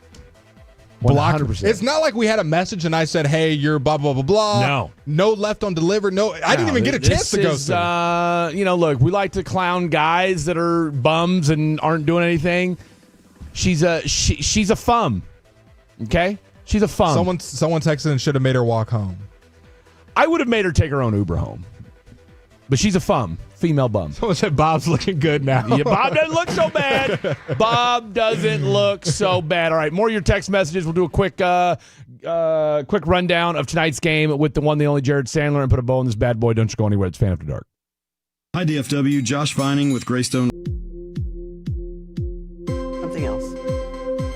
Okay, now that is a very cute haircut. That's like a little shag. I've never seen it before. Well, I mean, of course you have. It's the Rachel. Oh, is that your name? No, I mean like your name. No, I'm Jen. My name's Jen. Right, but I just mean like this is your haircut. But that's hair on your head. I'm not saying this is your hair. Okay, freaking me out a little bit.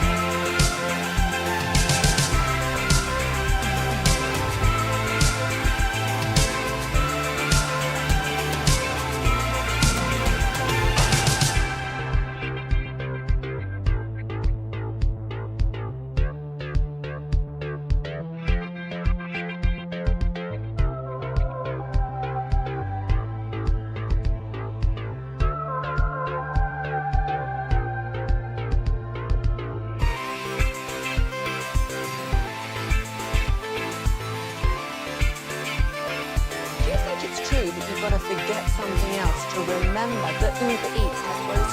No, that's absurd. Hey, remember when you used to be what was it, Pepper Lady?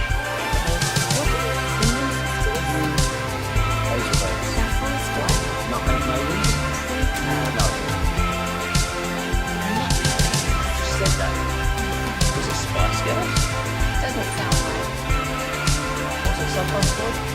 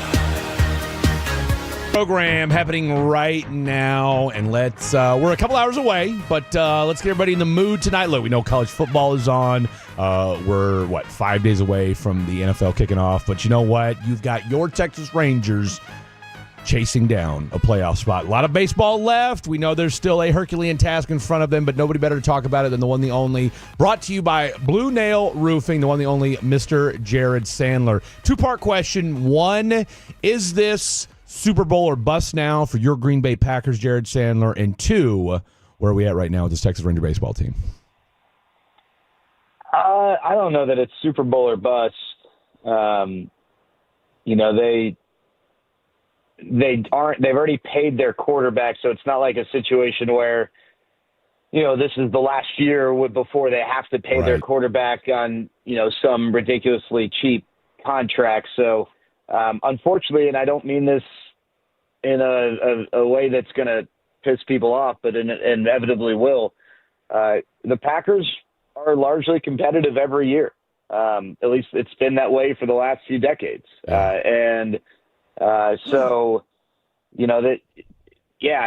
heightened their chances. Unfortunately, I don't think they have the right quarterback to do it. I don't think that their quarterback can win 4 straight playoff games. But obviously adding Micah Parsons fills a major hole. They haven't been able to get to the quarterback the last 4 years. So I think it obviously helps, but I think at the end of the day, it's tough when Jordan Love's your quarterback. I think he's good, but I don't think he's good enough. Winning 4 straight playoff games is really difficult. And I just don't think that the defense is so dominant to make up for the fact that I don't think he's that guy. And then as far as the Rangers, I don't even remember what the question was. Just kind of where we're at. I mean, look, you've got you took care of business in this last series. Got a big win last night. Obviously, you're up against, up against it in the sense that, look, we got no Corey Seager, we got no Marcus, we got no Evo, but this team continues to battle. Yeah, no, I mean, I think that the Rangers, every win kind of adds a little more life to the possibility that maybe they can, stick around and make things interesting. Just as we were all kind of baffled that with the talent they had in their lineup, they weren't performing offensively. There's no reason why, void of that talent due to injury, they couldn't surprise people by, turning things around offensively. It's just a weird game, and sometimes when you're, backed into a corner, it kind of galvanizes you. You play with maybe little less pressure, and because they understand no Carter, no Simeon, no Seager, no Berger. People aren't sitting there thinking, oh, well, yeah, they're right in the thick of it. They understand that that some of the pressure, some of the attention's off, and then also maybe it changes the way they go about things. Maybe they, I don't want to say play small ball, but maybe they value the opportunity to get a run whenever that opportunity presents itself, as opposed to trying to play for the big inning, which is something you're more inclined to do when you've got big bats. So maybe it changes the dynamic. There's no doubt that they're a better team when those guys are healthy. It's not suggesting otherwise, but sometimes in these situations we see teams kind of come together and they're galvanized, and maybe the Rangers can use this road trip against 2 teams that aren't going to make the playoffs, and they can continue their performance at home and finally have a nice run on the road where they're winning more than they're losing. Jared, talk to me about the young guys last night. You got Michael Hellman, who had a big hit. You had our boy Cody Freeman. You also have my boy Dylan Moore, producer here, but also a Rangers player. And then Jack Leiter, looking like he's becoming that guy, looking more and more comfortable every outing he has. What'd you see from the young guys from the Rangers? Yeah, well, I don't know. I don't know what the conversation is going to be, in terms of Michael Hellman a year from now, 2 years from now, 3 years from now, but I don't know that it really matters a ton. He's, he's hitting the ball well and certainly helping them against left-handed pitching. His home run yesterday came against a righty and Michael Kelly, so that was nice to see. He adds a lot of value defensively and on the bases, so if he can just hit at a, right around league average level, then, that's a productive player. And if he can hit with a little pop, that's nice too. Cody Freeman had I hate to say a lucky hit, but I mean, that's kind of what it was, but you put the ball in play, things can happen. With Jack Leiter, I mean, yeah, this is his first full major league season. I know I sound like a broken record, but this isn't the NFL. You draft a guy top 5. It's not in baseball. You don't expect the guy to come in and produce right away. It's just, you got to recalibrate your understanding and familiarity with, the trajectory and the progression of guys.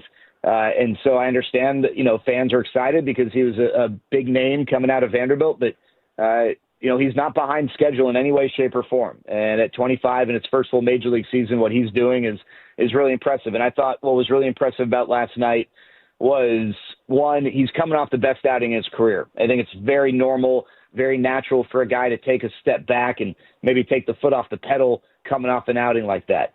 2, playing against a really hot team. The A's have been the best team in Major League Baseball since late July, and it's a really good lineup. 3, this is a very hitter-friendly environment and not necessarily conducive to fly ball pitchers. Jack's a fly ball pitcher. And then he also had the big inning in the third where he gave up 2 runs through 30 pitches. But all those factors that would point to maybe yesterday not being a great outing for Jack Leiter ended up going in the other direction. He bounced back nicely after the third inning, and all the other factors going into the game didn't really seem to bother him. He had a really nice outing against a really good team, and it was really encouraging building off of what he did against Cleveland and Arlington. Jared, enjoy the game tonight, and we'll talk to you again tomorrow, hopefully talking about a sweep. All right, fellas. Thank you. Appreciate you. The one and only Jared Sandler, brought to you by Blue Nail Roofing. So we're about 2/3 of the way done on this college football Saturday. Look, for as great as the Texas and Ohio State game was, at least if you're a Ohio State fan, although I think if you're a Texas fan, I'll tell you what, let's ask the Texas fan in the room.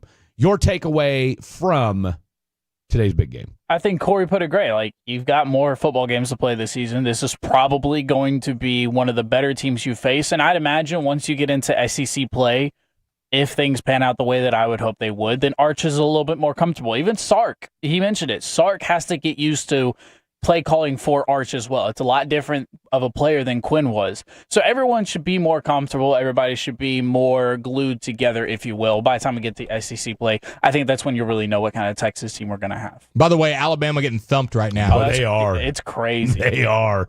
It's 24/7 right now. For as bad as Florida State was, shout out to Florida State. You're looking good. Sticking with Mike Norvell, because you could have, there were talks about getting rid of him last year. It was obviously a rough year for them last season. They losing the game over in, Dublin or whatever it was, and then it was just a dumpster fire the rest of the season. But is Kalen DeBoer who he thought he was, or is it just a lot harder to follow up maybe the greatest college coach in the history of football? Probably more the latter. Yeah. Probably more the latter. I think Alabama, they still got some good cats over there. Ryan Williams still a receiver over there. Let me see what his stats are. See if has he done anything for us for Alabama today. Ryan Williams, 4 catches, 27 yards. It's been a rainy day as well. I will say in the second quarter, it was in an absolute downpour. Rainy for Florida State, too. They were running the ball really well. True. This is true. Don't forget Duncanville product. Keelan Russell is over there. And, of course, he got beat out for the starting job. But, and it seems like, this kid's not terrible, but apparently this kid's been sitting for a while. Oh, he's been sitting for a minute. Yeah. He's been sitting since 2022. Jalen Hurts was still there, no? Was that Jalen Hurts? I want to say it was there in 2022? Right? Or was it Tua? Well, both. No, it wasn't Tua. Who was there before Jalen Milroe? Who was the quarterback before Milroe? Was it Mac? Mac. It would have been Mac. I don't feel it. No, Bryce Young. Hello. Bryce Young. There we go. Hello. Come on, guys. Let's get it together. So he was sitting behind Bryce. He's been in Alabama since Bryce Young. Well, that's not that long ago. Not terrible. Bryce only is but here's the thing. In today's day and age, a guy sitting for 3 years, you just don't hear about that very often. That's why we didn't hear about it. Especially in the transfer era, you don't. And this kid's clearly not better than Bryce Young, and he's clearly not better than Jalen Milroe. Better than Keelan Russell. Well, of course, Keelan's a true freshman. This kid, Keelan was playing in Duncanville a couple months ago. This kid's your age, for God's sake. So, anyway, shout out once again Call me old. What's that? Call me old. If you were a college quarterback, you would be. Yeah, that's absolutely what I'm saying. I could go sling it with the best. Yeah, I'm sure you could. Shout out to, who do we have on today? Corey. Who else? Ben Troop. And Jared Sandler. And Jared Sandler. And the Tolos. I tell you what, some angry Tolos today. I've noticed some angry Tolos. All right, we're going to Sunnyvale. We're about to go crash a party. You guys have been great. Couple hours before Rangers baseball. Good night. God bless. We'll see you tomorrow. Tolo.